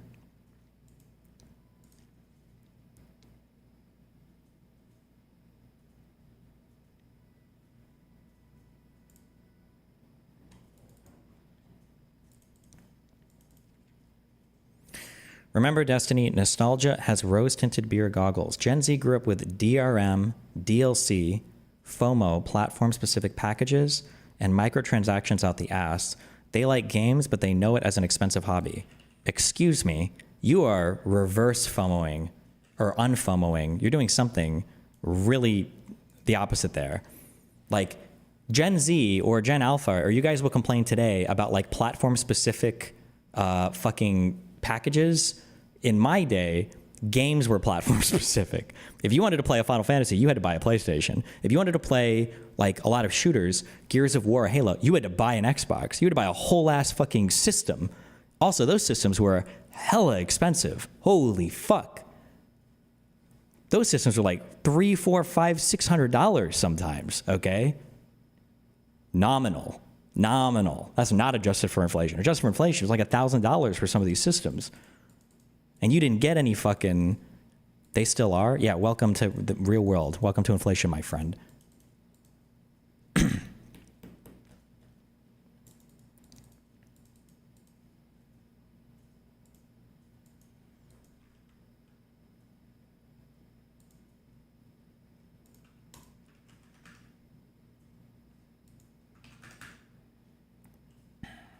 Okay, hold on. I have so many links open still. Wait. I don't care about this that much. Sugar, what do you think you're doing? Why the fuck was I linked this? What were we talking about? I told you I'm not very bright. Let's go! Wedding gown. Okay.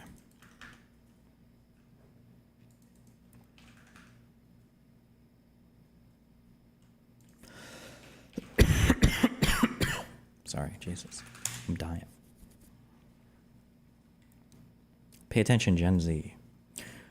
Breaking. President real Donald Trump just announced on Air Force One that he'll be banning the evil CCP-compromised app TikTok. America can't continue to allow our citizens to be surveilled by Xi Jinping and his terrorist cronies. I have long advocated for this. Fight back. Trump is saving TikTok. Pay attention, Gen Z. Pay the fuck attention.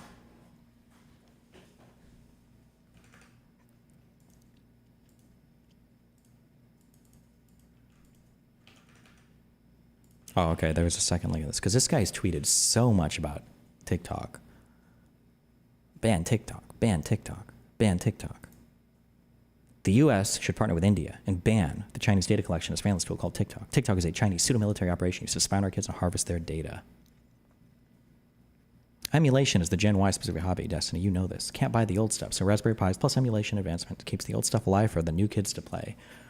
I don't think anybody knows how to work a fucking Raspberry Pi, my dude. That's like a niche computer hobbyist thing. The average person has no fucking idea. They're cool, but...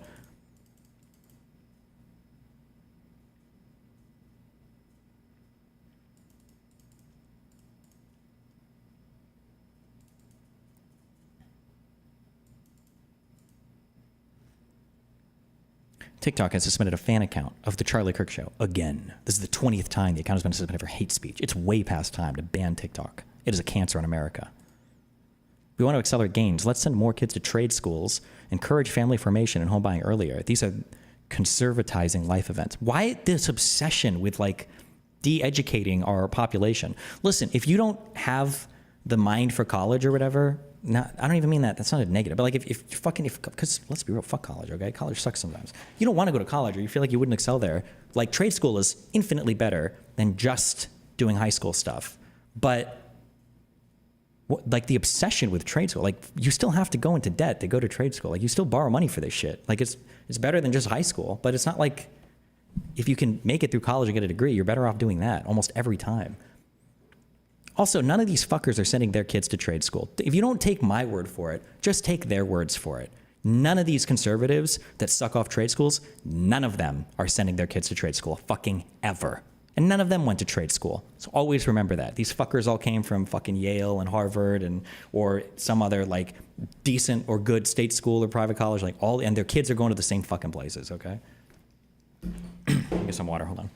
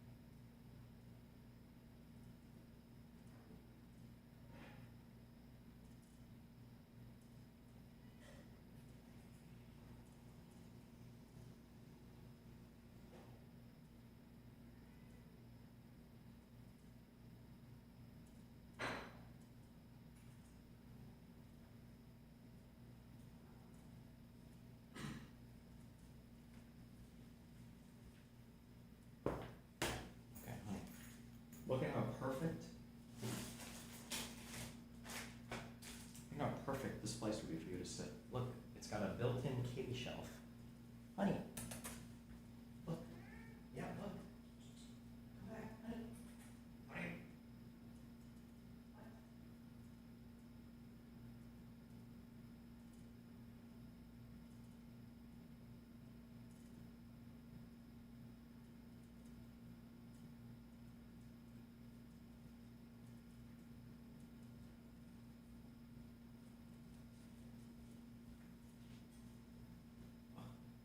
Wow, look at that.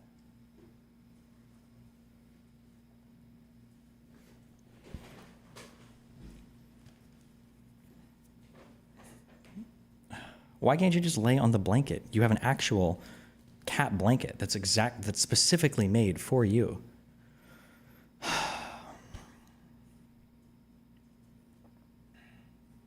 Whatever.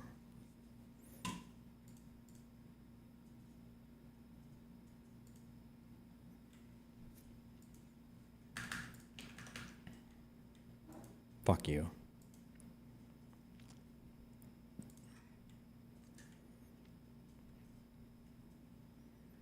Why aren't there college alternatives that train people for white-collar jobs? I feel like a comp sci degree could be completely done online. All you need is a disciplined mind to learn.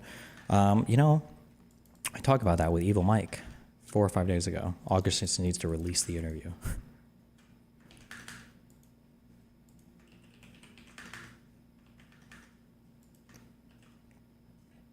Oh, TikTok plays a massive role. Ban it. Joe Biden is likely to ban TikTok, an app he doesn't like because it's owned and promoted by big tech, a massive in-kind political donation that should be investigated. I've used TikTok now for a few weeks. We are approaching 1 million followers quickly. I can't speak to the privacy issues, but we are now reaching millions of Gen Z voters daily. Many are turning conservative as a result. It is an undeniable cultural impact. I think I can see why Biden wants this app banned. If the polling is right, it might be pushing younger voters to the right.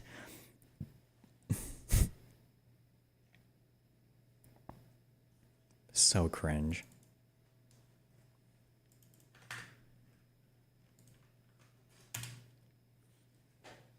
Stop eating that. Don't. That's not good for you. That's plastic. Used for my. I've raised a lot of money for the next race. that I assume I can't use for myself, but I'm not 100% sure because I don't know. I think I'm not allowed to run again. I'm not sure. Am I allowed to run again, Mike? I better not get you involved in that argument. No, we raised a lot of money, a tremendous amount, and I've raised. Nice. What do they do with that money afterwards? Do they have to donate it to the party or?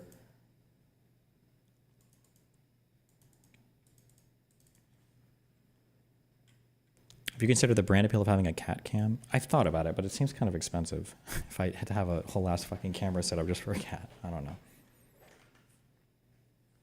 Doesn't Trump look more bald here than usual? Doesn't he have a toupee, or am I making that up?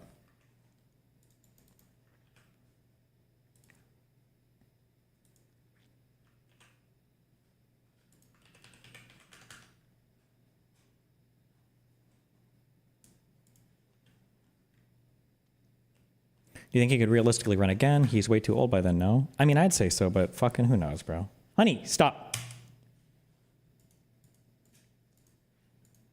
You're gonna kill yourself. You're gonna die eating that. Oh, he's just doing it because it makes noise to fuck with me. That's what he's doing right now. He's not gonna eat it. He's just fucking with me. Okay. And I just want to say thank you for making it happen. Thank you. Yeah, so people are mad at this gesture. All this gesture means is Heil Hitler. Wait, is the audio desynced on this, or has it all been desynced? Heil Hitler. This is all this gesture means. This is a gesture signifying your support for Hitler. Hitler was a politician in Germany in the 1940s. People had varying degrees of, some people really liked what he did. A lot of people were not into it. And that's fair. And I think when we look back on history, a lot of, now, you know what I mean? It's like things that happened then, like we'd never do now. And I think that's Hitler, that we run into that a little bit with Hitler, where it's like I don't know all the history, but there's like so many analogous events where like Hitler tried to do an insurrection and got jailed for it, and then he got pardoned and let out, along with I think the people that helped him. There's just like a ton of like weird analogies for I don't know. The time. The beer hall pooch. You know what I mean? It's like the word Oriental. It's a no-no now. But back then it wasn't, So I think this Hitler thing is just one of those things that, he's just heiling Hitler. And people seem really upset about that. I think they think that means something else. He's just saying, I like Hitler. That's not... Do you think that a reasonable mind can think that Lena Khan and Elizabeth Warren are more destructive than the Republicans, e.g. Hanania? Like in a very childlike way, sure. But the problem is you have to think like your destructive capability doesn't just have to do with your ideas. It has to do with how likely are you to succeed on those ideas. Like people that are ultra progressive or really far to the left just don't have very much power politically. So they're not going to like be able to do anything.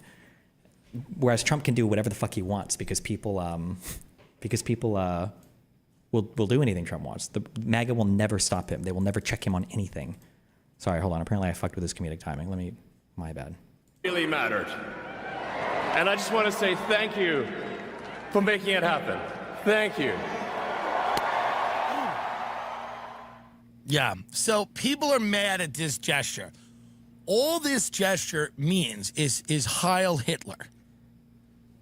This is all this gesture means. This is a gesture signifying your support for Hitler. Hitler was a politician in Germany in the 1940s. People had varying degrees of, some people really liked what he did. A lot of people were not into it. And that's fair.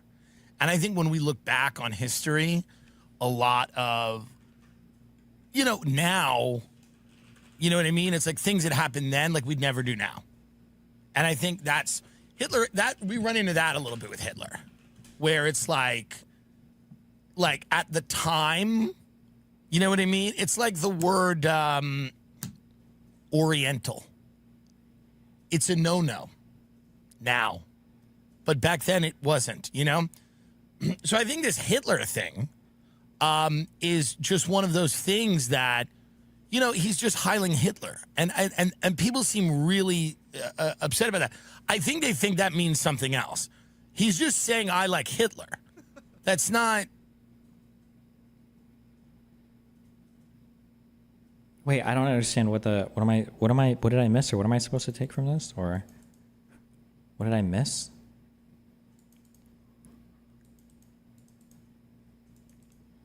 He's a sarcastic comedian. Yeah, I got that, but was there like some super under joke that I missed, or this is a bit, right? Obviously this is a bit. Why are you asking that? Obviously. It's just funny. Okay. All right. Okay. I don't know if I was missing some like ultra fucking...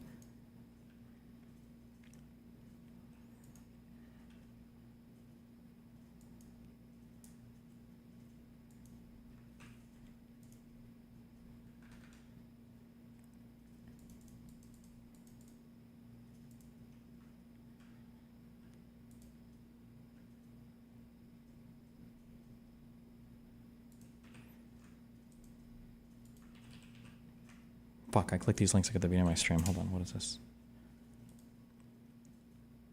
Oh, they're trying to say that these salutes were the same or whatever. I feel like we've gone over this. Thank you. God, this is so weird. Fuck me. Don't let them gaslight you on this. That is true, though. God, it's so weird. It's such a weird thing. God, it's so weird. And he turns around and does it again. Who does that? Who does that? Roe v. Wade was enacted, because we're not going back. We're not going back.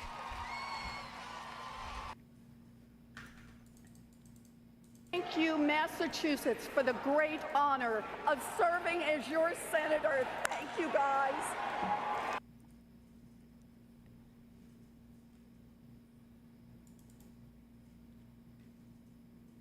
Healthcare costs relative to where they're growing by... Jesus Christ. Good one, Elon. Must be nice to have like your literal state media apparatus.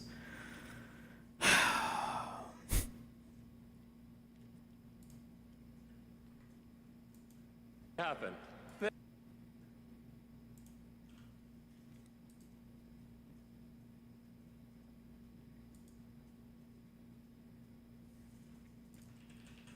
Have Abby on to talk about this? I feel like it's like a no-win debate. It's like people are like, you can't know what's in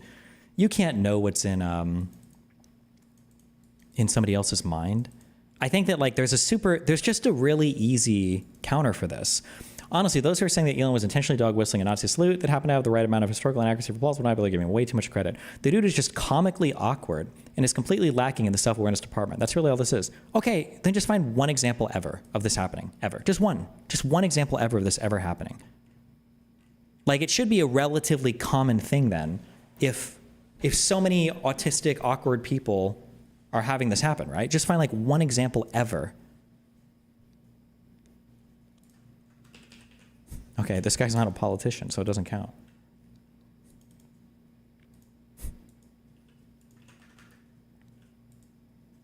Yeah, the next argument is gonna be, okay, fine, nobody else can do it, but Hitler was also autistic, and that's why he did it.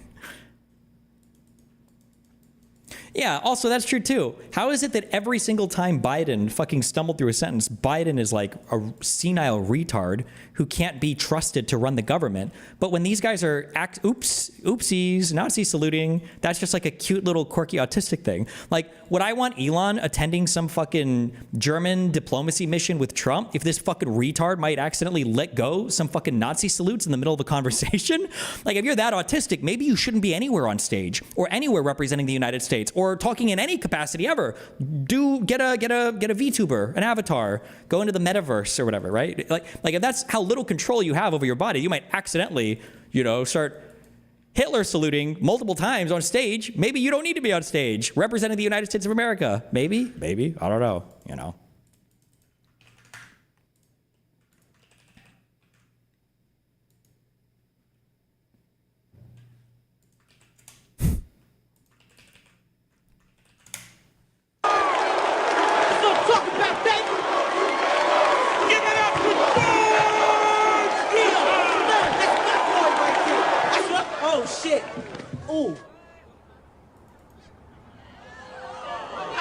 No! George! The hood! In the hood?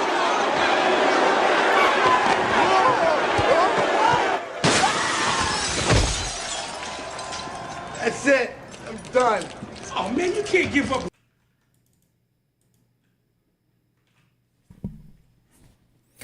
Pard and Jay Sixer fatally shot amid altercation with police. Matthew W. Huddle, a 42-year-old who served his time for his role in the January 6th Capitol attack, was pardoned by Donald Trump, was shot and killed by a Jasper County Sheriff's deputy during a traffic stop in Indiana following an altercation with the officer. Police say Huddle was armed and resisted arrest. I'm surprised they didn't run with this more and say that he got like assassinated by a deep state operative. Like some Final Destination shit. Wait, is Final Destination the movie where people like avoided death and then start randomly dying? Is that what I'm thinking of? Yes? Okay. What was this guy originally indicted or convicted for? I'm too lazy to find this document. Fuck me.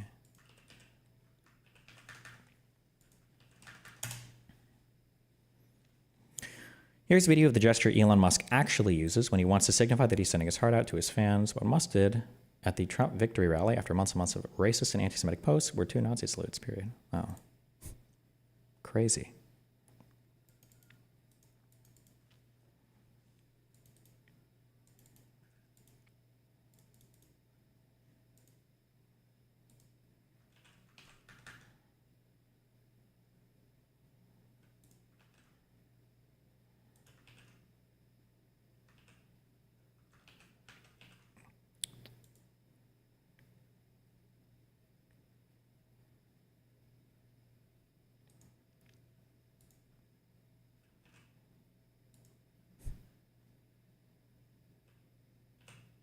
Do you think that people will look at Hitler differently in the far future? Genghis Khan is arguably as bad as Hitler, but he's typically portrayed as a badass in popular media. I feel like if he's ever portrayed as a badass, it's because people know how horrible he was. I don't think anybody argues that Genghis Khan was actually a good guy, no? But he's like a badass in like a horrible, evil way, no? I think for the rewriting of Hitler, that's already started. And there are a lot of conservatives who are believing that. Tucker Carlson played a big part in that recently, right? The rewriting of Hitler is being done by...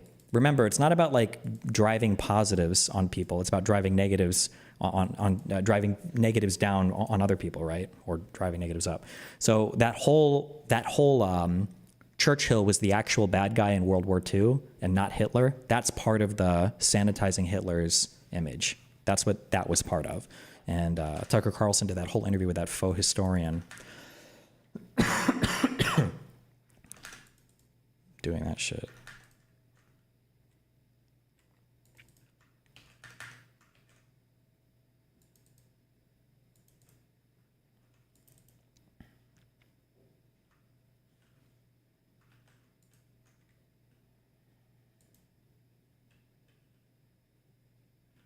Wait, what? Hold on.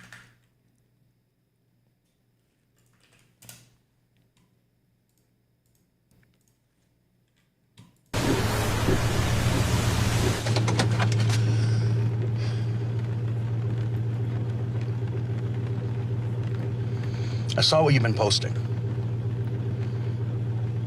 Hitler and it's based. Was right. I didn't teach you that. You hide behind your screen. Hold on. Hold up. Moody? Strange, spewing all this hatred and ugliness. You got something you want to say? Get out of the truck and say it to their faces. That feel when he gets out with his dual Desert Eagles.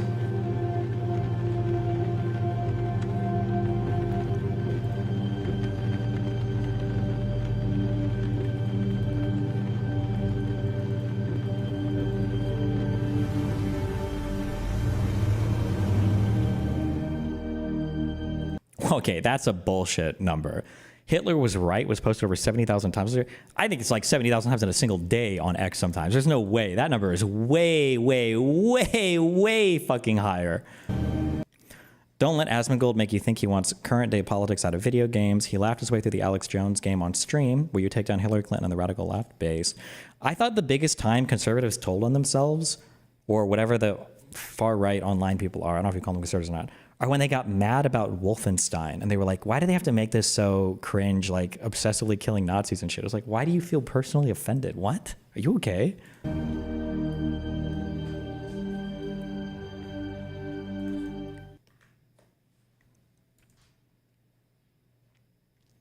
Okay, Jewish communities have been pushing the exact kind of dialectical hatred against whites that they claim to want people to stop using against them. I'm deeply disinterested in giving the tiniest shit now about Western Jewish populations, coming to the disturbing realization that those hordes of minorities that support flooding their country don't exactly like them too much. You want truth said to your face? There it is. Remember what I said earlier about like neo-Nazi talking points is that Jewish people push self-hatred to white people in order to weaken white communities, to flood immigrants in, to like dilute the white fucking gene pool or whatever. This is a neo-Nazi talking point. Elon Musk, you have said the actual truth. Good job, Elon.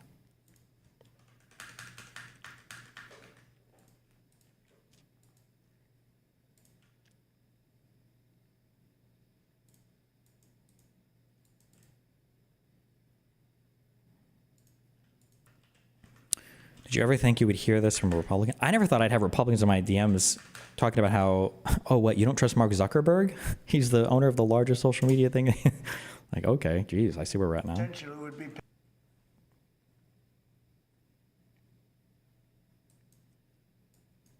the U.S. essentially would be paid for doing that half of the value of TikTok. Would there be a private sector owner as Could well? be, yeah, could be a lot. Tell you what, every rich person has called me about TikTok. You wanted to block TikTok. Why did you change your mind? Because I got to use it. And remember, TikTok is largely about kids, young kids. If China's going to get information about young kids, I don't know. I think, to be honest with you, I think we have bigger problems than that. But you know, when you take a look at telephones that are made in China and all the other things that are made in China, military equipment made in China, TikTok, I think TikTok is not their biggest problem. But there's big value in TikTok if it gets... I like how he did this with trans people too. When he doesn't want to talk about it anymore, like he can dictate how much an issue takes up in your mind, right? When he was running for the election, trans people were the biggest thing. And then afterwards, I think, fuck, does anybody have a link to that interview where he's like, trans people, who cares? This is like none of the population. Why are we talking about this, right? TikTok was a huge issue. Now, who cares? He tried to ban TikTok. I'm pretty sure he tried to ban TikTok via executive order on his way out last time. And now it's like, who cares anymore? It's approved. If it doesn't get approved, there's no value. So if we create that value, why aren't we entitled to like half? The U.S. Based.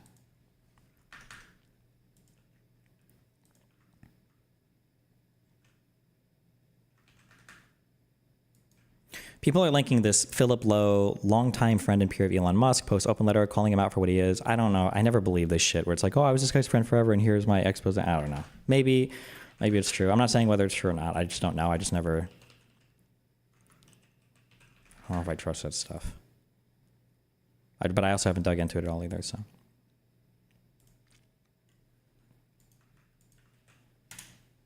10 years ago? What the fuck is this?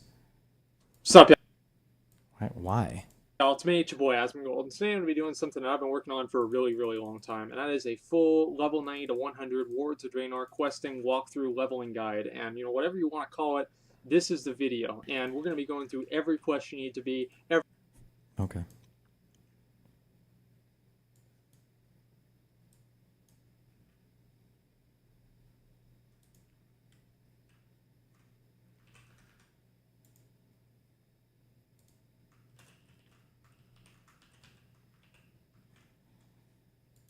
Finish the video, it's informative. What is this? The clip for when Destiny talks about Sam Hyde being a Nazi and an alt-writer is from January 14th, 2022. Destiny made that collab video with Sam Hyde on June 19th, 2022. And now Destiny's claiming he didn't know Sam Hyde was a Nazi back then when he collabed with him. Clear evidence that he's lying now. Yeah, just like there was clear evidence that he, one, openly stated that NFTs were a fucking grift and you were stupid for buying an NFT, and then a week later got an I NFT love how he latches onto everything like a fucking vulture. It's so funny.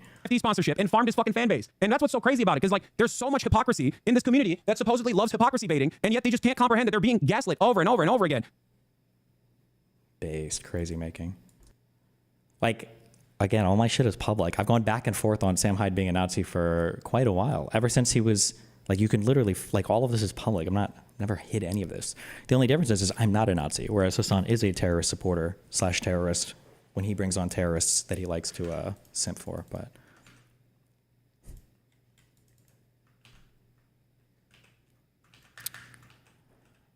What is this? Oh.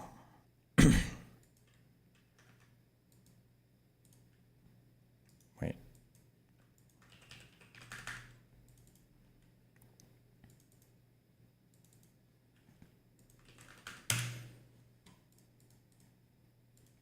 January 6th rider recently pardoned by Trump shot, killed by Indiana Sheriff's deputy while resisting arrest.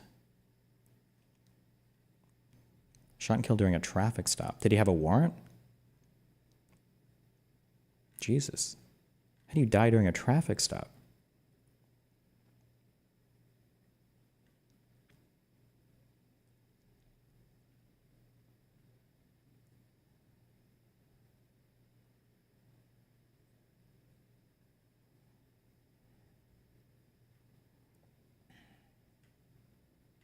Okay.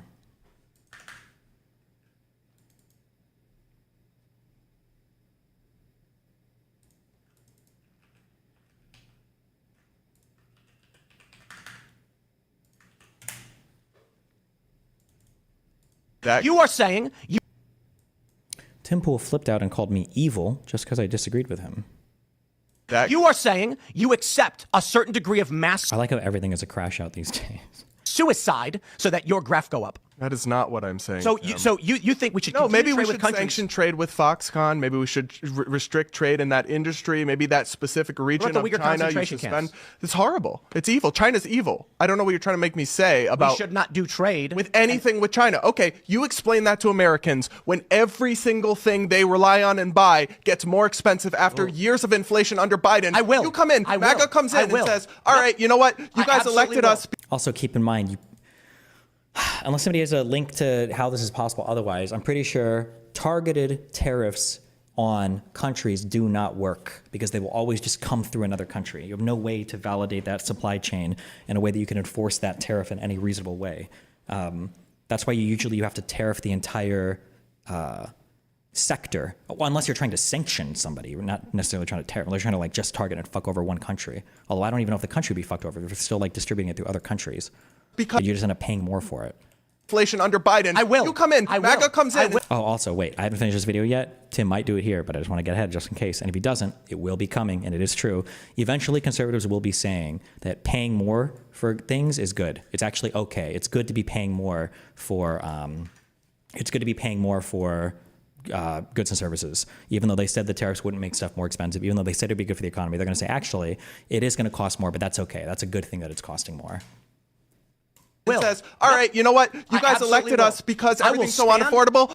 I will stand on top of a mountain. I will stand on top of a mountain and say, and directly into the eyes, I will do it right now to every voter. I will look into the eyes of every voter right now and say, Brad is evil and accepts human sacrifice so that you can have a cheap iPhone. And if you're willing to buy a cheap iPhone, knowing that people are committing mass suicide, you stand along with them. So I'm and I will evil stand on the because other I side. disagree with you about trade policy? Because you think there's an acceptable degree of mass suicide and concentration camps so that your economy can improve.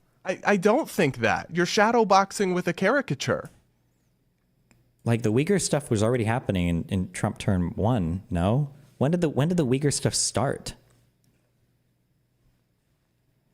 There's a bit longer of the Brad Tim convo.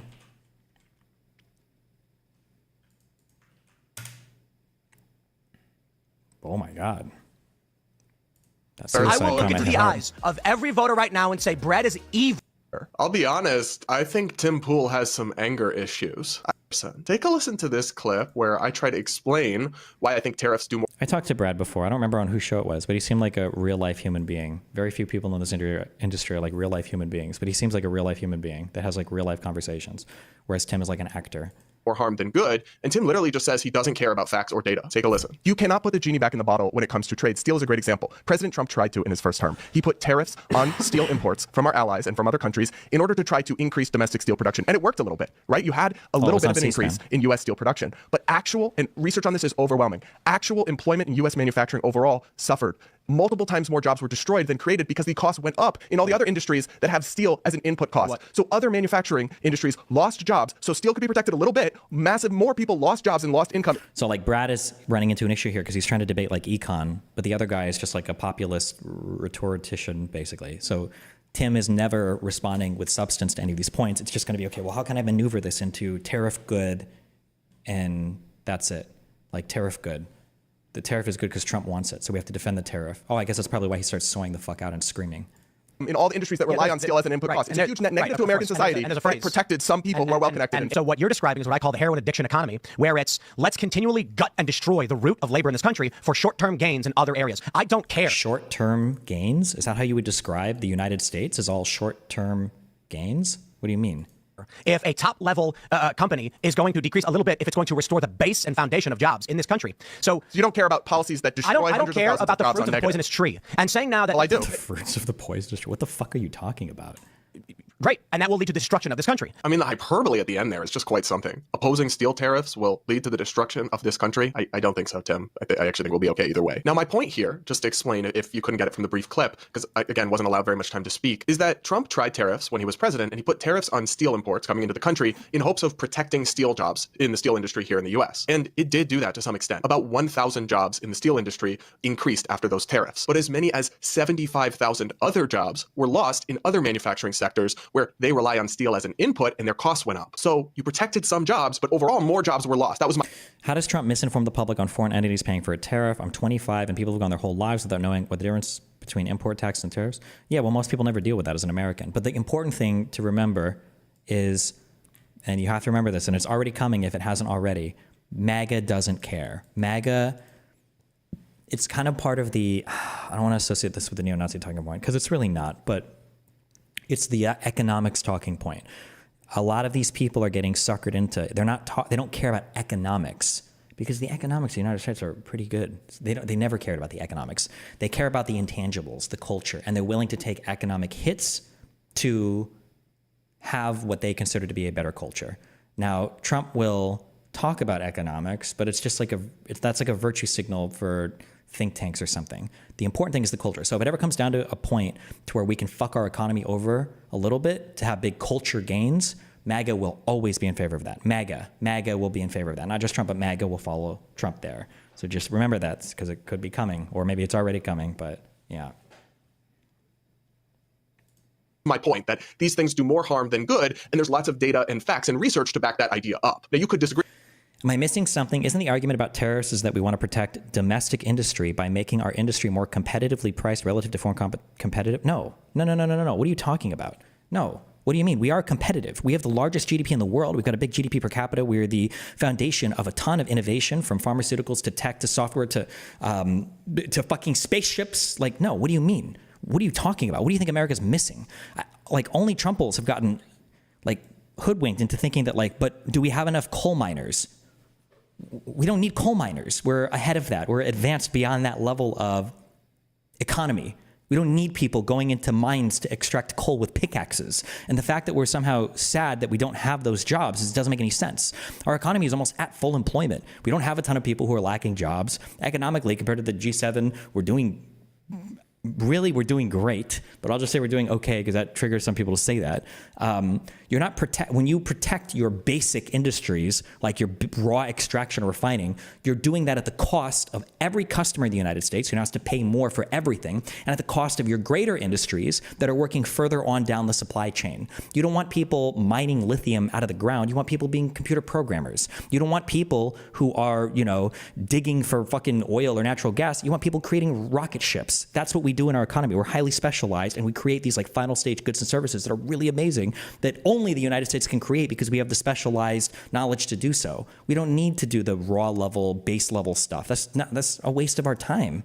Agree, you could cite other studies, you could push back, but he didn't do that. He just says, I don't care. I don't care about the data. I don't care. I just want to protect workers. But I'm literally explaining to you how you're not doing that. It felt like I was talking to a woke person. He ranted on and on about personal anecdotes and experiences and hypotheticals. And whenever I tried to cite statistics or facts or research, he dismissed it as graph goes up. Take a listen to this clip where he does exactly that. We're getting too much trapped into the graph go up argument, which is the stupidest argument imaginable. It is good that on average people can buy more sticks of bubblegum and there's no more baseball at the park, there's no more apple pie, there's no more Christmas. That's insane. That's such a caricature of economic progress. But the people who much trapped into the graph research, he dismissed it as graph goes up. Take a listen to this clip where he does exactly that. We're getting too much trapped into the graph go up argument, which is the stupidest argument imaginable. Oh, graph go up. So he doesn't care about the economy, and he'll virtue signal on this more and more and more going forward. And I'm sure he will more even in this conversation, but it is good that on average people can buy more sticks of bubblegum and there's no more baseball at the park, there's no more apple pie, there's no more Christmas. That's insane. That's such a caricature. Apple pie, Christmas, in baseball games, right? And so we can buy more bubble gum, right? This is the economic for culture. So he's willing to make these big economic sacrifices for culture. Now, there is an argument I guess you can have there. Well, I mean, there's always an argument. There's an argument you can have for anything.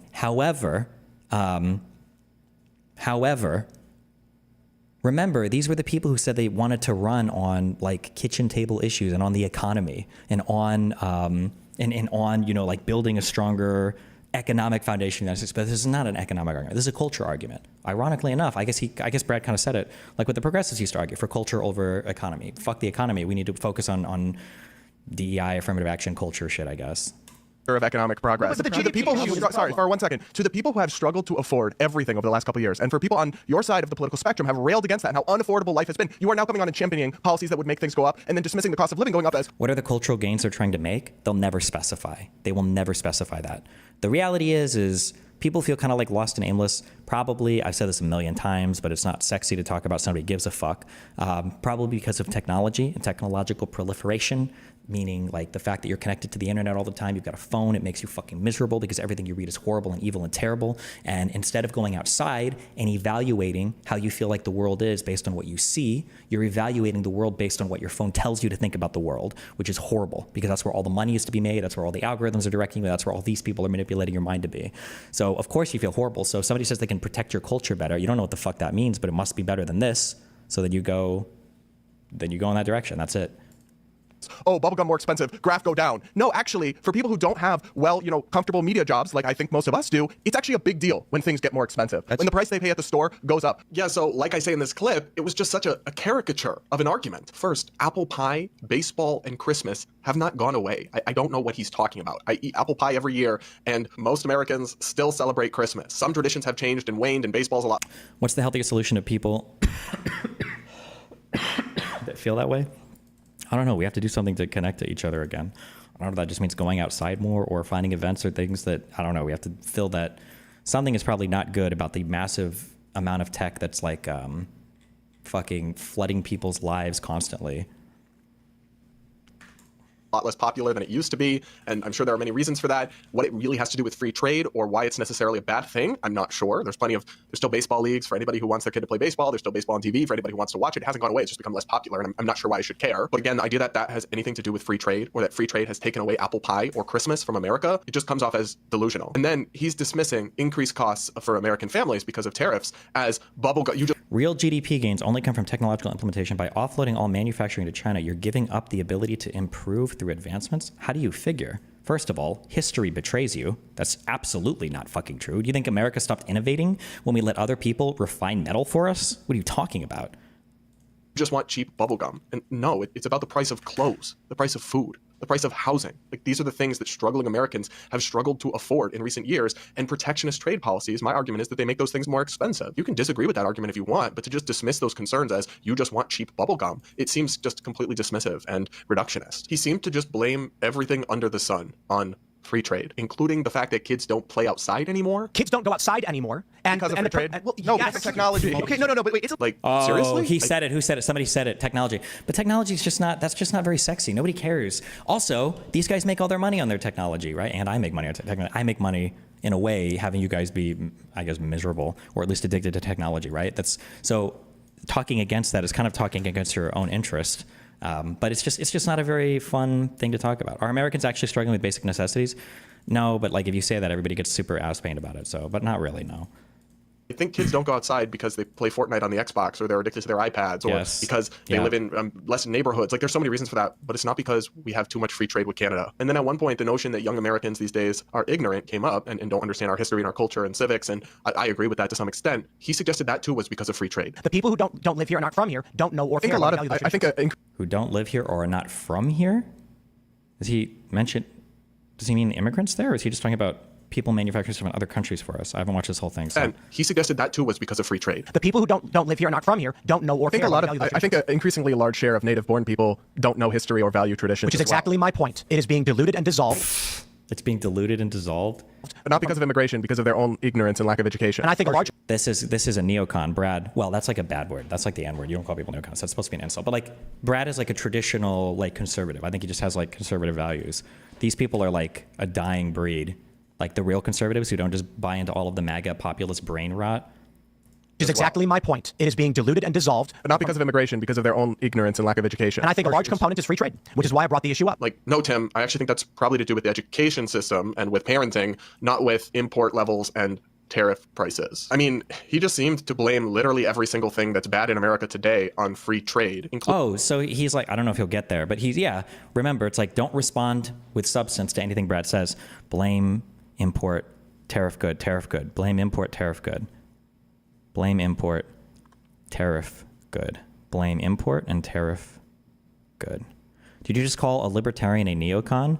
Libertarian will probably align with neocons more on econ policy and less on foreign policy.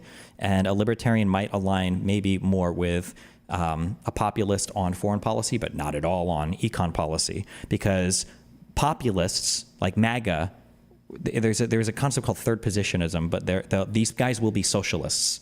They might not call it that, but people like MAGA would have no problem with socialism as long as it's benefiting their ethno-nationalist interests.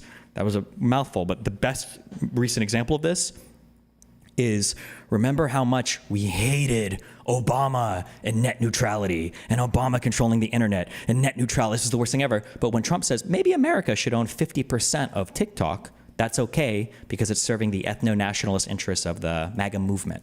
So, yeah. Including housing prices, which simply doesn't make any sense. Inherently, Tom Fuller just said, third position identify as fascist and socialist. Yes, there's nothing inherently contradictory between fascism and socialism per se. If socialism is looked at primarily as an economic organization, a mode of economic organization, and if fascism is just looked at structure of government in terms of authoritarian, totalitarian leadership. So you can have a leader who wants to control the media, control the government, single party, if you want to be real big and prosecute political enemies, but is also like really big on redistribution, on protectionist policies, on anti-free trade stuff, anti-immigration stuff that's protecting your domestic workers and domestic economy. There's nothing contradictory between those two positions, which is what a third positionist and a lot of MAGA are like basically making their way towards if they're not already there. In 1950, it took approximately 4,637 hours of labor on average for the average American worker to own a home. As of 2024, it's 15,142. I don't think Gen Z is particularly buying the argument that they've been raised out of poverty, things have gotten better. I think Gen Z is actually livid over the conditions that they've been left by these policies. Like, this is such a one-dimensional stat. Like, to buy a house, like, first of all, are we talking averages or medians? Because that's important, because there's probably a lot more larger houses now that might pull up the average. But also, like, what is the house now compared to what it used to be? My understanding is, if somebody has a link, I would appreciate this, because I've read this a lot, but I haven't seen this distilled in graph or, like, data form. So I want to make sure I'm not repeating something correct. But my understanding is houses in America in general have gotten a lot larger than they used to be as well. So if you have to work more for a larger house, it's not as surprising. And it might also be, too, that today people maybe expect more to have a house, whereas before they were happier living in, like, I don't know if like a townhome or like whatever the fuck you call those things are considered homes or not, or if those would be considered apartments. I'm not sure. But it's always be fearful or be waryful. be weary of people that use like one-dimensional comparisons like that.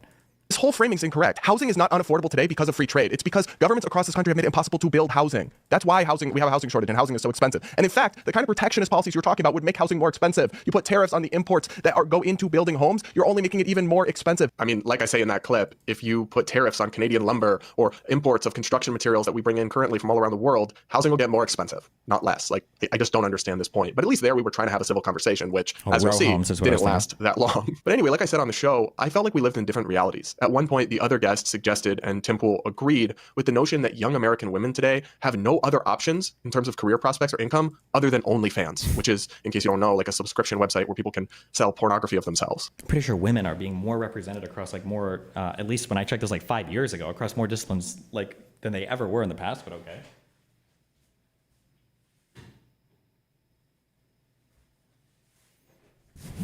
What did I debate this guy? I debated him on C-SPAN a long time ago. I don't even remember what Oprah, but I'm not out here defending OnlyFans. I've always said I think people shouldn't do it. You usually won't make any money and you'll regret it. But that's like just not true. That people have no other options other than selling their bodies online because of our dystopian economy or something. Like, that's just not reality. It's completely untethered from reality, in fact. Here's that clip. And then we get a new iPhone that has an action button on the side. That's worth gutting the entire Midwest culture of the United States, or giving my children no hope besides maybe OnlyFans if they're a girl, or becoming a podcaster. Tim, God forbid. God forbid our kids ever do that. But this is just a non-reality. The idea that young women growing up today have no options other than OnlyFans. You need to touch grass. No, No. There's over a million American girls on OnlyFans. That's crazy. There's over a million prostitutes. That's not because they haven't. First off, no, I'm saying because is that there are a million American girls on OnlyFans, or was it there are a million accounts on the site, which also includes like worldwide. Anybody else who has I think, right? The best options right now. The culture we're creating, we created technology and it's profitable, and we're basing off profit. On that regard, OnlyFans is a good option. He's right. OnlyFans is a good option. Sorry, 1 second. For the company. Any young woman can go to college and become a nurse and instantly be employed. Can become a teacher and instantly be employed. This massively in demand. That's absolutely incorrect. If you're a nurse, you're going to have a hard time finding a job in the United States of America right now? Woman can go to college and become a nurse and instantly be employed. Can become a teacher and instantly be employed. That's completely this massively in demand. That's absolutely incorrect. What about it is absolutely You're true. not getting out of college and just getting a job. That's not true. What does he think most people do out of college? Like just float through doing nothing for years and years and years? Like, if you have a useful degree, you absolutely are. Absolutely. By the way, the 1 million figure, you've seen this probably online or in commentary. It's just the number of accounts, and I think it's worldwide, isn't it? The notion that 1 million American women are on OnlyFans, that's an estimate that's probably inaccurate. It's probably a pretty big overestimate for some technical reasons. They do it based on the share of revenue by country, and then they assume that equals out equal revenue per person when it's actually hugely unequal. So that's kind of a flawed estimate, but I'll link to a source explaining that discrepancy if you're curious about that. But regardless, to suggest that young American women today have no other options than OnlyFans and that's why they're choosing it is just like not true. As you heard, I talked about it in this clip, there's a huge shortage of nurses. So people who go to college, get qualified to be a nurse, they're not going to have trouble finding work. By and large, there could be some exceptions somewhere, but there's a huge shortage of nurses. And the unemployment rate for nurses as of 2022 was 1.6%. That's extremely low. The same thing is true with teaching, which I also mentioned. There's a huge shortage of teachers in America that are qualified and interested. So if you go to college and you get certified... Remember, like, average unemployment, I think you want that number to be around 5%. So anything lower than that is considered suboptimal. Anything higher than that is considered suboptimal. 1.6%, whatever you said, that is an insanely low unemployment rate. Jesus Christ. To be a teacher, by and large... That's a buyer's market for employees. You'll be able to find a job as one. I'm not saying our economy is perfect or there's just this fountain of amazing paying jobs or anything like that. Of course not. But I'm just saying it's like bizarre and insane to suggest that women have no options other than OnlyFans. I don't know what reality these people are living in. And I just gave you 2 examples with teaching and nursing, but it's true across the board. The unemployment rate for women with a college degree is 3%. It's under 3%. That means almost all women with college degrees who are seeking employment find it. Like, there's some truth to the idea that young people face difficult prospects, but just the alarmist level and detachment from reality, I felt both of them had kind of fallen. Can you explain why a low unemployment rate is bad because you want there to be some level of frictional employment where people are moving between jobs. It gives employers the ability to hire people. It gives businesses the ability to start up. If the unemployment rate is too low, then nobody will start businesses because there aren't employees there. The wages will become insanely inflated. The business might become untenable because you have to pay too much for labor, and then you just either close shop or the things that you sell become so expensive that nobody buys it, and or just becomes more exclusive. Just 5% I think is about like where you want your unemployment to be. You want there to be some natural friction.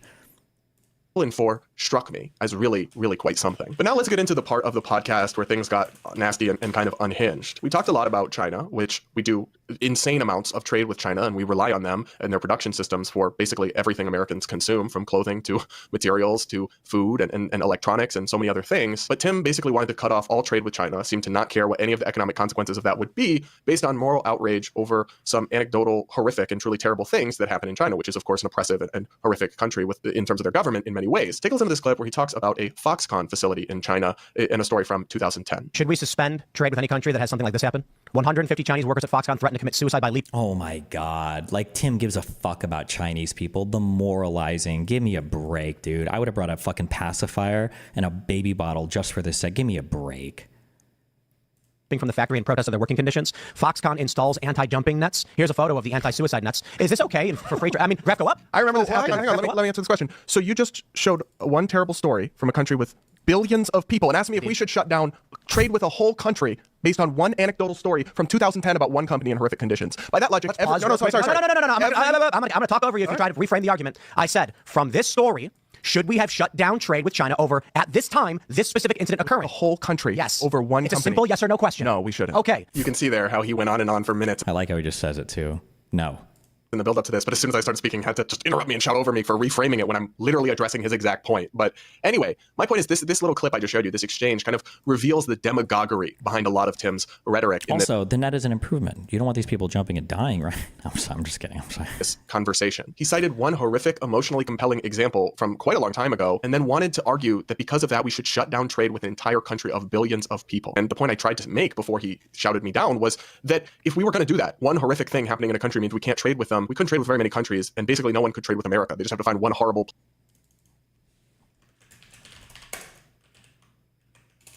Okay, I'm just banned for stupid shit like this. Earlier, you mentioned that we don't need to protect base-level industries like lithium extraction or steel production. I think there is a strong national security argument for both those two. I would say shipbuilding and some of those too. Just curious if you'd agree with those statements. Oh, you put the just curious thing in. Fuck you. Never mind. Okay, I won't ban you. You're lucky.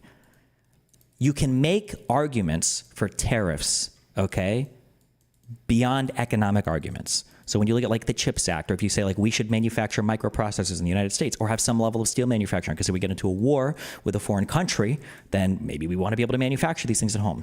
Those are legitimate arguments for protecting some industries. But those aren't economic arguments. Those are national security arguments that are usually made at an economic expense. So you might say something like, hey,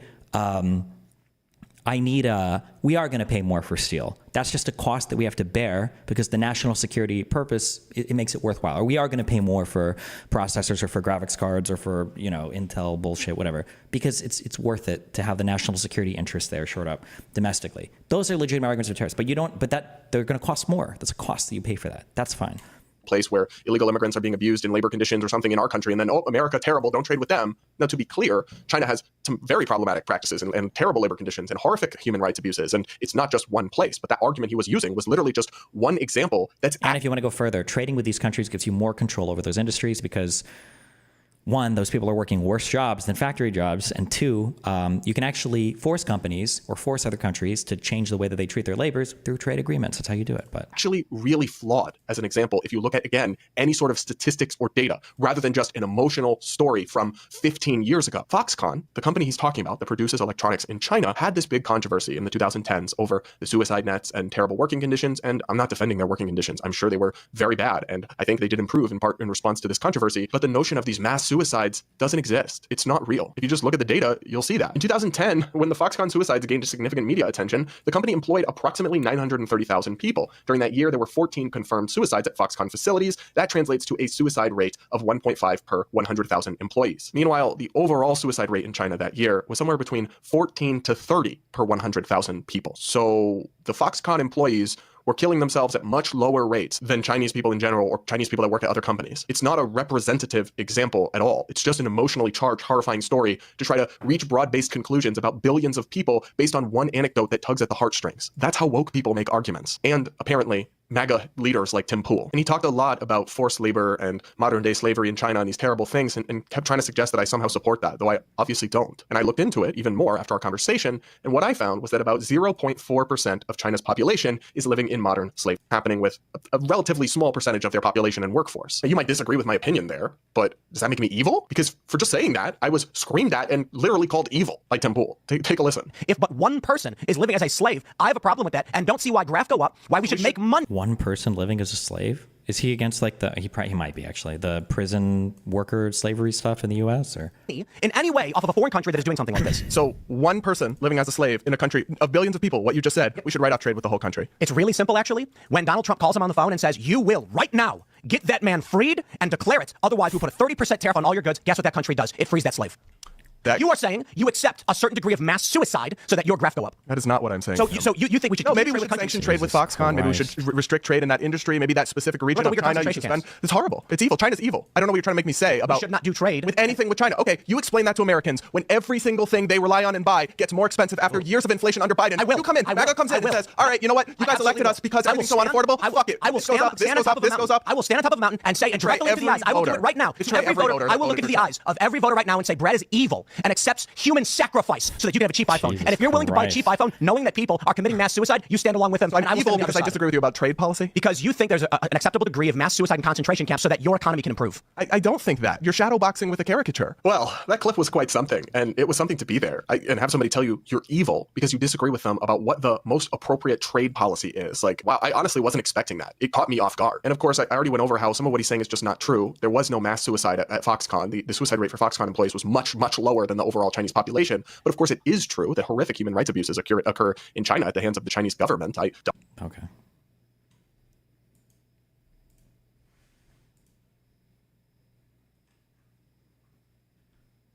Does Tim always soapbox this disingenuously? Yeah, they love those soy moments.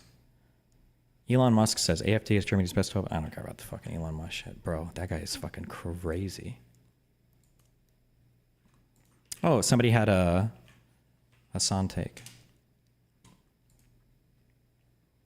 Are you that desperate to be edgy? Come on, Asmon. What the hell is wrong with you, bro? It's like the classic, like, do I think Asmongold doesn't think the Holocaust didn't happen? No. I think he knows the Holocaust happened. 100% knows that the Holocaust happened. He's not, like, but the whole, oh man, 30,000, how many viewers do I need for Hassan to be this generous to me? What the fuck? What the fuck? Holy shit. Are we serious? Are you that desperate to be edgy? Come on, Asmon. What the hell is wrong with you, bro? It's like the classic, like, do I think Asmongold doesn't think the Holocaust didn't happen? No. I think he knows the Holocaust happened. 100% knows that the Holocaust happened. He's not, like, but the very fact that he has to retain his gamer cred, he has to do this, like, weird debate thing where he's like, oh, well, there's a 1% chance it didn't happen. Like, it's such a stupid fucking thing to say, dude. Jesus Christ. Why do we care about what Asmon says? Because he's the largest political content creator on this platform, whether you like it or not, okay? True. He quite literally is, as it stands, the largest political content creator and the largest content creator on the platform, as a matter of fact. With 53,000 concurrent viewers, Asmongold currently is the largest political content creator on the platform, okay? So. That's so crazy. He's so cloud upset. Fuck, man. I used to say that Hassan sucked on Twitch because he had no pushback. Now he has pushback, but they don't push back. Asmongold never covers Hassan because he's petrified of, I guess, any confrontation. Hassan gives this is 6 days ago. Even though Asmongold is like a fucking neo-Nazi MAGA opinion printing machine, Hassan is just like silent for the most part. I know that Asmongold could be a better person than this. He's just trying to be edgy for his gamer audience. Meanwhile, Destiny talks to Sam Hyde in an interview. Dude, Destiny's a secret Nazi. His whole audience are Nazis. They're all fucking Nazis. Oh my God. Holy shit. That OTK clout, that bridge.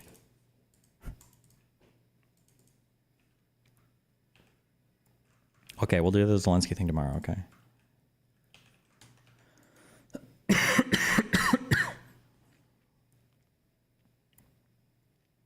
Assuming I'm not dead. Or depending on what my voice sounds like.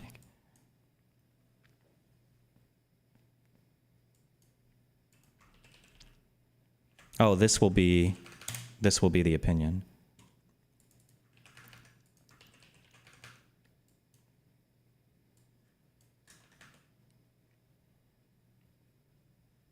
I would gladly pay $100 for eggs if it means I never have to see another third world immigrant in my country ever again.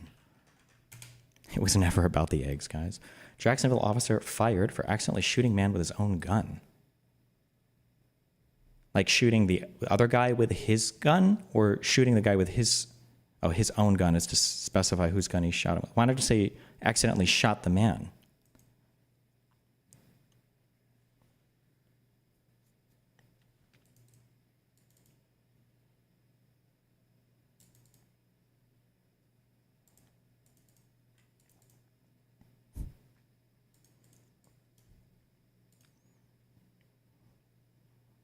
That title.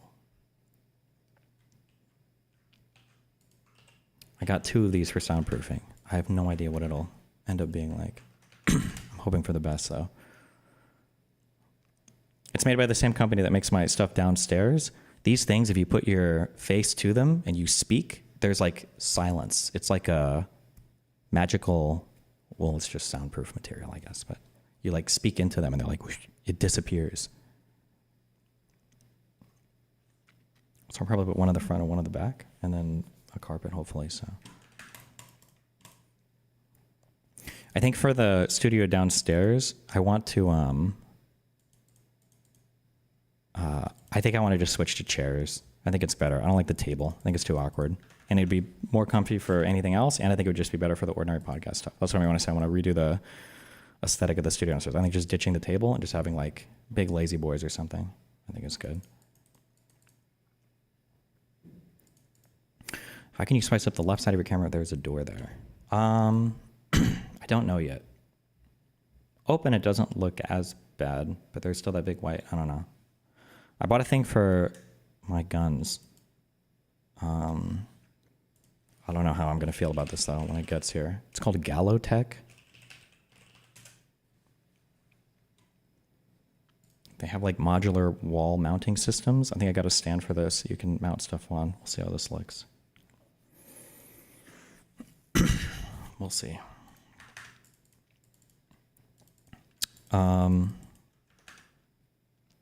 Okay, well, hey, listen. I love you guys. We'll try to survive. Keep fighting. Be safe. Be careful. Ripperino, cappuccino, poppuccino, hoppuccino, moppuccino, cappuccino, cappuccino, appuccino, alpuccino, my dude. I will catch you guys. Hopefully tomorrow, Reno. Unless my voice is dead from today. We'll see.